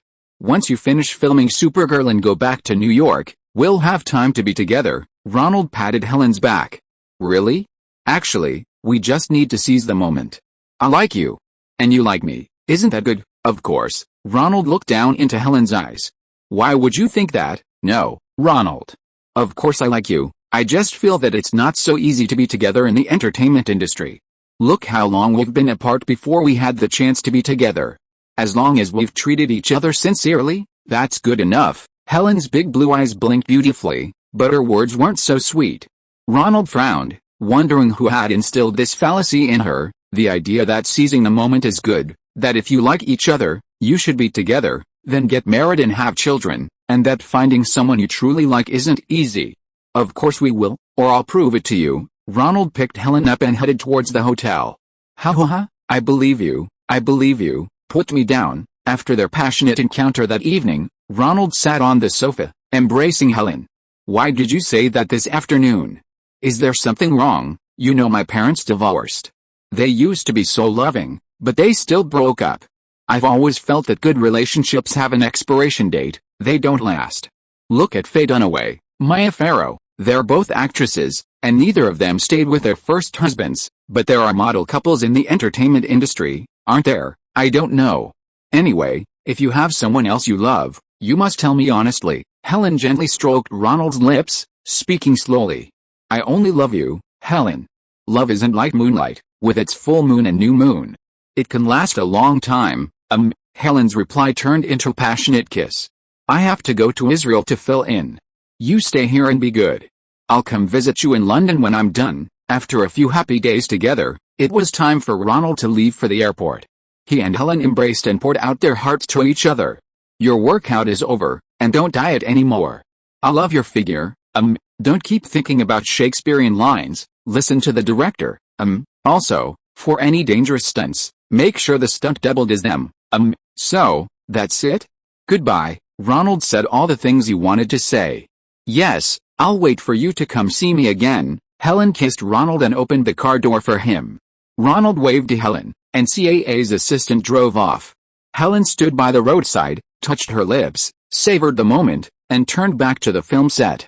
Filming for Supergirl was about to begin. The director said the special effects shots were very time-consuming and might take more than 6 months to film here. "Have I found my luggage?" Ronald searched for his luggage at the airport information desk. "Sir, found it. It was mistakenly assigned to the previous stop on your flight. Please sign here to collect it." "Finally found it. No need to buy clothes in Israel anymore." The plane took off, heading towards Tel Aviv, Israel. If you are listening to this novel on a channel other than Fanfic World, it means it was downloaded and re-uploaded without effort. We warmly invite you to visit our channel, Fanfic World. There you will find the original version of this story and many other novels of various genres. We look forward to seeing you dive into a world of incredible novels. Chapter 399. Brooke shields his mustache. The plane landed in Tel Aviv, Israel's second largest city. Minahan was very anxious. His men picked up Ronald and put him in a jeep, heading south into the Negev desert. This desert covers nearly half of Israel's landmass and is extremely hot, only slightly better in winter. The Sahara film crew was filming scenes in the Sahara Desert here. The car arrived at a hotel in Beersheba, a city in the northern part of the desert. Ronald jumped out of the car and saw Minahan waiting for him at the hotel entrance. "You're finally here, Ronald. If you hadn't come, I would have used drastic measures against this annoying woman." "Who is it?" "Brooke's mother, Terry." The two talked as they walked.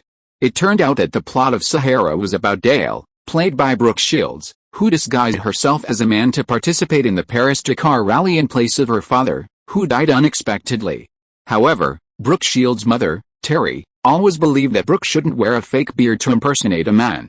It was a great damage to her screen image. She also had other strange disputes with the original director, and in the end, she had to call Minahan to resolve the conflict. To keep Brooke Shields, Minahan had no choice but to fire the director and take over directing himself.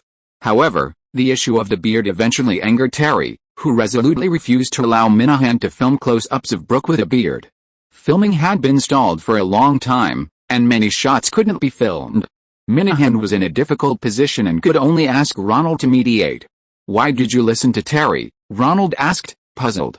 These kinds of makeup disputes could usually be resolved with a little coaxing and persuasion during filming. It shouldn't have escalated to this point.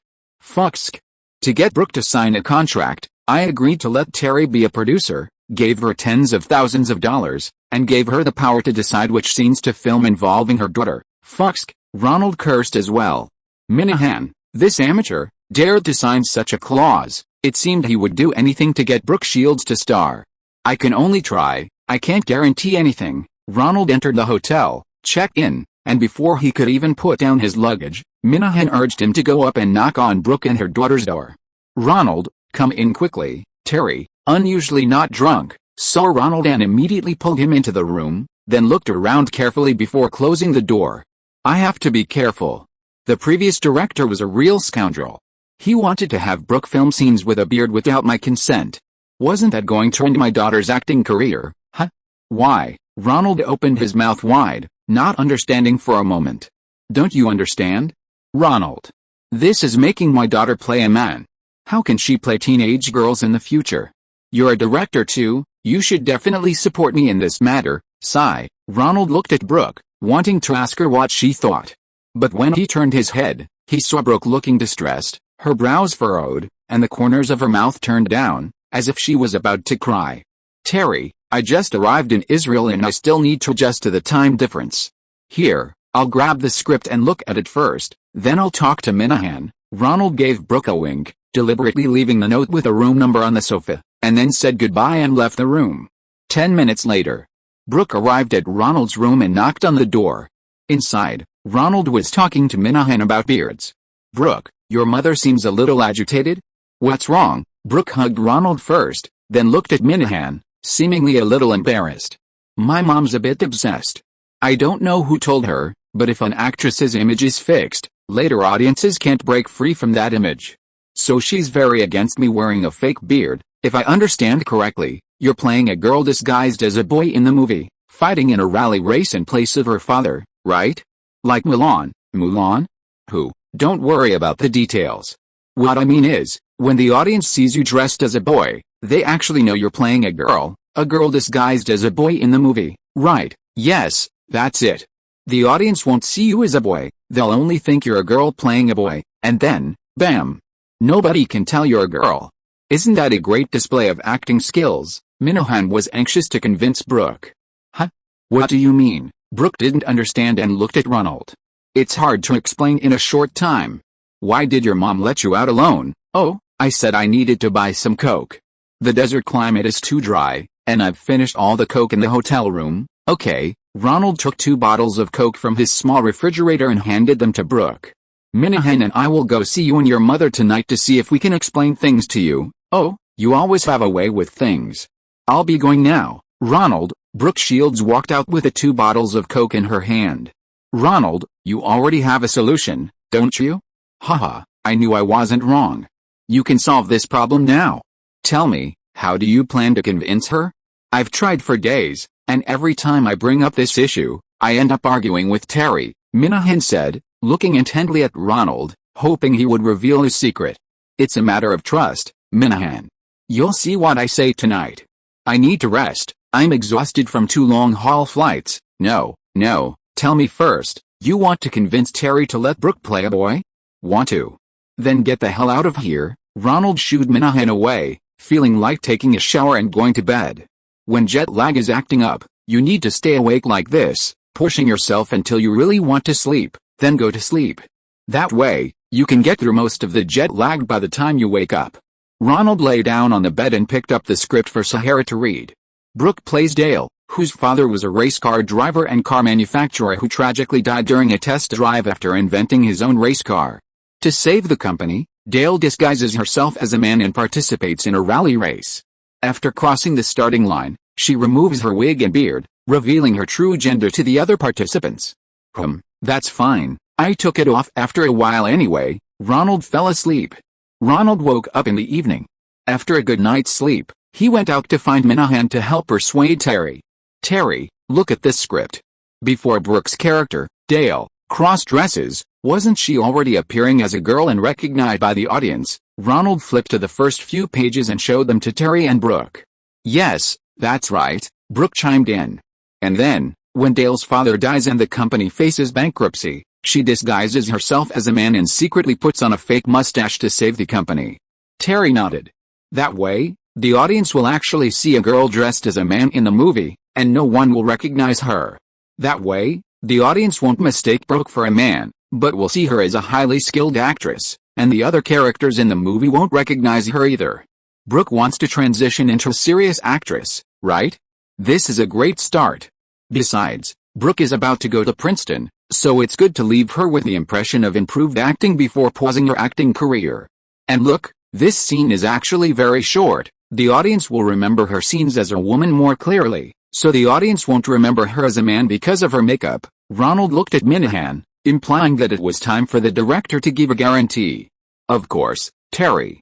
I guarantee that even in men's clothing, Brooke will be very handsome. The audience will only remember her as a beautiful woman dressed as a man. Terry and her daughter had been in Israel for a long time, experiencing arguments with the original director, a change of director, and the two lonely mother and daughter in the desert of a foreign land, becoming somewhat neurotic.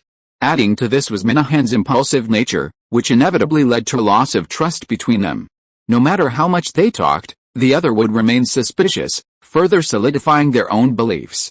Only Ronald, who had just flown in from elsewhere, had a foundation of trust with Brooke and Terry, so he quickly dispelled Terry's suspicions. Minahan was overjoyed that filming could continue tomorrow and dragged Ronald out for dinner and drinks. Hey, did you film a Faye Dunaway exploitation movie? Ronald, having eaten quite a bit of Israeli pita bread, recalled Dunaway's scathing rebuke of Minahan in London and asked the person in question. Yes, it's filmed. Filming wrapped up last June. Faye Dunaway had some issues. Here, Minahan pointed to his head. She took too much. When I went to London, she was cursing you out in front of me, saying you added a lot of erotic scenes to the film, and she was very unhappy. Minahan shrugged. You're a film director too. How can a production like this sell without adding some good stuff? Faye Dunaway was chosen for financing.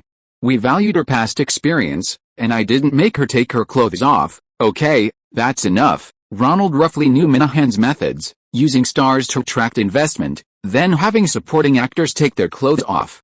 With Minahan's directorial style, he didn't want to know any more details. After dinner, Ronald picked up the script for Sahara again, but sleep soon came over him, and he fell asleep. Early the next morning, Ronald arrived in the Negev desert to watch director Minahan, Brooke, film. Filming earlier meant lower temperatures, making it more comfortable for the actors and crew. It was Ronald's first time in the desert. Those visiting the desert for the first time are often surprised by its silence. There are no plants, no animals. If you used a professional recording microphone, you couldn't hear a single background noise. This silence is somewhat unsettling, as if some monster might leap out from the background. Ronald shook his head, banishing this strange thought from his mind. He saw the props team push over a modified old-fashioned race car. Brooke Shields, dressed as a man, got into the car, ready to start filming. Wait, Ronald quickly stepped forward to stop Minahan, who was about to give the command to start filming after setting the camera to a wide shot. Aren't you going to use a stunt double for this race car scene? Why are you letting Brooke do it herself? Chapter 400 Accident. Why would we need a stunt double? It's just driving around the track and making a turn, right? Minahan gestured to the crew in Hebrew, and the first assistant director immediately ordered filming to begin. Ronald couldn't stop her in time. Brooke Shields stepped on the gas from a distance, and the high-slung vintage car sped towards the camera. With a whoosh, the car whipped up a gust of wind, brushing past the camera in front of Ronald, and headed towards the end of the track, where a left turn was. The camera in front of her panned to film the rear of the car, and another camera at the end was also filming her turn. The car was going quite fast, heading towards the haystack used as a buffer zone at the turn. Screech! Brooke Shields slammed on the brakes, simultaneously swerving sharply. However, she seemed to lack sufficient racing training. The braking was too abrupt, and the car's momentum was too great, causing it to lean outwards and nearly overturn. Ah! Brooke screamed in panic, slamming on the brakes. Suddenly, she felt a lightness in her seat, as if the car was about to tilt outwards. "Step on the gas," Ronald, sensing Brooke's mistake, quickly shouted, gesturing with his hand. In this situation, a sharp turn with brakes was not the way to go. The instinctive approach was to gradually accelerate through the corner, using acceleration to counteract the centrifugal force of a rollover. Ah! Brooke didn't hear Ronald's shout. Afraid of hitting the haystack, she swerved the steering wheel, slamming on the brakes. The wheels slipped, and the car swayed wildly from side to side. Unlike modern cars, classic cars have a high center of gravity. After Brooke's erratic steering, the car finally overturned at the end of the stretch with a loud crash. Ah! And Minahan's face, which had been flushed from the sun, turned deathly pale. He pointed at the overturned car and screamed. Terry, witnessing all this, rolled his eyes and fainted. Ronald ran as fast as he could, rushing to the overturned car. The film crew from the opposite side also climbed over the guardrail to check. The vintage car was overturned to the right next to the haystack, while Brooke Shields' vintage car, with the driver's seat on the left, thankfully hadn't been run over. She huddled inside, staring blankly at Ronald running towards her, seemingly not understanding what had happened.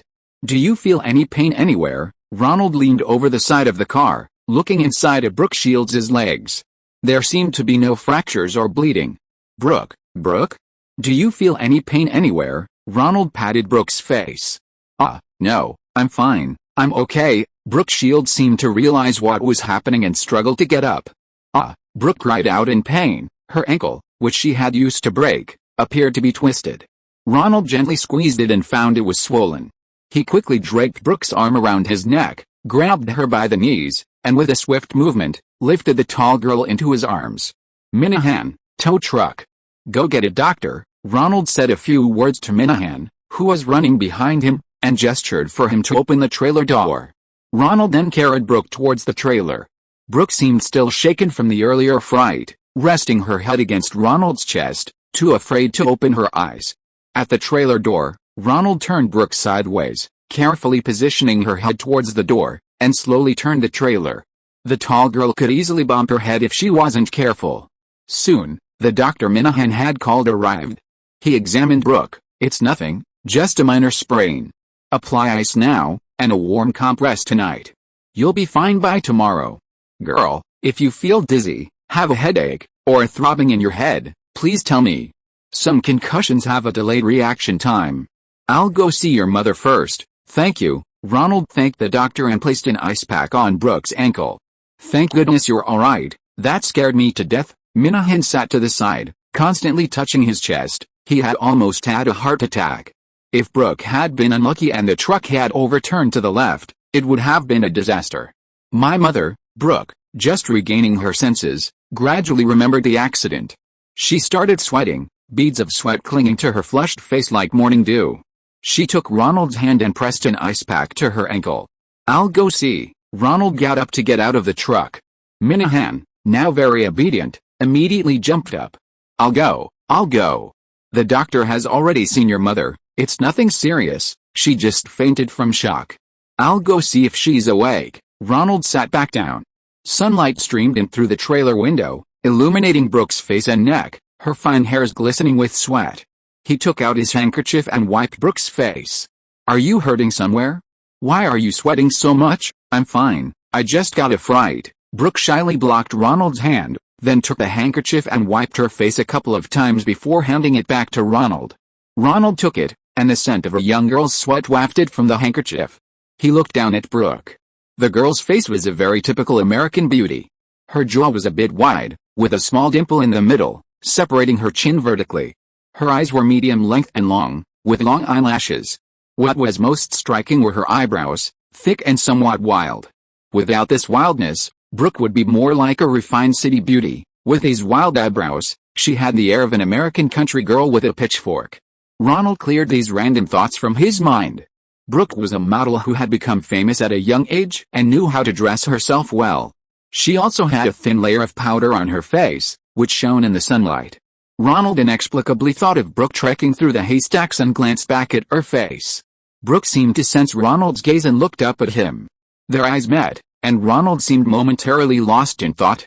Brooke, are you alright? Terry, having woken up after smelling the doctor's olfactory salts, rushed to check on his daughter.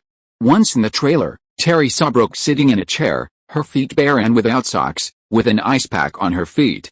He hugged Brooke tightly and burst into tears.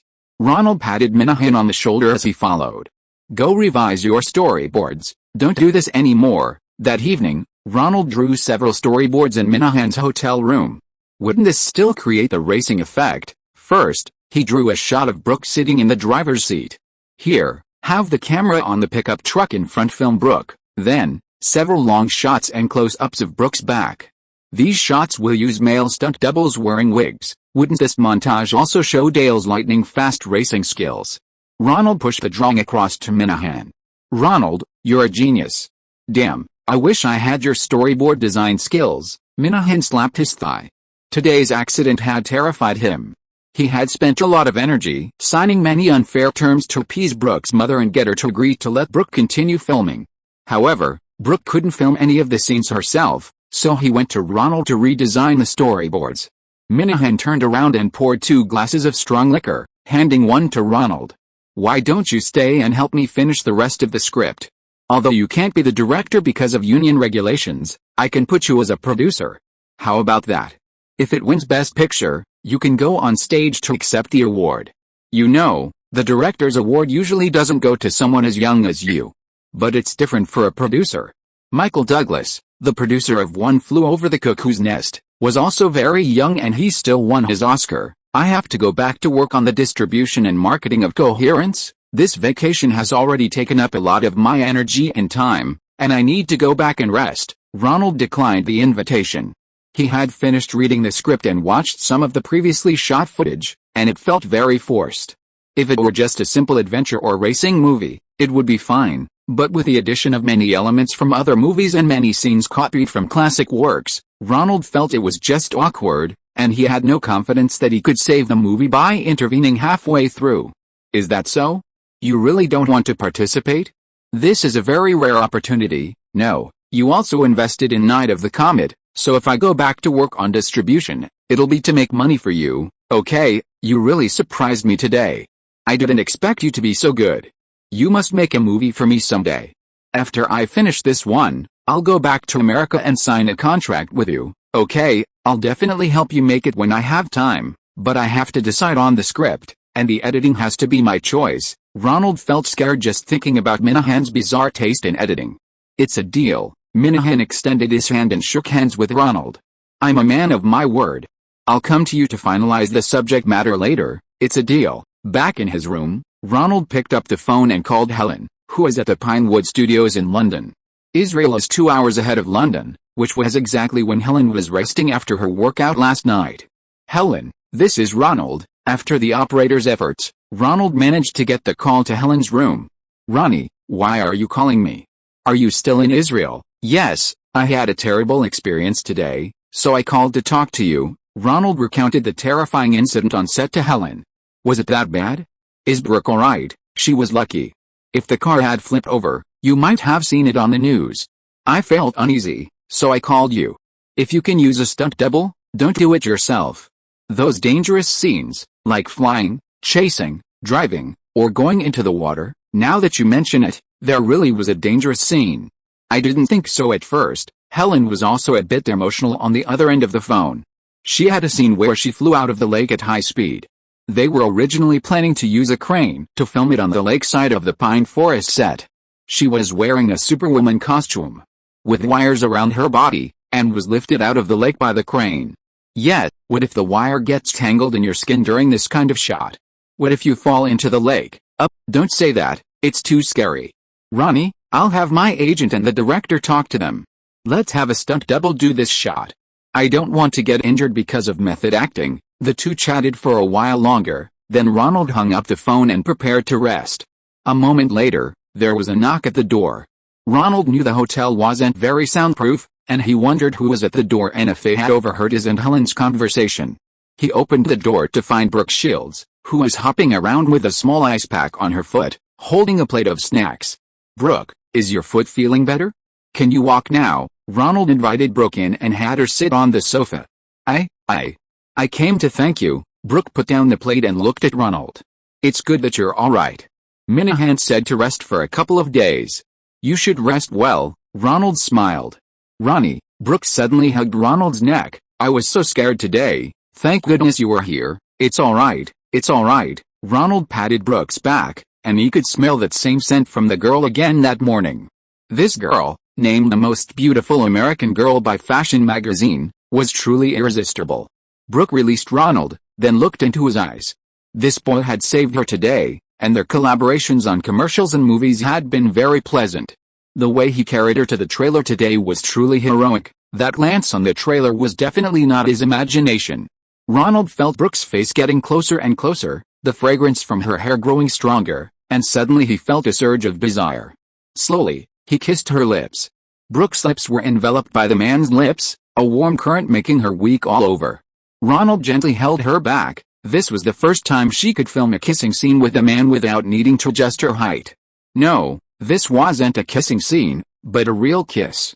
Brooke was momentarily overwhelmed, feeling dizzy as she hugged Ronald. So this was what a real kiss off-screen was like? Suddenly, she remembered hearing Ronald talking to his girlfriend on the phone outside the door, and quickly pushed him away. "Brooke," Ronald called out, seeing her face flush instantly. Brooke pushed Ronald away again, grabbed the plate, and scattered the snacks everywhere. "I'm leaving." Brooke felt as if she had done something incredibly embarrassing. Ignoring her injured foot, she limped quickly towards the door. Ronald paused, touching his lips. Was this cheating on Helen? Just as he was lost in thought, Brooke opened the door and left. Ronald chased after her, grabbing her hand. Brooke shook him off. "I feel so ashamed," she said, then hurried towards the elevator. Ronald, hearing her last words, felt a little embarrassed. He watched Brooke enter the elevator, then absent-mindedly returned to his room. End of this chapter. Thank you so much for reading until the end. Don't forget to give it a like. Looking for more exclusive content and immediate access? Subscribe to our Patreon. Remember, every like, subscription or donation encourages us to continue. Thank you all. See you in the next video.